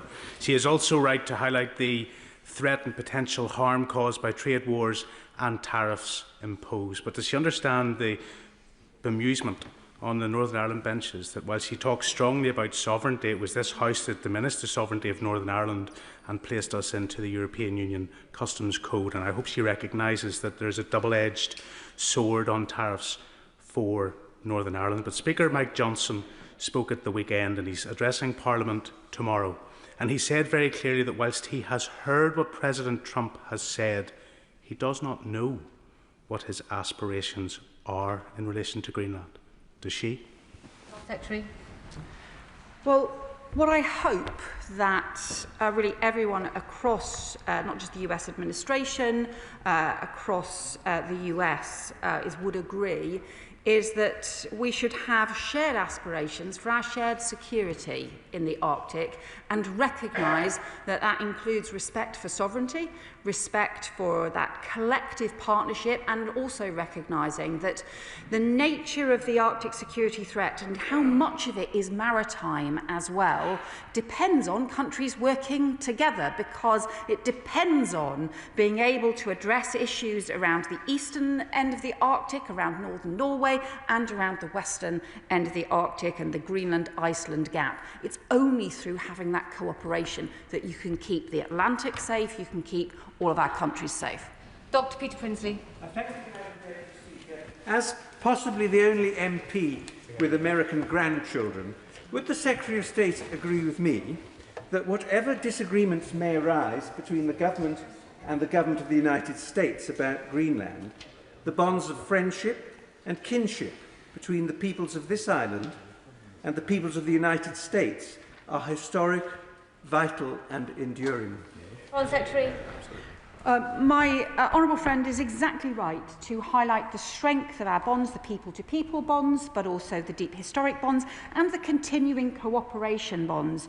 Even today, the US and UK have been discussing issues around terrorism threats in northern Syria and needing to tackle Daesh and continued threats there. So we have so many different areas of shared interests and also that shared history, and that is why it is so important that we pursue this disagreement in a robust and constructive way now. David Mundell. Thank you, Madam Deputy Speaker. In pushing back against the tariffs, can the Foreign Secretary and others make clear to the US that it's not just the potential imposition of these tariffs, but it is the bandying about of the threat of the tariffs which is so disruptive and difficult for major British businesses, such as the Scotch whisky industry, that export to the US. And therefore, if they're just game playing or tactics, they are causing real damage right now. I agree with the honourable member about the impact that threats can have, the instability that it can cause, but also the importance of us having some stability, some respect in relationships is actually a crucial underpinning of the economy. Clive Efford. Speaker, if this were a debate truly about the security of the Arctic, we would be talking about more than the sovereignty of the land of Greenland, which is clearly a matter for the Danes and the people of Greenland. But does she agree that our collective interests and security are best served through us working together collectively through NATO, rather than creating division in that alliance, which will only help those who want to do us harm? I agree with my honourable friend very strongly on this, and I saw myself in the north of Norway the immense cooperation between the Royal Marines, the Commandos, and our Norwegian colleagues, and also they briefed me on the nature of where the threat issues and concerns are, and the way in which we need to respond to them, and also the way in which that response there to the north of Norway also helps with the security right at the other side of the Atlantic in the US and in Canada as well. Mike Martin. Thank you, Madam Deputy Speaker. Trump is certainly an unreliable, unpredictable ally, and his comments today or yesterday about the Norwegian leadership makes, I think, us all wonder whether he is of sound mind. What can you do? You have to deal with him. I'm sure it hasn't escaped the Foreign Secretary's notice that the messaging from Congress is quite different to the messaging from the White House, and some of those divisions were exposed, particularly before Christmas in the passing of the Defence Appropriations Act in America. Can she reassure me that conversations are being had, not just with the administration, but also right across Congress, where we have quite a lot of allies who are willing to support our position? Foreign Secretary. Well, the honourable member is right that there are many different perspectives across the US system, both in terms of in the administration and in Congress as well. As he will also know, we have always had very close engagement with all aspects of the US system, and including the engagement with Congress. And indeed, the House Speaker is in Parliament today. Sarah Smith. Thank you, Madam Deputy Speaker. I want to put on the record my gratitude for the leadership that the Prime Minister and the Foreign Secretary has shown on this issue as it is evolving. But does the Foreign Secretary share my confusion that any member of this House who claims to be a patriot would be off joining a party who blames NATO for starting the Ukraine war, whose leader admires Vladimir Putin, and whose leader in Wales is currently serving 10 years in prison for taking Russian bribes? Foreign Secretary. Well, I do agree with my honourable friend. We need to be very clear where the threat to our security, to UK security, comes from, and the threat from Russia to our security, be that through the Arctic or be that through Ukraine, and the impact that it has on Europe. So I think, frankly, the idea that members of this House who call themselves patriots have been left to join a party that is so soft on Russia, I think is just astonishing. Dr. Ellie Charles. Thank you, Madam Deputy Speaker. Donald Trump rides roughshod over international law and international alliances. Now, the PM said the trade war is in no one's interest. Of course, but we all know that if you give ground to a bully, you get bullied even more. Does the Foreign Secretary recognise that after a full year of attempting to appease Donald Trump, that strategy has comprehensively failed, that it is time to replace submission to the US with strength and solidarity with our European partners, and that the UK needs to make clear to Donald Trump that there are red lines and that if he engages in hostile activity towards the UK, that will have practical consequences, not least in trade? Yeah. Well, the UK security is strengthened by the NATO alliance, the transatlantic alliance. I know that there are some who want to reject Europe, there are some who want to reject the US and North America. We know that it is that transatlantic partnership that is what keeps us safe and is crucial. And that is why we believe in continuing with NATO. I know that there are some parties who want to ditch it. Grace. Thank you, Madam Deputy Speaker. I want to welcome the calm and robust approach to American allies on this issue from the Foreign Secretary and from the Prime Minister this morning. State sovereignty, respect for territorial integrity and the right of self-determination has been the bedrock of global affairs since the end of World War II. Indeed, it's why a Ukrainian victory against Russian aggression is so important for global stability. Can the Foreign Secretary set out how, in order to deter further Russian aggression on this continent as well, we are working with our high Arctic partners in Norway and in Finland, for example, to further protect our own continent? Thank you. I welcome that from my honourable friend, because the work we are strengthening, we're increasing we're doubling the number of UK Marines who are based in the north of Norway in the space of 3 years. We're building the new jointly building frigates in order to strengthen our Arctic security. And we are also working through NATO, but also beyond, through the coalition of the willing and with the US on security guarantees for Ukraine, because that is crucial to delivering a just and lasting peace. Blake Stevenson. The Western world must remain united to keep us all safe from both Russia and China. Regrettably, we're far from united right now, and many of our constituents will be concerned about the risk to our country and critical infrastructure. At the same time as trying to reinvigorate our relationships with our NATO partners, should our planning assumption, our worst case planning assumption now be that the USA may not be by our side if and when we need them in the future? And if it wasn't clear before this week, surely it's clear now that spending on defence must rise immediately to at least 3% of GDP. Does the Foreign Secretary agree? Yeah. Well, this government is responsible for the biggest increase in defence spending for very many years, and he will know that under the previous Conservative government, the level of investment in defence did not reach 2.5% throughout their period.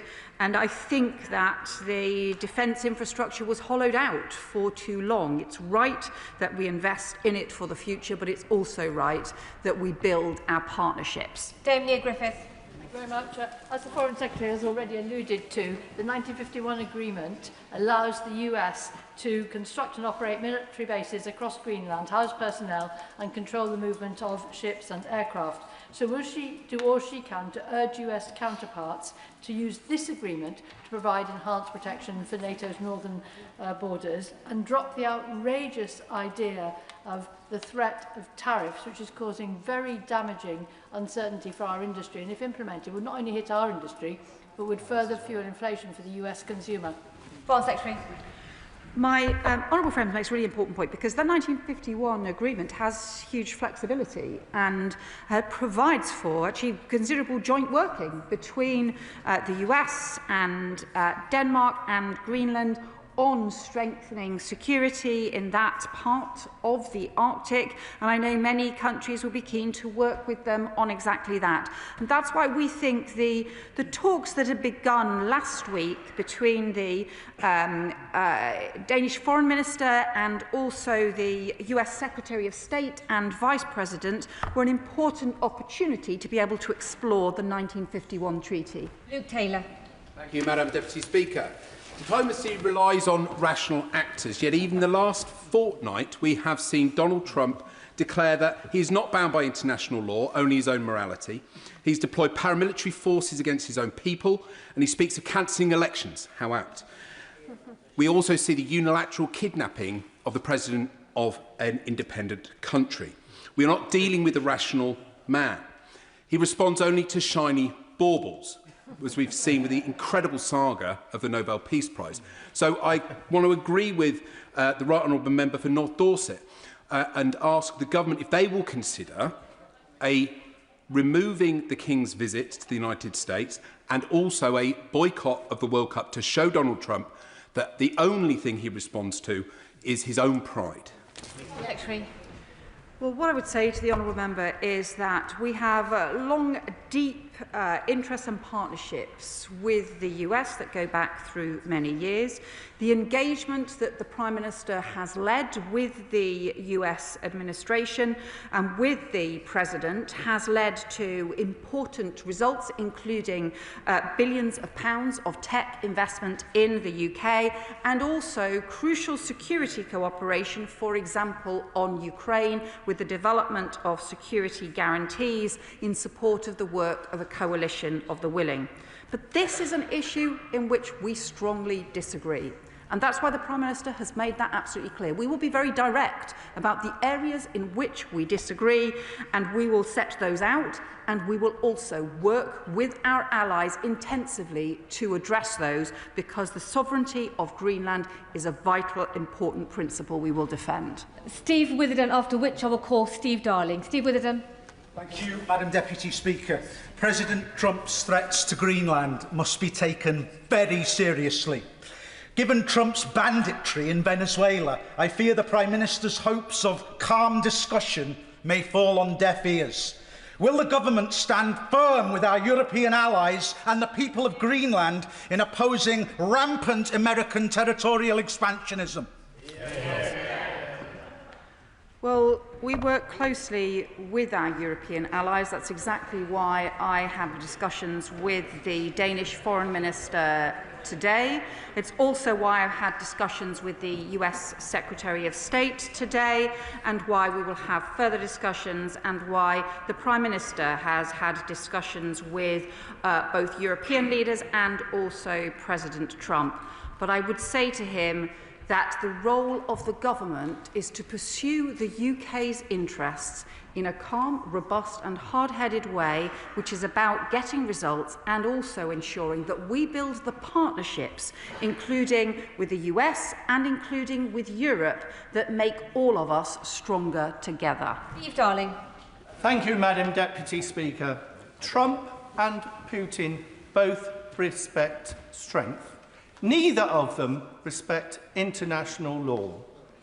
In light of that, I'd like to welcome the work being undertaken by the Prime Minister and other leaders from Canada and Europe around the coalition of the willing. The Secretary of State has already outlined what we're doing around strengthening our and neighbours' capabilities, but can you explain how the coalition of the willing will become the coalition of the capable to make us stronger?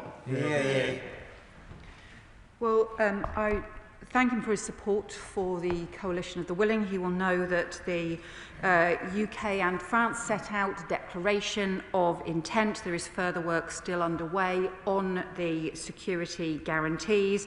I would caution him against what I hope he did not mean as equivalence around the US and Russia, because obviously it is Russia that imposes the significant threat to Ukraine and to the whole of Europe, and the US is a long-standing and close ally defending security in Europe. Josh Fenton-Glynn. Thank you, Madam Deputy Speaker, and I'd like to thank the Secretary of State for the strong statement she's made today. I've been disappointed to hear so much politicisation of a national security issue in this House, but can the Secretary of State confirm to me that just as the future of Ukraine should be determined by Ukrainians, the future of Denmark should be determined, of Greenland should be determined by the Denmark and Greenlanders? Well, my honourable friend is exactly right, that these principles of sovereignty and territorial integrity, it's underpinning around the UN Charter, but also around the rules that really underpin so many of our alliances, including the NATO alliance. At its heart is the very simple principle that the future of Greenland is for the Greenlanders and the Danes alone. Thank you, Madam Deputy Speaker. I welcome the Secretary of State's statement, but can I ask her, with all sincerity, as per her statement, how she intends to have serious, constructive dialogue built on respect and rules with a man who wants to drop peace and go to war simply because he didn't win a prize? Well, we have a long-standing NATO alliance, a long-standing partnership, not just with the US, but also with Western Europe. We continue to discuss with the US issues affecting peace around the world. For example, I would give him the example of Sudan, which I think has not had the level of international attention that it needs, but where the US are putting in considerable efforts to seek to get a ceasefire in Sudan, and the UK is working with not just the US but other members of the Quad in order to support a desperately, desperately needed ceasefire. Annie. Thank you, Madam Deputy Speaker. And last week I was delighted to lead a debate on the very topic of the High North and Arctic security, highlighting that the UK, because of our geography, should be considered a frontline nation in the ongoing war with Vladimir Putin, and that we cannot afford to sleepwalk unprepared into a geopolitical High North and Arctic. Does she agree with me that as a frontline nation we must urgently increase public awareness of the threat we face and the effect that will have on our constituents? And will she discuss with the Defence Secretary and our allies the possibility of urgently increasing the capability of the Joint Expeditionary Force to defend both the UK and our High North allies, something I know will be welcomed in countries like Estonia, whom I visited at the start of the year? Foreign Secretary. I thank the honourable member for his question. One of the things that by increasing our presence in the north of Norway, increasing the number of Marines from 1,000 to 2,000 over the space of 3 years, that also helps support the Joint Expeditionary Force and is a crucial part of our cooperation across not just the Arctic but also the Baltic as well, and that work was welcomed both in Finland and Norway, where I was last week. Thank you, Madam Deputy Speaker. President Trump has stated that he no longer feels an obligation to think purely of peace. He has threatened a trade war with the UK and Europe, and he has refused to roll out military force against Greenland. This shows that President Trump and his administration cannot be trusted. Will the government therefore consider a review into the UK's intelligence sharing with the US at this very dangerous and volatile time and until Trump is in power? Let me just be really clear with the honourable member. Our Five Eyes intelligence and security partnership is vital and keeps us safe. It keeps us safe every single day of the week, every single day of the year. And that is vital. It's particularly close with the United States, but also with Canada, Australia and New Zealand as well. And our security depends on sustaining and continuing that Five Eyes partnership. Thank you, Madam Deputy Speaker, and I thank the Foreign Secretary and the Prime Minister for the clarity they've given today on the future of Greenland. Does the Foreign Secretary agree with me that while recent comments from the United States have generated understandable concern, the correct response is not panic or escalation, but calm diplomacy grounded in the clear, simple principle that Greenland's future is a matter for the Greenlandic people? And secondly, does she agree that the real strategic challenge in the High North remains Russia and its militarisation and aggression, which NATO must continue to confront together as partners of, and not opponents of, the United States?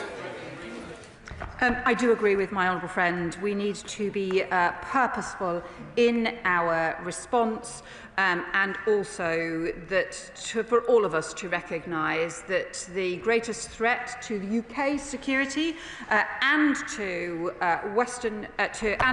the European security and also to North American security does come from Russia, and we have shared alliances. The US is a close partner in strengthening our security against Russia. Thank you. I absolutely agree with the sanctity of territorial integrity and how fundamental it is to sovereignty. And indeed, those are the principles which provide a powerful basis to challenge the US's posturing. I do not at all dissent from the Foreign Secretary's statement, but I am intrigued as to how this government is properly so exercised about America's disrespect for territorial integrity of Greenland, but is so disinterested in the disrespect of the territorial integrity of our own country, whereby the European Union imposes colony-like its laws in 300 areas of law on a part of this United Kingdom and insists on an international customs border to partition this United Kingdom. Now that the government has got hold of the importance of territorial integrity, can we look forward to them reasserting it in respect of our own country? Well, I would just say, I know the honourable member's views, but the Windsor Framework was about sustaining the Good Friday Agreement. That was a shared agreement underpinned by principles and underpinned by peace. Frank McNally. Madam Deputy Speaker, and I'm grateful to the Foreign Secretary for her statement, as well as the Government's commitment to Arctic security and the recognition of the threats that we face. Does my right honourable friend agree that the partnership with Norway, which includes the £10 billion contract for Type 26 frigates secured by this Government and set to be delivered on the Clyde, including by some of my constituents, makes clear that beyond the rhetoric we are hearing at present, the Government is absolutely committed to playing its part within NATO to uphold our collective global responsibilities. My honourable friend is right to welcome the £10 billion contract that supports thousands of jobs, not just in his constituency and across the UK, but is also driven not just by the strengths of our defence industry, but crucially by the strengths of our joint cooperation with Norway and the shared operations we will be able to take forward in future. Caroline Voden. Thank you, Madam Deputy Speaker. I welcome the Foreign Secretary's statement and her commitment to Greenland, which is not for sale. President Trump's threat of tariffs is an alarming escalation and strange behaviour from someone who the Foreign Secretary describes as a close ally. Now, France and Germany have suggested imposing retaliatory tariffs, but our Prime Minister has dismissed this. He says he doesn't want to start a trade war with the US. So could the Foreign Secretary tell the House which side the UK will be on if our European friends and neighbours decide to pursue this retaliatory course of action? Well, we've always been clear that to have a trade war between any nation, certainly between the US and European countries, but between any nations across the world is deeply damaging and is certainly not in anyone's interest. And that is why our first priority right now should be to prevent this happening and to prevent the tariffs going forward and to build a shared sense of security. Thank you, Madam Deputy Speaker. Does my right honourable friend agree that we should send a message of reassurance to our children and young people who will undoubtedly be feeling concerned and scared about the developments in the Arctic and Greenland and more broadly regarding our international system? Does she agree that they know instinctively that international cooperation, standing up for our allies, international friendship and defending a rules-based system, they know instinctively that this is the right way for our world? And does she agree that they should take some reassurance from the fact that our government, this House and our allies agree with them? I welcome my honourable friends framing this about the interests of our young people and the values around shared cooperation. It is the cooperation with our allies that makes us stronger. Ben Lake. Speaker, can I commend the Government for standing firm with our European allies in supporting the principle that the future of Greenland is a matter for her people and her people alone. And I know that the Government will make every diplomatic effort to avoid the imposition of these punitive tariffs. However, if they were to be imposed upon us, will it be the policy of the government to pursue a coordinated approach with our European allies in any countermeasures that may prove necessary? Well, at all stages, we have discussions, coordination with our allies, but the Prime Minister made clear this morning our focus has to be on preventing a trade war. It has to be on preventing additional tariffs being introduced and on building the constructive approach to our shared security. Thank you very much, Madam Deputy Speaker. How many times my Lib Dem colleagues and I need to come to this place and tell the government that Trump cannot be trusted? His behaviour is that of a spoilt child, bullying his allies, all the while looking to swell the coffers of those closest to him. By working with our European partners in NATO, we must persuade Trump that his aggressive approach to Greenland and the threats of tariffs is not acceptable behaviour from our closest ally. Can I ask the Foreign Secretary to try to persuade the Prime Minister that we need to stand up to this bully in the White House before he causes untold damage to the UK and to Europe?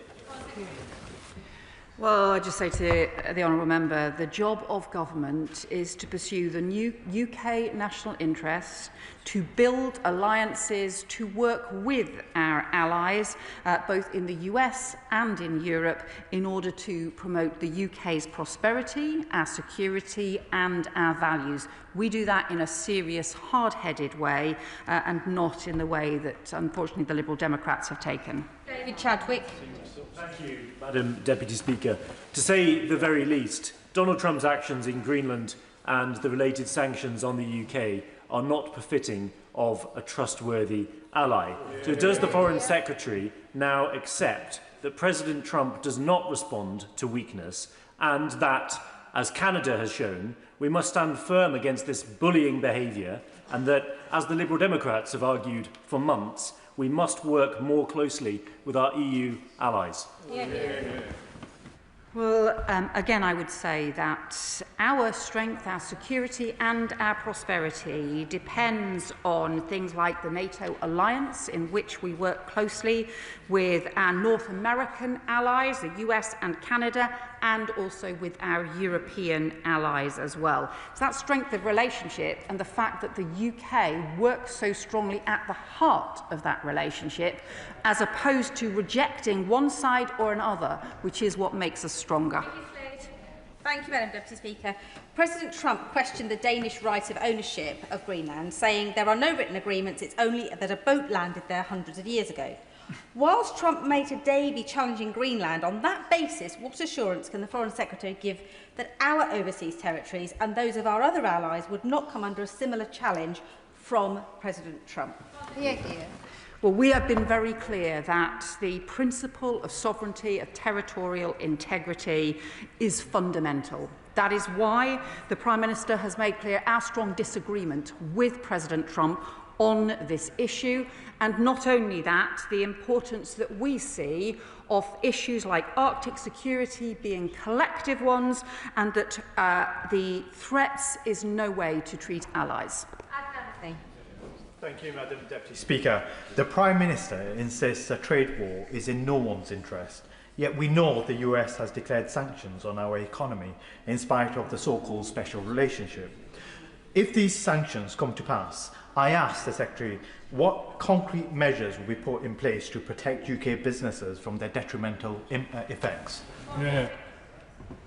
Well, the Prime Minister has already discussed this issue with President Trump, made clear our position, and we are working through diplomacy, through continued different avenues to stress the importance of respecting sovereignty, the importance of collective security, and crucially the fact that tariffs benefit no one and are completely wrong in this situation. Very much, Madam Deputy Speaker. The Secretary of State has rightly outlined the importance of cooperation with our allies over this serious issue. But as we've seen, there isn't a consistent approach on retaliatory tariffs. Can she describe to the House the discussions the UK government had with our European allies before ruling out retaliatory tariffs? Well, the UK is continuing to hold discussions with European allies, exactly as I have been doing today with the Danish Foreign Minister and as the Prime Minister has been doing throughout the weekend, just as he also made clear our strong view to President Trump and our strong view to the US that we need to prevent these tariffs in the first place. We need to take action together to make sure that that happens. Coughlin. Thank you, Madam Speaker. Exactly 2 weeks ago, the Foreign Secretary told me that I was quite wrong to describe Donald Trump as a threat to liberal democracy. Since then, we've seen the horrifying shooting of Rennie Good, trumped-up charges against the chair of the Fed, and direct threats to Denmark and this country. Now, I understand that the Foreign Secretary cannot publicly agree with me, but if the government is serious, why aren't we seriously rearming, especially when that will help our economy anyway? And is the Foreign Secretary worried that the hour is getting too late to act?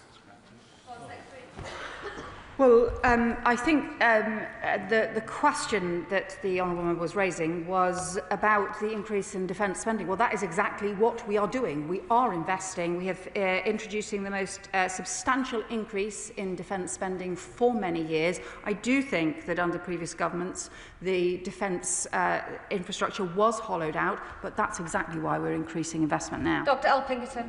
Thank you, Madam Deputy Speaker. A week or so ago, I asked the Foreign Secretary at the dispatch box, where was the red line?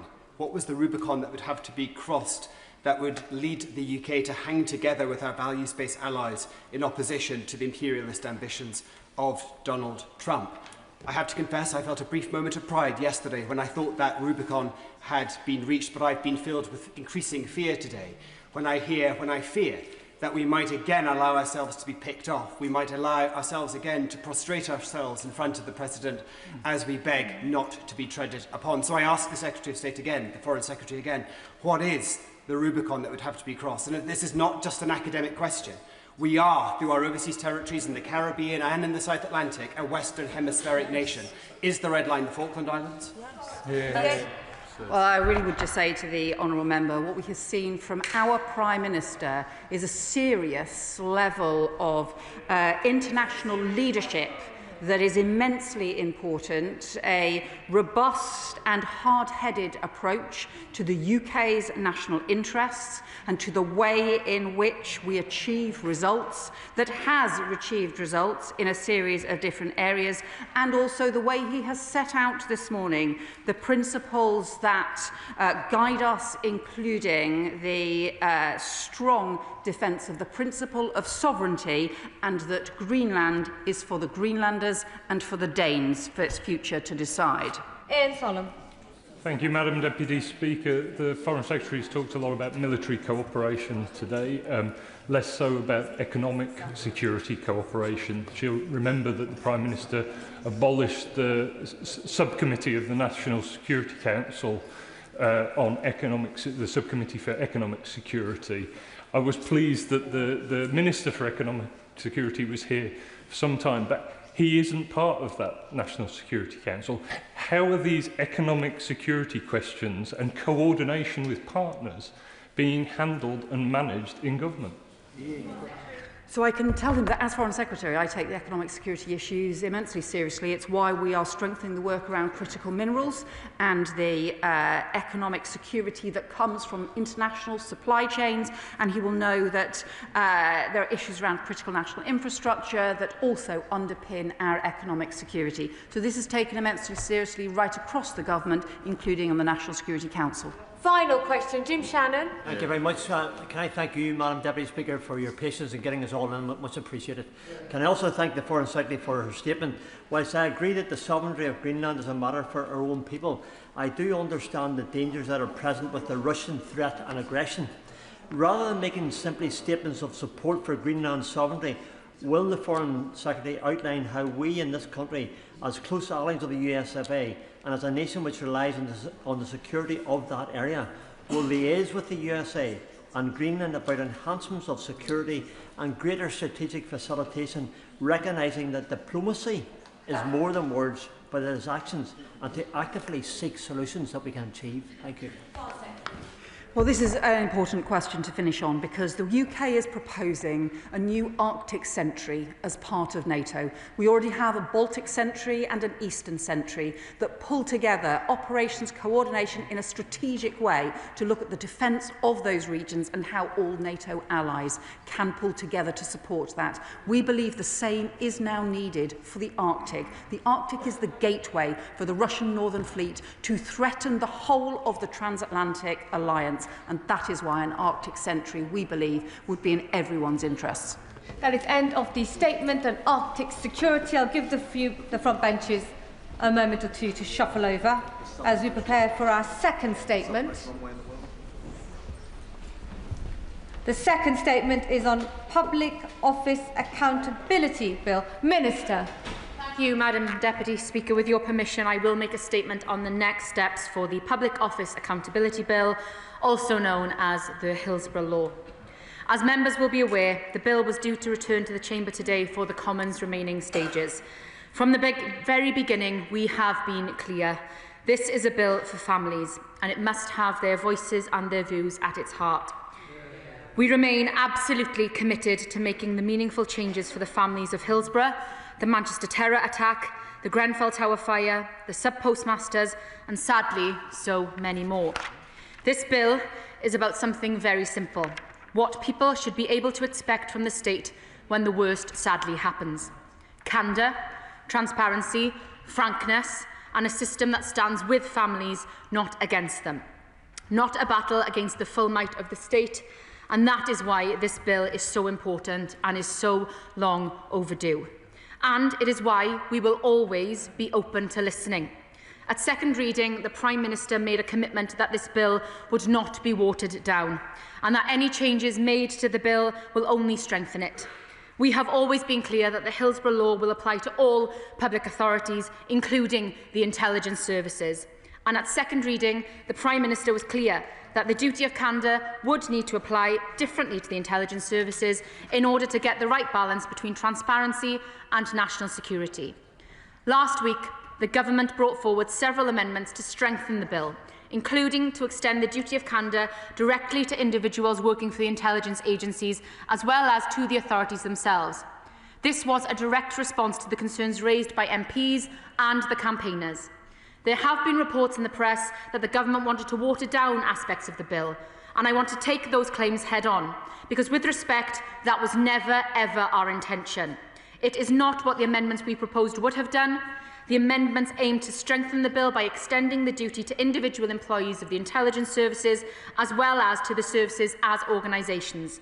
However, it is clear from our conversations with the families directly and the stakeholders that there are concerns about how the accompanying safeguards we proposed will work in practice. There will be questions on why we could not find a solution and why we need to delay when families have been clear on their views. I want to be clear that this is an incredibly complex area of policy. Across government, we must think about all of the possible scenarios and unintended consequences for national security, and then work together with Parliament, the Intelligence and Security Committee, the campaigners, and most of all, the families, in order to find a way through. It is right to acknowledge that this is not a simple issue to resolve, but we are absolutely committed to the principles of this bill. Ensuring clear standards for all public servants and accountability for anyone who seeks to lie or cover up the truth. At the same time, our primary duty as the Government is to keep this country safe and secure. We must be able to assure our citizens and our allies that national security information will always be protected. The Government remains resolutely committed to finding a way forward on this issue, and that is why we have taken the decision to delay the remaining common stages of the bill so that we can find a solution that we bring forward in this House. This pause is not a step back from our principles. It is a commitment to getting this right. I know families have waited too long already, and this decision is not one we took lightly. But we believe it is better to take the time needed to resolve these complex issues rather than rush this bill through. Madam Deputy Speaker, I want to place on record my deepest thanks to the families and the stakeholders for all of their continued work with us. It has been the biggest privilege for me personally to have had the opportunity to get to know them and to work alongside them over the past year. In particular, to Margaret Aspinall, to Charlotte Hennessy, to Sue Roberts, Steve Kelly, Jenny Hicks and Hilda Hammond, who I now personally count as my friends, and I hope that they feel the same. This bill is about restoring trust between the public and the state. That trust cannot be demanded, it must be earned. It must be earned by showing the families that this legislation is not about appearances, it is not about headlines, it is not about being seen to act, it is about making real and lasting change. By listening to the families and by taking the time to get this right, that is exactly what we are doing. Because when things go wrong, the truth must come out. Accountability must follow, and families must never, ever again be left to fight or walk alone. And that is what this bill will achieve, and I commend this statement to the House. Shadow Secretary of State, Nick Timothy. Thank you, Madam Deputy Speaker. What an absolute shambles. They've had long enough to work this out. The campaign for a Hillsborough law started 10 years ago in 2016, and Labour MPs started campaigning for it a year later in 2017. In 2022, the Prime Minister adopted it as a formal Labour policy. In 2024, he put it in his manifesto. He promised it would be one of his first acts as Prime Minister. And here we are today, after another set of rushed amendments, with yet another delay, another promise to get it right, and absolutely no idea about what they're going to do, or even when they're going to do it. This problem was not some bolt out of the blue, an unforeseeable surprise. How the bill applies to the intelligence agencies is an obvious question that has been known for years. But it's a question the Prime Minister, the man they used to call Mr. Forensic, never thought to answer. Instead, he did what he always does. He made the campaigners one promise, and he made the intelligence agencies another. That's why, when report stage was due last week, they pulled it. It's why, when it was due again today, late last night, they pulled it again. And it's why just now the Minister was unable to say when the government will bring forward its next attempt to get this right.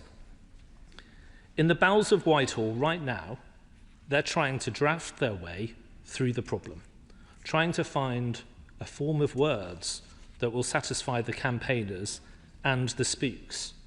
But I have news for the Minister. Madam Deputy Speaker, you cannot draft your way out of this problem. It's a choice.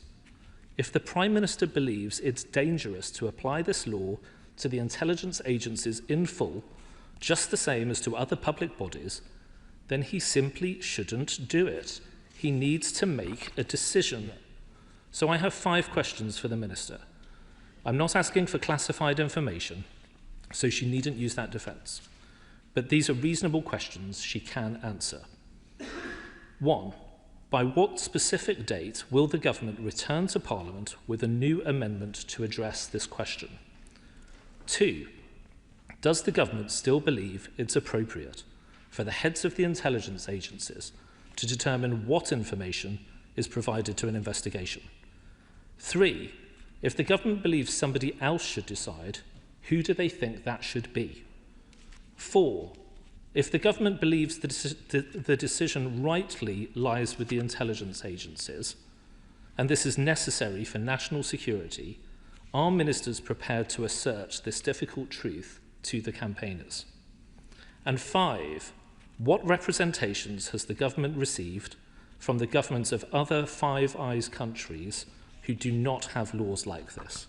5 questions, 5 clear answers needed.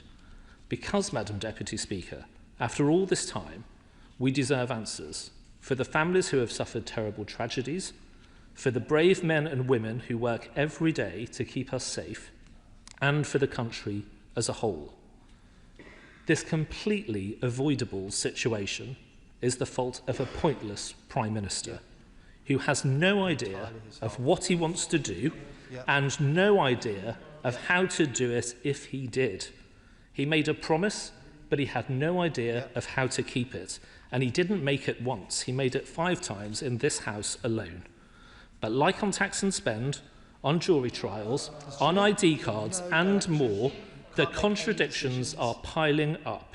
They talk about a duty of candour, Madam Deputy Speaker, but if the Minister shows some candour now, she will admit that this has been, from start to finish, an absolute mess. Minister. Madam Deputy Speaker, I don't know how they dare. It is utterly shameful.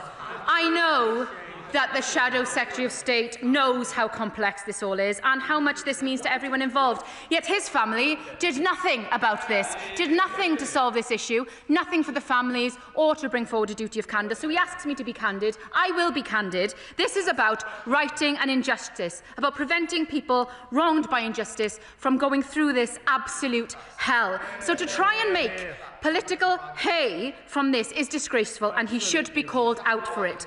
Now, Madam Deputy Speaker, I know the honourable gentleman has only been in the job a few days, and I was sincerely going to welcome him to his position and hope that we could work collegiately on this for the families and for the victims of these horrendous state cover-ups. But I would advise the honourable member that, following in his predecessor's footsteps of attention-seeking at all costs, it doesn't end well. So to answer his questions, we will continue to work with the families, we will continue to listen, we will continue to work with the intelligence services and other partners to ensure that this bill is brought back to the House when it is fit and proper.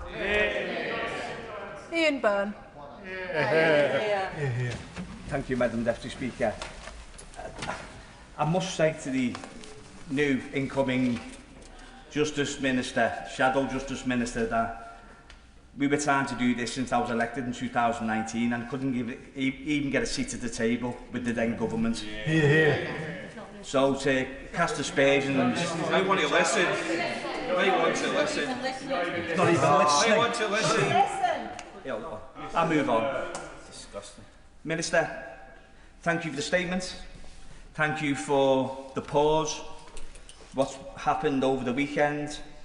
A lot of people were extremely concerned about what was happening over the weekend, myself included. I think the pause is the correct thing to do, the right thing to do, because this isn't just a law, this isn't just a piece of legislation, this is a legacy. For 97 men, women and children that died at Hillsborough, but also those who've been wronged at the hands of the state. So this is hugely important, and it's not party political. This is the whole House to make sure that it's done right. But I would like to ask the Minister why the amendment that I have put down, Amendment 23, with the full support of everybody connected to Hillsborough, has not been adopted by the government and is deemed not to be right and proper to be adopted by the government, because that would solve all our issues. So any clarification on that would be great. Also, Minister, a timeline. As you rightly stated, we waited a long time for this. There's a real concern now that this could be kicked into the long grass. I know you don't want that. You know I don't want that. And all the families and all the campaigners. So just like a little bit of clarity on those two questions. Thank you. Minister. Can I thank and pay tribute to my honourable friend for his diligent campaigning on this for his entire life as a parliamentarian, and for his commitment to ensuring that the voices of the families are always heard in this place and outside of this place. I make the commitment to him that this is a government that is listening to the campaigners, and we are committed to doing all we can to work on a way forward here with him, with other parliamentarians, with the Intelligence and Security Committee, to find that way forward on this complex and difficult issue, and I am committed to having a meeting with him to discuss that further. On a timeline, we know that families have waited too long. This is overdue. It is far too overdue, and it is needed more than ever, but it has to be right, and we have to get that balance right. We are not kicking this into the long grass. We are committed to doing this as soon as possible, but we have to get it right, and I am not setting an arbitrary deadline on this. The families have asked me not to. They want us to get it right, and we're committed to doing that and to getting this policy correct. And as soon as we have more information, I will bring that forward to the House. And on his specific amendment, again, I am happy to speak with him on this and to discuss this going forward. But what I will do again is to make that commitment that we will work together to get this right. Liberal Democrat spokesperson Jess Brown-Fuller. Thank you, Madam Deputy Speaker, and I thank the Minister for advance sight of her statement. And I would like to put on record how it is recognised on this side of the chamber that the Minister has worked to move this bill forward and has given a lot of care and attention to trying to get it into this place. But, Madam Deputy Speaker, the situation we are in is frustrating for all sides of the House. This landmark piece of legislation will transform the relationship between public bodies and victims of horrendous tragedies. It was this government, it was this Prime Minister who committed to its implementation in full in his government's manifesto. Yet we now find ourselves again in limbo. The carve-out for security services is completely unacceptable and has ground this process to a halt.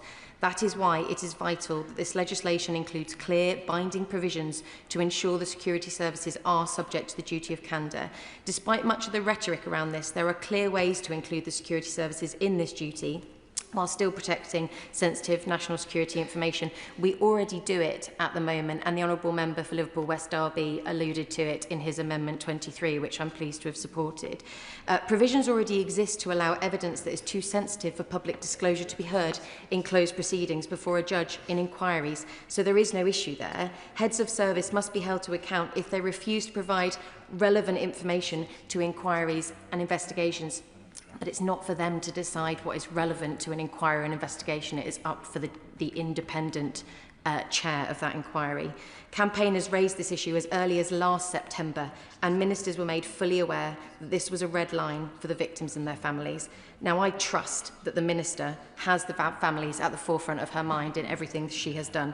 So I ask her, when the government presents its bill to the House of Commons, will the duty of candour apply to all in the intelligence services? Will the Minister commit to ensuring that report stage and third reading of the bill will take place as soon as possible so that we have a chance that this legislation will pass prior to the end of this parliamentary session and the next King's speech, as promised? And will she make a cast-iron guarantee that it will be in this place that we put the full Hillsborough law forward, not the other place, so elected representatives can fully scrutinise the finished legislation? I thank the Honourable Lady for her questions and for the tone and the candour in which she conducts herself, and that is appreciated on this side of the House by the Government. I also recognise and share the frustration from the Honourable Lady and the House as to how this process has been conducted. This is no ordinary bill. This is something more than an ordinary bill, and it deserves proper scrutiny, and we will ensure that it has proper scrutiny in this place, and the bill will come back to this House, to the Commons, for adequate scrutiny before it goes to the Lords. We have made that commitment today. I also want to set on record, Madam Deputy Speaker, that there has never been a carve-out for the intelligence services. The duty of candour and assistance has always applied to them. The amendments that the Government had tabled applied directly to individual employees of the intelligence services. The difference had always been, Madam Deputy Speaker, on the procedures in place on how we handle that secure information. But we are committed to finding a way forward for the benefit of everyone. We are committed to doing that as soon as possible. I cannot give a definitive timeline on that, but we are committed to doing it as soon as possible and at pace with the families and the intelligence services, but we have to get it right. It will come to this House first, and I am committed that it will apply to all public servants. Paula Barker. Thank you, Madam Deputy Speaker. And I'd like to start by paying tribute to the families, some of whom are in the public gallery today, to Elkin Abrahamson and Pete Weatherby KC, who have done phenomenal work for the last 37 years, and of course my honourable friend, the member for Liverpool West Derby, and to the Minister for the work that she has done on this. Whilst I am pleased that the Government has paused proceeding on the Hillsborough law, I am increasingly concerned at the direction of travel. In March last year, the families of the 97 and Merseyside MPs made clear that we would not accept anything less than the Hillsborough law. We all understand the importance of national security, but this bill is not incompatible with national security, and as has already been said, provisions already exist. And nobody, Madam Deputy Speaker, quite frankly, is above the law. A carve-out for the security and intelligence services would only allow the very behaviour exposed by the Manchester Arena inquiry to happen again, where MI5 were able to withhold information and avoid accountability.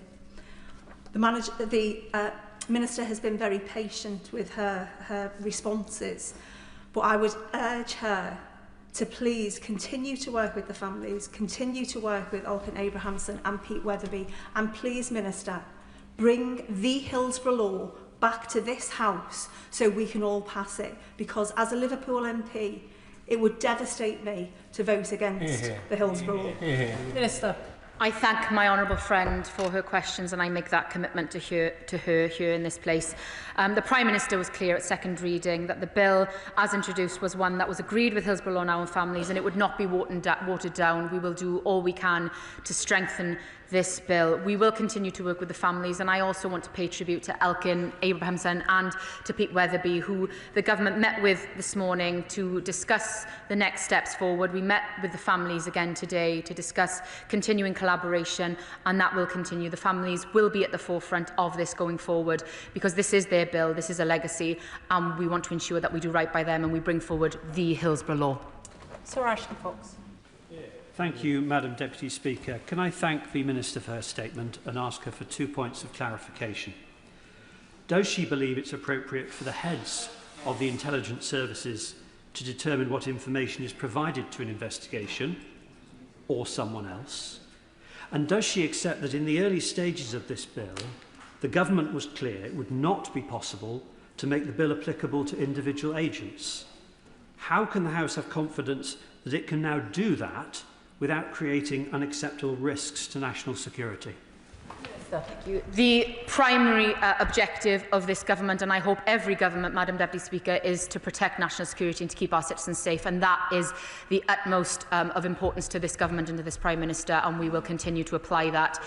We will continue to work with the intelligence services. We've had a very collaborative working relationship with them through the development of this piece of legislation, and we will continue to do that. We would never do anything that would jeopardise or undermine national security. We have been very, very clear, and the families have also been very, very clear that that is not their intention, and they totally understand this. We do think there is a way forward. The government brought forward amendments to apply the bill to individual agents, and we did that by working with the heads of the intelligence services directly and working with the security services, and we will continue to work collaboratively with them and the families on finding a way forward. Annalise Midgley. Thank you, Madam Deputy Speaker.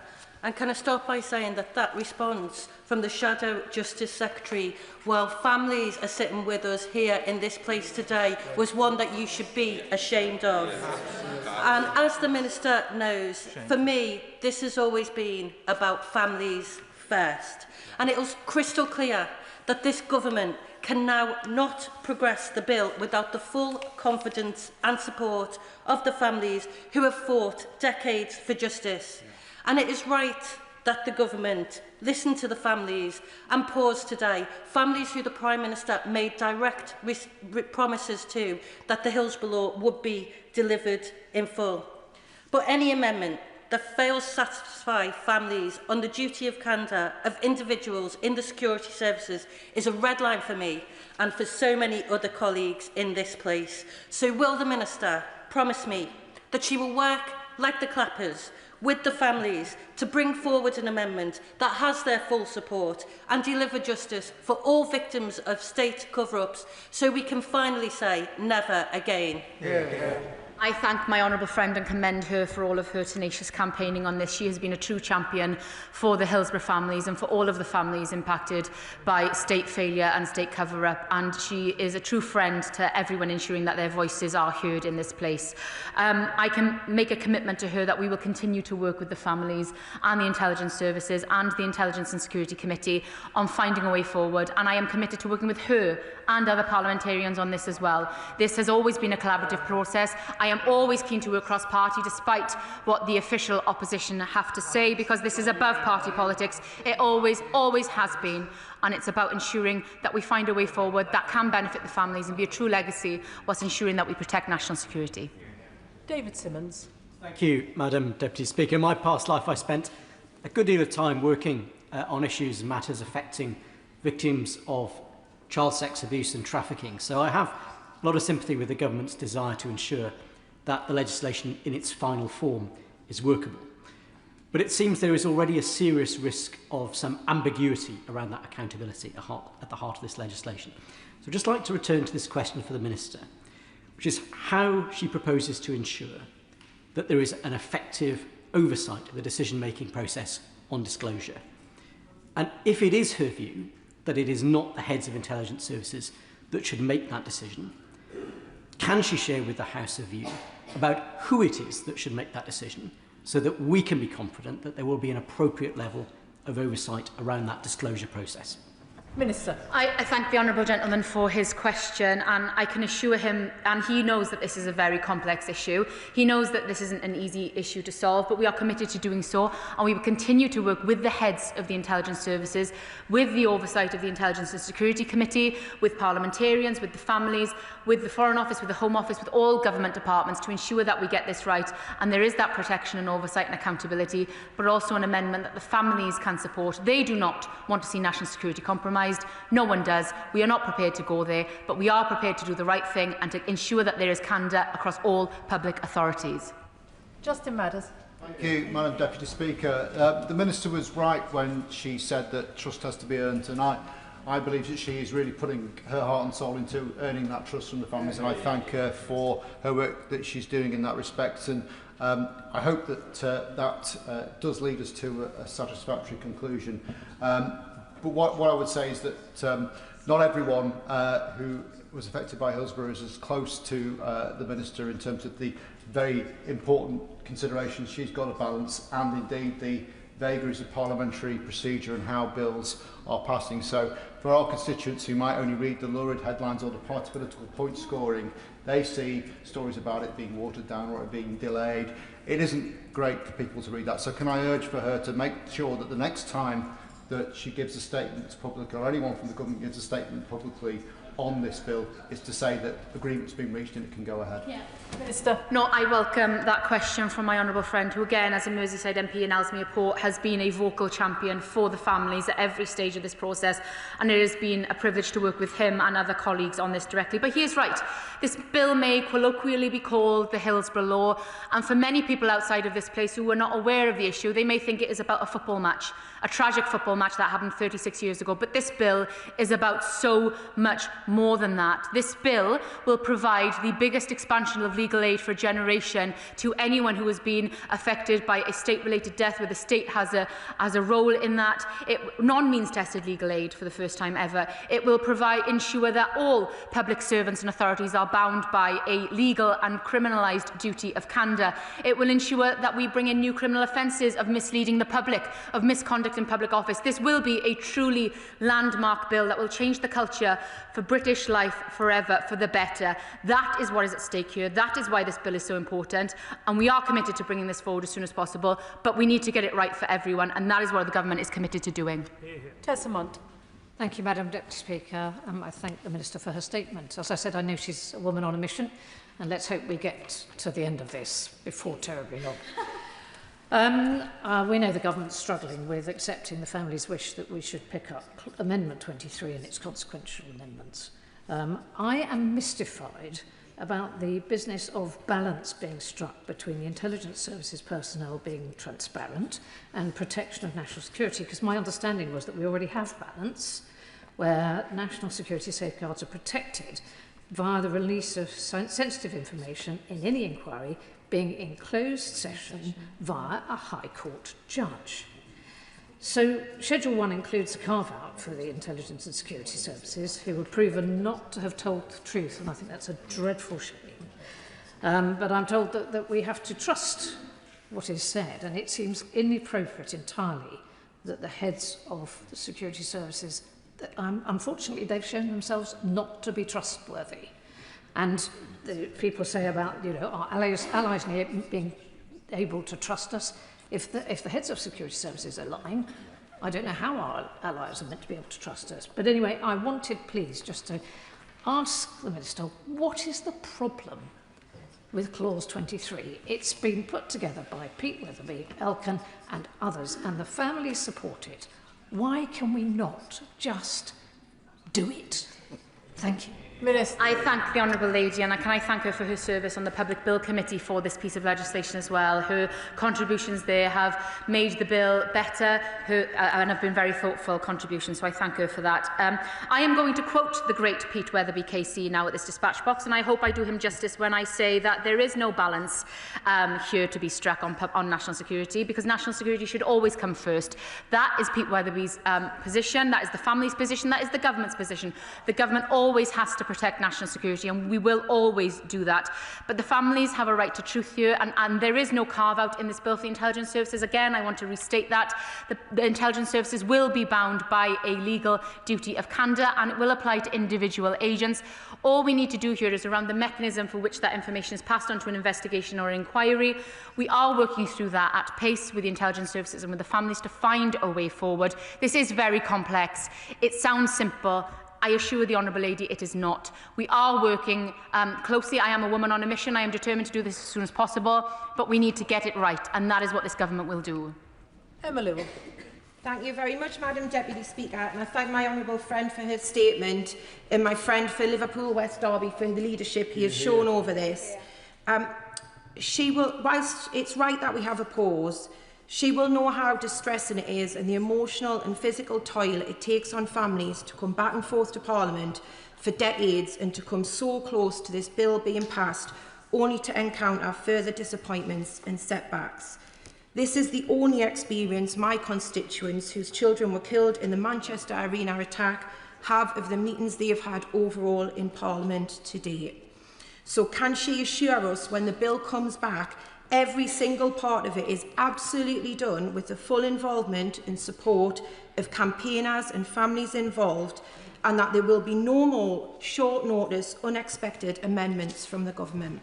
I thank my honourable friend for that question, and I want to place on record my sincere thanks to her for all of her tenacious campaigning on behalf of her constituents who have been through the unimaginable pain, trauma and grief of losing their children in the most horrific circumstances and then being denied the truth. It was a privilege to meet with her constituents with the Prime Minister last week and to hear their truth, and I thank them again from the dispatch box for sharing their pain with us and hearing directly from them about why this bill is so important and why we need to get it right. Hearing their truth and hearing from the families is exactly why the government has taken the decision to pause this legislation so that we can get this right, and we are determined to do that by working with the families, hearing from them, working with the intelligence services on getting this right, and we are determined to do that. Ben Obsijekti. Looking at the wider implications of the bill, the Minister talks about the intelligence services. Could she confirm whether there's a carve-out for military intelligence services in any way? And also, looking at that more broadly still, will it also apply to special forces operations and personnel, and will it be applied retrospectively? Minister. Yeah, I thank the honourable gentleman for his question, and it's important to put on the record that there is absolutely no carve-out here. This bill will apply to all public authorities, including the armed forces, all intelligence services. There is no carve-out here. We have worked very collaboratively with our armed forces, with the Ministry of Defence, in the designing and the creation of this legislation, and we will continue to do so. As I've said, the first primary objective of this government is to protect national security, and we will do that at all costs. That is the primary objective, but we also need to make sure that the families' experiences are reflected in this bill and we get the legislation right, and that is exactly what we will do. Clive Efford. Madam Deputy Speaker, I welcome the delay in this bill. I think too often governments soldier on even when they're not getting things right, and that leads to bad legislation, and this is something we should get right before we send it to the other place. And as my honourable friend, I've promoted him, my honourable friend for Derby West has said that this is not just about the Hillsborough families, and I pay tribute to them for what they have done on behalf of others who have been wronged by the state, but it's also, as chair of the all-party parliamentary group on contaminated blood, it's the people who were wronged in that scandal. It's also the nuclear test veterans and many, many others, the Horizon scandal in the post office. And what they've all shown us is that the state will lie to defend itself. And we do need this duty of candour for all, including the security services who can give evidence in camera, that they tell the truth to the public when they get things wrong, so that we can learn from it and move forwards. No, I thank my honourable friend for that intervention and for his comments there. He is right. This is a bill for everyone who has been wronged and who has been lied to and has been subject to failures of the state when the state was meant to protect them. This is for much more than just the Hillsborough families. This is for those of contaminated blood, as he mentions, for the lab rats, for the sub-postmasters, for the victims of the Grenfell tragedy, and sadly many more, as I have stated, but also sadly for every citizen in this country who potentially could be caught up in as a result of this. This is looking forward to ensure that we get this right for decades to come, to ensure that when something goes wrong, the state that is meant to protect you and to tell you the truth, to be open with transparency, frankness and candour, does just that, Madam Deputy Speaker, and we will ensure that the bill does that before it leaves the Commons. Seamus Logan. Thank you, Madam Deputy Speaker. I'd like to pay tribute to the Minister for the constructive and collaborative and collegiate way in which she has worked, and also endorse the remarks of the member for Liverpool West Derby. But that, I'm afraid, Madam Deputy Speaker, is in stark contrast with the disgraceful words from the Shadow Minister and his behaviour this evening in this debate. This whole process has been marked by parties of all shades and hues working together. And in that spirit, I want to reassure members of the Hillsborough families that that is the way in which we have proceeded on the work in association with this bill, and will continue to do so. Now, my question to the Minister is very simple. I endorsed Amendment 23. I think it's very sound. And Pete Weatherby has also endorsed my Amendment 20, which gives a very simple role for the Intelligence and Securities Committee. And so I'm asking the Minister, when we see the next draft, will there be a role for the ISC in this bill? Minister. I thank the honourable gentleman for his question and for his comments. And I want to pay tribute to him for all of his collaborative work, his collegiate tone, and for all of his constructive work on the Bill Committee. He served on the Public Bill Committee, and the bill is better for that, so I thank him. This bill is above party politics. This bill has always been above party politics, and anyone seeking to use this bill for political gain, it is truly shameful and disgraceful, because this bill is all about the victims and their families, and it always will be. I will ensure that we continue to work with him, the SNP, the Liberal Democrats and any party that chooses to do so collaboratively as this bill goes forward. I can assure him that there will be a role for the ISC in this bill, and we will work with all partners, agencies, to ensure that we get this bill right. Dame Neil Griffith. Thank you very much indeed, Madam Deputy Speaker. Well, I thank the Minister for her update and indeed her acknowledgement of the importance of the families who've suffered so much and campaigned so hard being satisfied with the final wording of the bill. But what assurances can she give us that the government will provide the leadership, the training and the resources to change the culture of cover-up and minimalist responses and make sure that people get the full truth first time round? I welcome that really important question from my right honourable friend, because this goes to the heart of exactly what the bill is about. Because it's all right us writing, fancy words on goat skin on ermine, but if we do not change that culture, which is exactly what is at the heart of this bill, then it will all be pointless, Madam Deputy Speaker. We have to change this culture, and the legislation is one step about that, but it is also about then ensuring that we get the implementation right. My right honourable friend, the Minister for the Cabinet Office, and I are heading to Liverpool next week to meet with the University of Liverpool to look at the world-leading work that they are doing on changing the culture on duty of candour with public authorities, how we can learn from them going forward, and we are continuing that work at pace. That work is not stopping. None of the work is stopping. We are continuing this jointly on the implementation of this bill, on how we get this bill right once it does become law, whilst also working on developing the policy simultaneously. And I look forward to updating the House on that work going forward. Jim Shannon. Thank you, Madam Deputy Speaker. Can I also thank the Minister very much for the statement, and can I also thank the Liverpool MPs collectively who worked very, very hard to try and achieve this goal. Getting the balance in the accountability bill with citizens to the fore, and that national security agencies are given their priority status. as the Minister says, time for government to get it right, and I think that's what we should be doing. My colleague Paul Frew, who's a member of the Legislative Assembly back home, is taking a candidate bill through the Assembly. The obligation must be across all of the United Kingdom of Great Britain and Northern Ireland. Can I ask the Minister a favour, please, if you don't mind? Will the Minister please work with the Northern Ireland Assembly and with my colleague to ensure that everyone will benefit wherever they are, whether it be England, Scotland, Wales or Northern Ireland? Thank you. Minister. I welcome the Honourable Member for Strangford's contribution there, and it gives me great pleasure to confirm that we have had fantastic collaboration from all governments of the United Kingdom on taking this forward, including the Northern Ireland Assembly, the Scottish Parliament, the Welsh Government. Everyone has been collective in the aims of this bill, and that has been a true joy for me as a Member of Parliament from a devolved government, from a devolved nation, to see. All nations have agreed, given legislative consent for the criminal offences to apply UK-wide, which is something positive. We will be bringing that amendment forward when the bill comes back to the Commons, and we are continuing to work collaboratively across the United Kingdom to ensure that a duty of candour applies to all public authorities in the United Kingdom. Richard Bergen. Thank you, Madam Deputy Speaker. The campaign for the Hillsborough Law, not a Hillsborough Law, has been the greatest and most defining campaign for justice led by ordinary people in the modern era in this country. And I'm very pleased that the government pulled back at the weekend from what would have been, regardless of any good intentions, a betrayal of that campaign.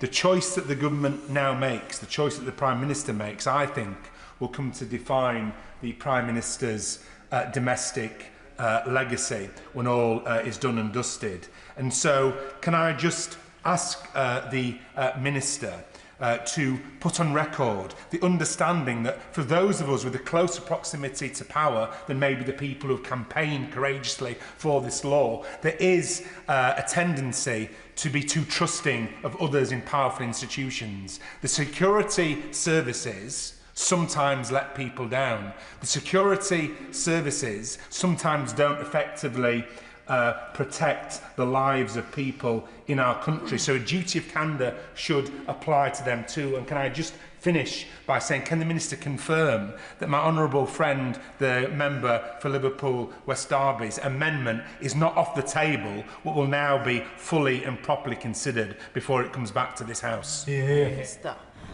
I thank my honourable friend for his questions and his comments there, and I want to reassure him and everyone again that the duty of candour will apply to all public servants, including the intelligence services, including individual agents. That is the intent, and that will be in this legislation. We will work with my honourable friend, the member for Liverpool West Derby, to ensure that we get this right. We will work with the families who have had that lived experience. The Prime Minister has heard from them directly about why it is so important that the intelligence services are captured, and they will be, by the duty of candour in this legislation, and we will work together to ensure that we get the legislation right. Douglas McAllister. Thank you, Madam Deputy Speaker. Can the Minister update the House with respect to progress made in her positive discussions with the Scottish Government relating to the provisions of non-means-tested legal aid? Will Scottish families enjoy the same access to justice as the rest of our United Kingdom, and at the same time? Minister. I thank my honourable friend for that question, and again I want to thank him for his service on the Public Bill Committee for this piece of legislation. It was fantastic to have another Member of Parliament from a devolved nation represented on the Bill Committee to discuss and talk about why it's so important that everyone in the United Kingdom should benefit from this legislation. I am pleased to confirm that the Scottish Government have indicated that they would like to be part of the mechanism for legal aid, and they've asked us to include them in this legislation, and those discussions are ongoing. It will, of course, be for the Scottish Government to determine their methodology of how they determine who gets legal aid for their fatal accident inquiries and inquests, and those discussions will be ongoing. But we have had very positive discussions with the Scottish Government. Josh Fenton-Glynn. Thank you, Madam Deputy Speaker. I travelled through Manchester Victoria Station on the day of the arena bombing, and I saw the young people on their way into that concert. They were young, vibrant, excited, happy, all the things that they deserve to be, doing the most normal thing in the world, going to see a concert. And it was one of the most shocking moments of my life a few hours later to hear that they've been the victims of a terrorist attack. And it is painful to me that they were let down by the state, by false narratives. And a decade later, almost, I'm glad that the families are being listened to. So can I thank the Minister for her assurance that we're going to take the time to get this right? And can she please confirm that the voices of all the victims and all the families of state cover-ups and of these tragedies are at the centre of any legislation that comes forward from this point on? I can indeed confirm that, Madam Deputy Speaker. And I thank the Minister for her statement this afternoon. The Clerk will now proceed to read the orders of the day. Public Office Accountability Bill as amended in the Public Bill Committee to be considered tomorrow. Bill to be considered tomorrow. Motion number 2 on local government. Minister. We now come to motion number 3 relating to the Finance Committee. Jen Kitchen to move. I beg to move. The question is as on the order paper. As many as of that opinion say aye. Aye. Of the contrary, no. I think the ayes have it. The ayes have it. I beg to move that this House do now adjourn. The question is that this House do now adjourn. Vicky Slade. Thank you, Madam Deputy Speaker. I'm pleased to have secured this debate on the disclosure and barring service. It's my hope that I can shine a light on some of the shortcomings of the current system and that the Minister will consider some of my proposed improvements so we can help families to protect their loved ones, reduce the burden on voluntary groups and speed up employment processes. Tonight I want to make the case that the DBS system as it currently operates is not fit for purpose. Its loopholes cost lives, undermine trust and leave families exposed.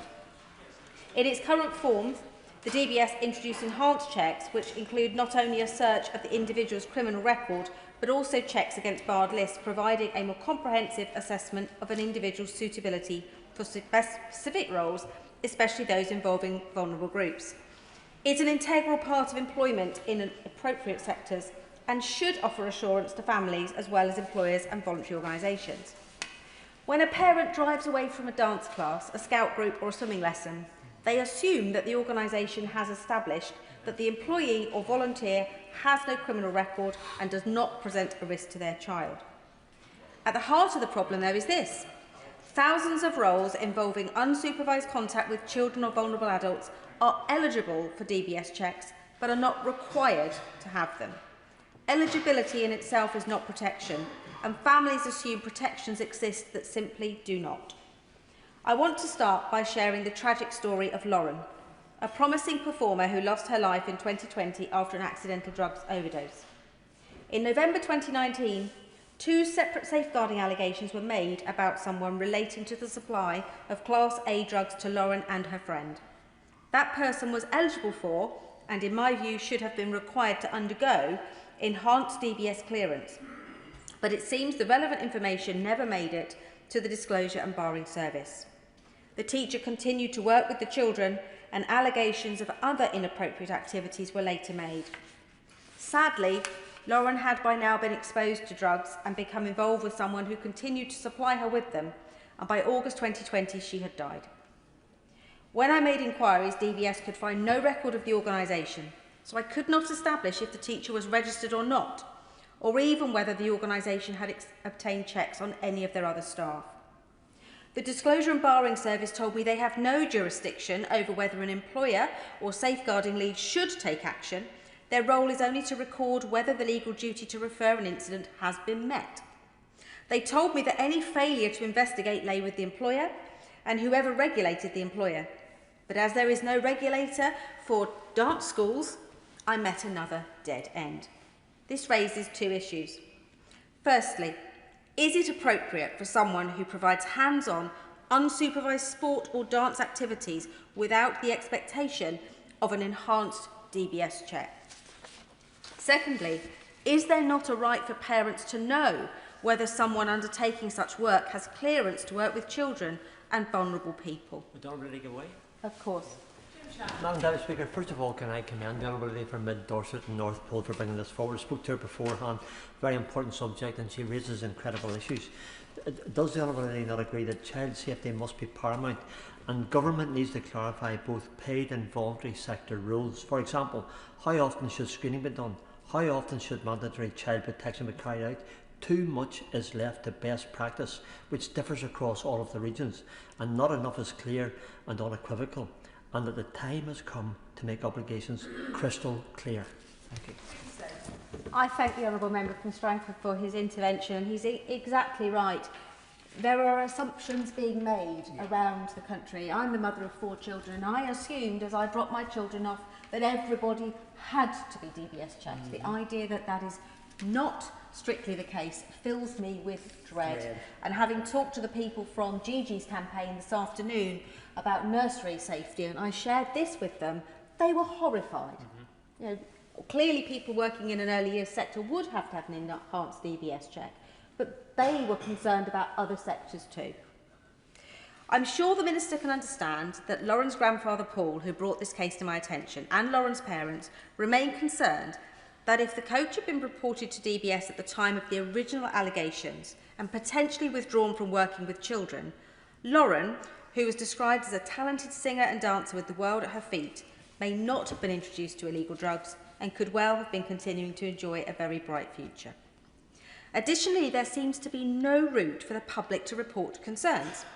If the employer has not registered a member of staff, or an organisation has not been deemed to be undertaking regulated activities, which the council told me the dance school were not, there is no one to document the concerns and no register to check. Now, I welcome the DBS's new video launched before Christmas to support faith organisations with the legal duty to refer. The legal duty to refer requires organisations to notify the DBS when they remove a person from a regulated activity because they have harmed or may pose a risk of harm, but it doesn't protect those in the care of an individual that hasn't been registered by their employer in the first place.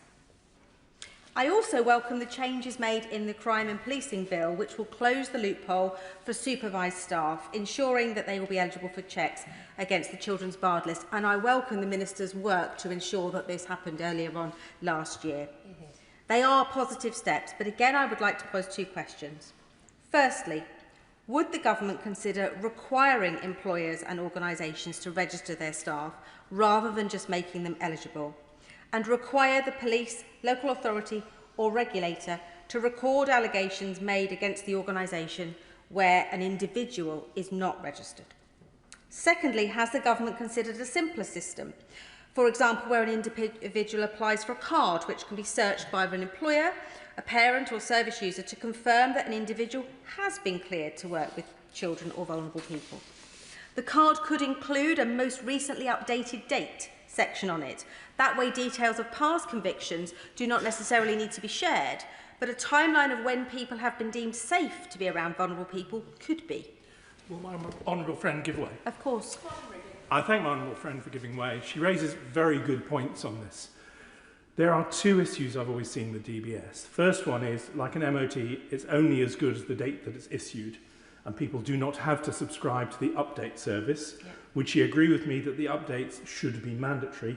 And secondly, that a DBS cannot be passed from one organisation to another. You have to have a fresh one every time, which seems an unnecessary waste of time. I think her card idea would probably solve this. Would she agree? I thank my honourable friend for his suggestions. He's absolutely right. I mean, you have to pay extra to be part of the update system. Why would anyone pay extra to put themselves under additional scrutiny? Why is that not something that is automatically there? The other option, which has been suggested by some, is the government could consider a right to ask, right to know process for family members, which would ensure that the public couldn't have free and easy access to information that could be risky, but if they actually had a concern, there was a route for them finding out. Because we simply were stonewalled every time we tried to find out whether this teacher had been registered and whether those allegations had been made. I want to turn to another situation which has come up on a number of occasions relating to people who are caring for family members. Currently, DBS checks have to be undertaken by an employer, a registered organisation or an umbrella organisation. This increases costs, adds delays and makes it more complex for families using direct payments for the care of disabled children and for those starting the journey of caring for an elderly relative. Laura contacted me about the direct payment she receives to fund the care of her son, noting that she cannot directly access DBS checks. She said, "My very vulnerable son, quadriplegic with cerebral palsy and profound multiple learning disabilities, has a team of 15 carers, none of whom have DBS checks." She says, "Why does the law not allow parents to carry out DBS checks on carers who are often working alone in their home?" Another constituent, Sandra, is in a similar position, who said, "We did have a carer a few years ago who had been lone working with our daughter at night for over a year with a current DBS check. We had a call from Child Protection Services. The carer had tried to smother her own child. And they later discovered that the reason that the carer's other child lived with grandparents was because she tried to smother the older child, and they had been removed from her care. The man at the Child Protection Services said, well, it probably should have been on her DBS, but it wasn't. As a result, Sandra says, what's the point? There's no reason for me to get DBS. It would not have protected my child.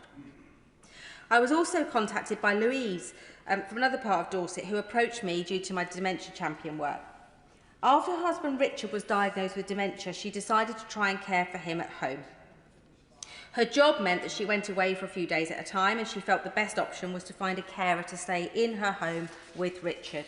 My colleagues in Somerset may remember this story as it was in the local paper.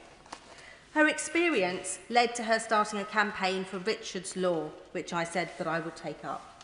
The law has three simple pillars. So simple, I was shocked that they were not already in place, Madam Deputy Speaker. The three pillars. 1, mandatory registration of all care workers. 2, mandatory enhanced DBS checks, with all carers required to join the update service. And 3, mandatory nationally recognised training for care staff in first aid, medication compliance, manual handling, dementia awareness and safeguarding. I find it hard to believe you could be a carer without all of those things in place. Would the Honourable Lady give way? Of course.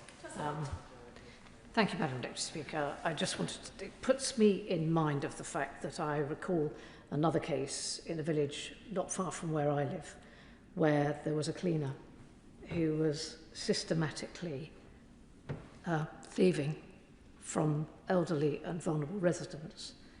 And this just went on for years, and that person, every time they got nearly caught or had been interviewed by the police, they just literally left their jobs and moved on. And this is exactly why we need to do something to make sure that the system is far better, because elderly and vulnerable people have absolutely no way of being absolutely certain that when they give somebody their card to go and get some money so that they can pay the carer, that something doesn't go desperately wrong and the rest of their money disappears. I thank my honourable friend for her intervention. Today, a headline in the Bournemouth Echo is another case of a carer who stole £125,000 from an elderly person.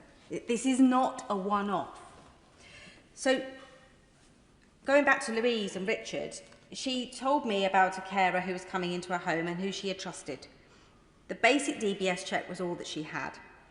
But after the carer stole jewellery and cash from her home, it came to light that this woman had 3 previous convictions for theft and obtaining property by deception, including a suspended sentence for an almost identical offence. In her victim statement, Louise said, "I welcomed her into our home, believing she was there to help us through one of the hardest chapters of our lives. Instead, she exploited our vulnerability in the most callous way imaginable. The worst thing is that she stole was my trust. Her betrayal destroyed my ability to believe in the carers who are supposed to support us. I reached a breaking point where I could no longer allow outside help, and as a direct result, I had to make the heartbreaking decision to place my husband in residential care. This was never what I wanted for him. It has changed both of our lives immeasurably for the worst, and the weight of that decision forced upon me by her selfishness is something I carry every day. Sadly, Richard Woolham died on Boxing Day. Louise contacted me a few days later to tell me that I hadn't managed to get this debate out there while he was still with us. But it seems shocking to me that family carers who are already sacrificing so much are unable to access DBS checks on those coming into their homes, and that it is not an expectation that someone providing such personal care is not automatically required to have such checks and training. Provision of personal registration would allow those who are working directly for their employers, be they carers, cleaners, tutors, babysitters, drivers or personal trainers, particularly with families who are home educating their children, to provide security for families and to work across multiple employers with ease. Finally, over the last few months, we've spoken on numerous occasions in this place about improving the service provided by government agencies. From 2-year waits for shotgun licences to 9-month delays on responses to MP letters from the DWP. If the Minister is listening, I've been waiting since February on a simple request. And DVLA that doesn't bother to chase doctors' letters at all. I've been shocked by the poor service experienced by my residents in time of need. Where an enhanced DBS check is needed for an employee to take up their position, it is so important it's processed swiftly. And in theory, they should be completed within a fortnight. But in Dorset, the police are advising delays of up to 100 days. Daniel from Wareham explained that the problem is impacting his ability to move forward with professional opportunities. And he said that when he worked abroad, background checks often came back within a few hours. He said the current manual processes feel so outdated and inefficient, especially when so many people, students and employees, need these certificates to do their jobs and complete their studies. Will my honourable friend give way? Of course. My honourable friend makes a really excellent point about the speed of these DBS checks coming back. My constituent, Marsha, had a DBS check. She needed an enhanced DBS check to move into a child's residential home for work. She was at risk of losing that job opportunity if the DBS check didn't come back. And when it taken 7 months to get the original DBS check, she had very little faith that it was going to arrive on time. Does my honourable friend agree with me that when you are looking for job opportunities, you need to be able to respond quickly? My honourable friend makes a great point, and it's exactly the situation that Tabitha from Wimborne told me about. She said, I'm desperate to work. This is a huge problem, not only for my life and finances, but for others out there who, like me, are waiting for more than 3 months. She said, I've been a teaching assistant previously, and all my previous DBS came back within a month. She said, this is absolutely ridiculous. Dorset is not alone. Across the country, families, volunteers and employers face similar failures, delays, loopholes and an opaque system that simply doesn't keep pace with modern care and employment. So, Madam Deputy Speaker, the Disclosure and Borrowing Service exists to make recruitment safer and to protect vulnerable people from those who may present a risk. These are both worthy aims, but the system is not working. We need mandatory registration of anyone working with children and vulnerable adults, mandatory enhanced DBS checks and use of the update service, a central individual held clearance card, a public mechanism to report concerns, the ability for families directly employing people to access DBS checks themselves, faster processing times via a digital service, and a review of the regulated activity definition. These failures are not administrative inconveniences. They are risks to life and safety, and they reduce productivity too. The people I've spoken to tonight have paid the price for a system that is too complex, too slow, and too optional. We owe it to them and to every family needing someone to support to build a DBS system worthy of the trust that people place in it. Thank you, Madam Deputy Speaker. And thank you very much to the Honourable Member for Mid Dorset and Northpool for securing this debate on an important issue. I am grateful to her and to all others who have contributed this evening. A good amount of ground has been covered, even in a relatively short time available, so I will answer various points that have been made. But I first ask the House's indulgence as to set out some factual background of the disclosure and barring system. The wider disclosure and barring regime is there to protect children and vulnerable adults through disclosure of relevant criminal records, helping employers to make informed recruitment decisions about the suitability of an individual for working with these groups. It does so through criminal record checks, basic standard enhanced and enhanced with check of the barred lists, with increasing criminal record information disclosed at each level. The roles and activities that are eligible for the higher level criminal records check are set out in legislation owned by the Home Office and the Ministry of Justice. And during the last reported year, the DBS issued a total of 7.2 million certificates. The regime also allows for barring by DBS of those who are considered to pose a risk, as has been covered. And if someone is barred, they cannot work in what is defined as regulated activity in our legislation. As has been identified, regulated activity and institutions that are regulated are two different things. And I want to make that completely clear. Examples of regulated activity include teaching, supervising children and providing health and personal care to children and adults. It doesn't matter whether it's voluntary or otherwise. Through these arrangements, DBS ensures that those it has barred cannot work in those roles and provide access to these vulnerable groups. DBS's most recent annual report states that there are 104,000 individuals on its children and adults barred lists. And I should note that the disclosure and barring regime is not, as the Honourable Gentleman pointing out, a vetting regime. It focuses on providing employers with information, whether around persons' criminal records, relevant police information or barred list status, which can support robust suitability decisions whilst allowing ex-offenders to get back into work and employment. As Parliament and the public would expect, the regime is kept under review to ensure it is effectively delivering on its key objectives. And I am always keen to hear around suggestions, especially those that the Honourable Lady has laid out that are based in, as my children would say, IRL, in real life with regard to our constituents. We are, for instance, bringing in changes to respond to the DBS-related recommendations from the ICSA inquiry. First, we have a measure in the Crime and Policing Bill which will prevent those on the barred list from working closely with children, even if in supervised roles, so if they are working alongside somebody who has a DBS. Currently, if a role involving teaching, instructing or supervising children is supervised by another member of staff, it is not considered to be regulated activity. Under the legislation, this means that an employer can ask for an enhanced DBS check only, which does not include the check of the barred list. This creates a risk that a barred list individual could work as a volunteer in a school or as an employee in a youth club and other settings if they are supervised. We agree with the inquiry that the risk this poses is too high and we are changing the law accordingly. Secondly, we are enabling self-employed or personal employees to access higher level DBS checks if they work with children or vulnerable adults.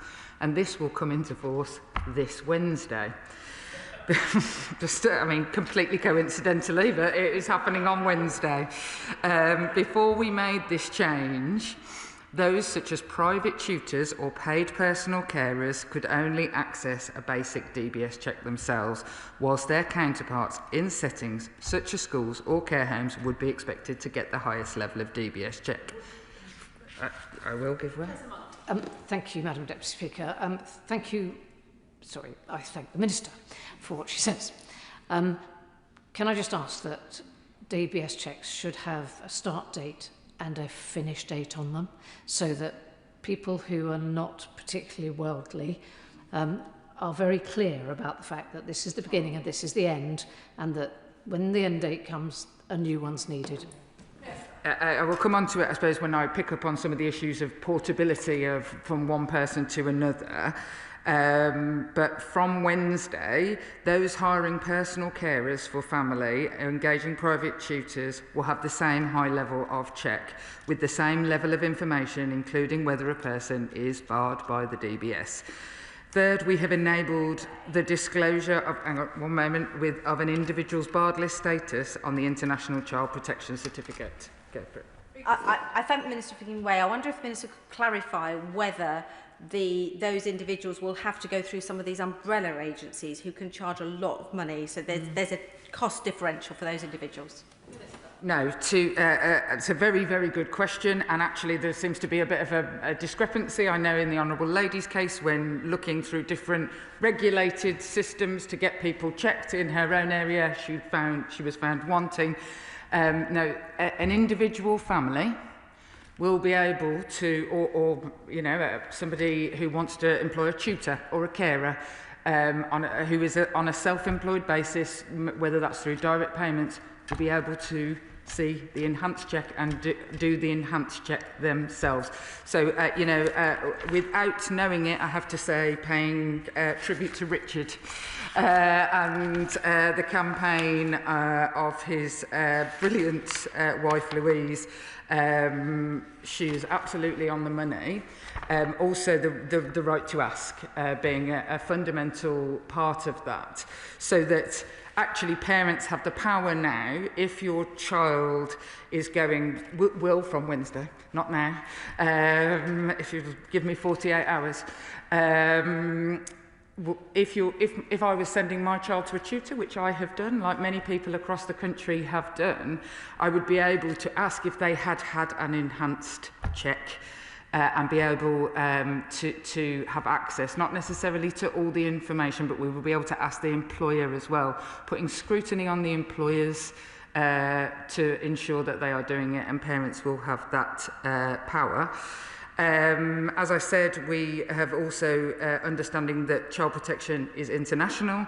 The ICPC issued by the ACRO Criminal Records Office is used for individuals looking for work with children overseas, and we have changed the relevant legislation on the 18th of December, reducing the risk that an overseas employer unknowingly hires a barred person to work with children, thereby meeting the third of the inquiry's recommendations relating to disclosure of criminal records.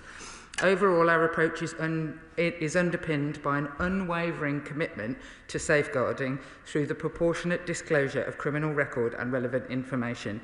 It is, of course, important that we listen to and, where necessary, act upon any concerns raised by individuals or individual members of Parliament and sectors that interact with the regime.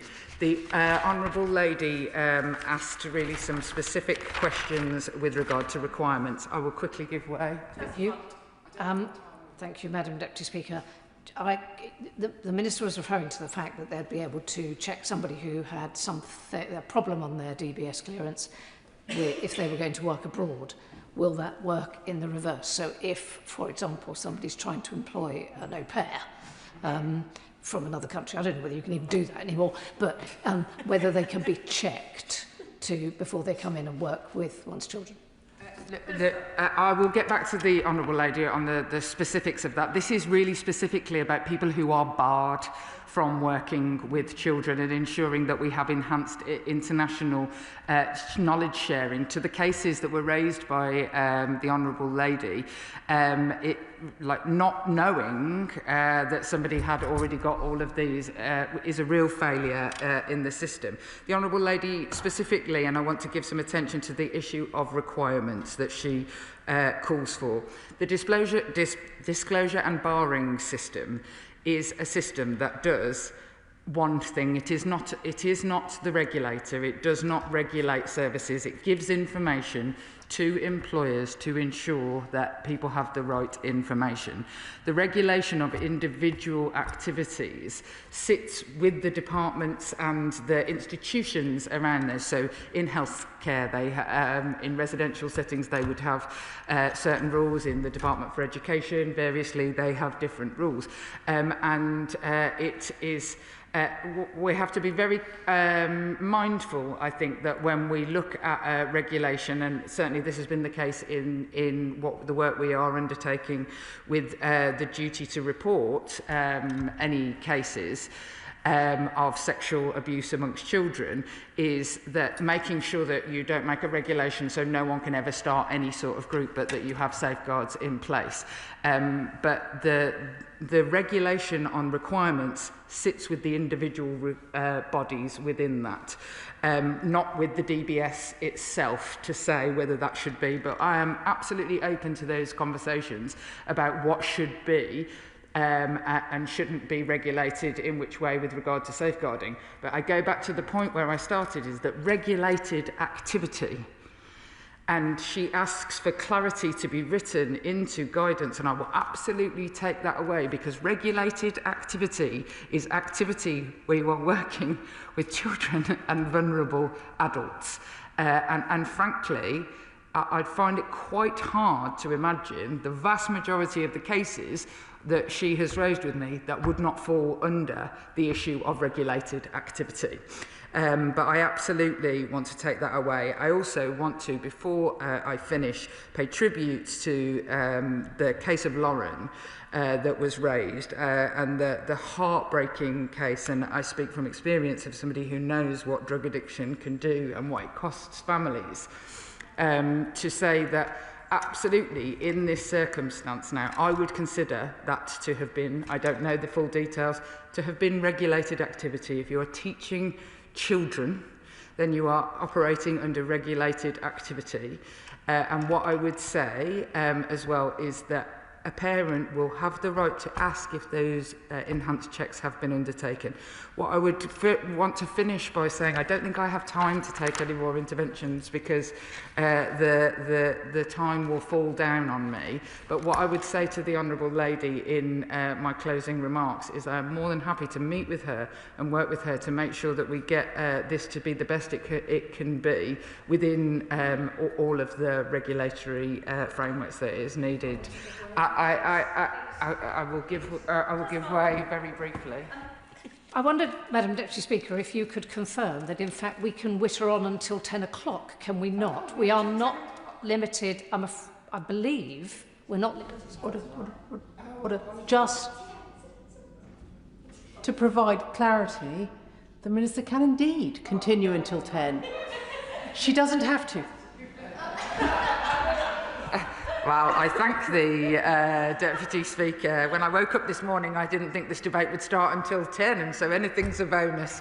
I apologise. The last time I did an adjournment debate, I wildly ran over and somebody had to shut me up, and I didn't want for anyone to have to be put in that position again. So I'm more than happy but I feel that with regard to the portability of checks, I suppose I will say before, because this issue specifically has been raised, I think the volume of the amount of, I think people don't understand actually quite how many DBS checks are done a year, 7.3 million.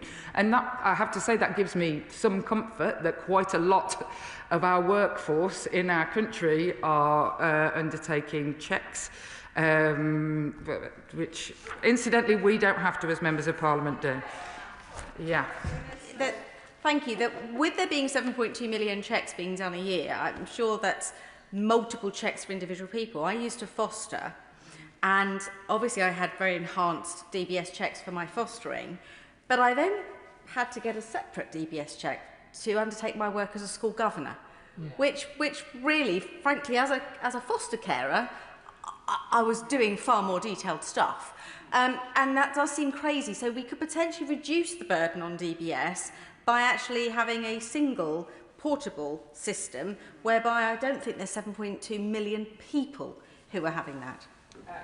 I thank the Honourable Lady, and we recognise that people may want to use their existing DBS check when moving from one role to another, the point that was exactly raised by the Honourable Lady on the front bench there, where the new role requires it. It is possible for employers to accept an existing criminal record certificate, but it must be for the same type of check in the same workforce. I mean, in the instance that the Honourable Lady has given, I can see that that is essentially, it's working with children. For example, an enhanced with barred list check for the children's workforce. So this is to ensure that the appropriate level of information is available. What we don't want is for a random DBS to have been done and for, like, as has been raised, just say, well, look, I've got a DBS. I too have had, I mean, more than, and I can count over the years of DBS checks. And with regard to the delays, what I would say is that the DBS works on KPIs of 80% turnaround within 14 days, and it currently reaches 75%, and it has been progressively getting working on that and ensuring that it is done quickly. The enhanced check relies on police forces undertaking that work. And there can be a variety of reasons why some, and 7 months seems like a very long time, there can be a variety of reasons why that may arise. However, the vast majority are done within 14 days, and my own sons did had an enhanced DBS the other day, and it came back in 3 days. I don't think they knew he was my son. Well, I thank the Minister greatly for giving way. I just want to pick up again then on the previous point that I made and whether these will have a clear end date on them. I have a secondary question if I'm allowed to do that, otherwise I'll rise again and intervene again. But if I may, I'll throw it in now.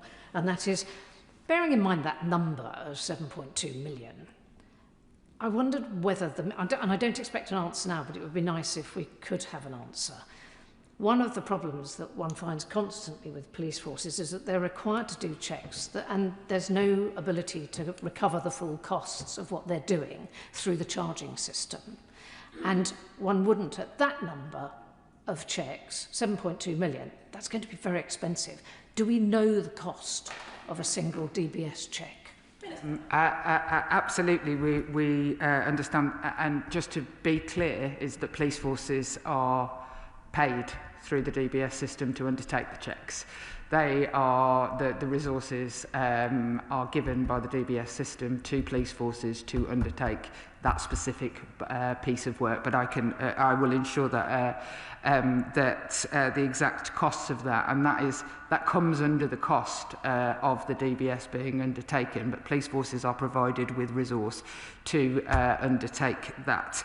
And with regard to I think that the issue over exactly how long a DBS lasts for there's no one simple answer in this regard, but actually the system whereby and we should encourage more people to be part of the updating system and the checking system. I have to say, this is a system that I think has been heavily scrutinised over the years and deserves that level of scrutiny. But I have seen real effort to make sure that it is the best that it can be and is the fairest that it can be. But always we are here to work for any improvements possible. Thank you. The question is that this House do now adjourn. As many as of that opinion say aye. Aye. The ayes have it. Order, order.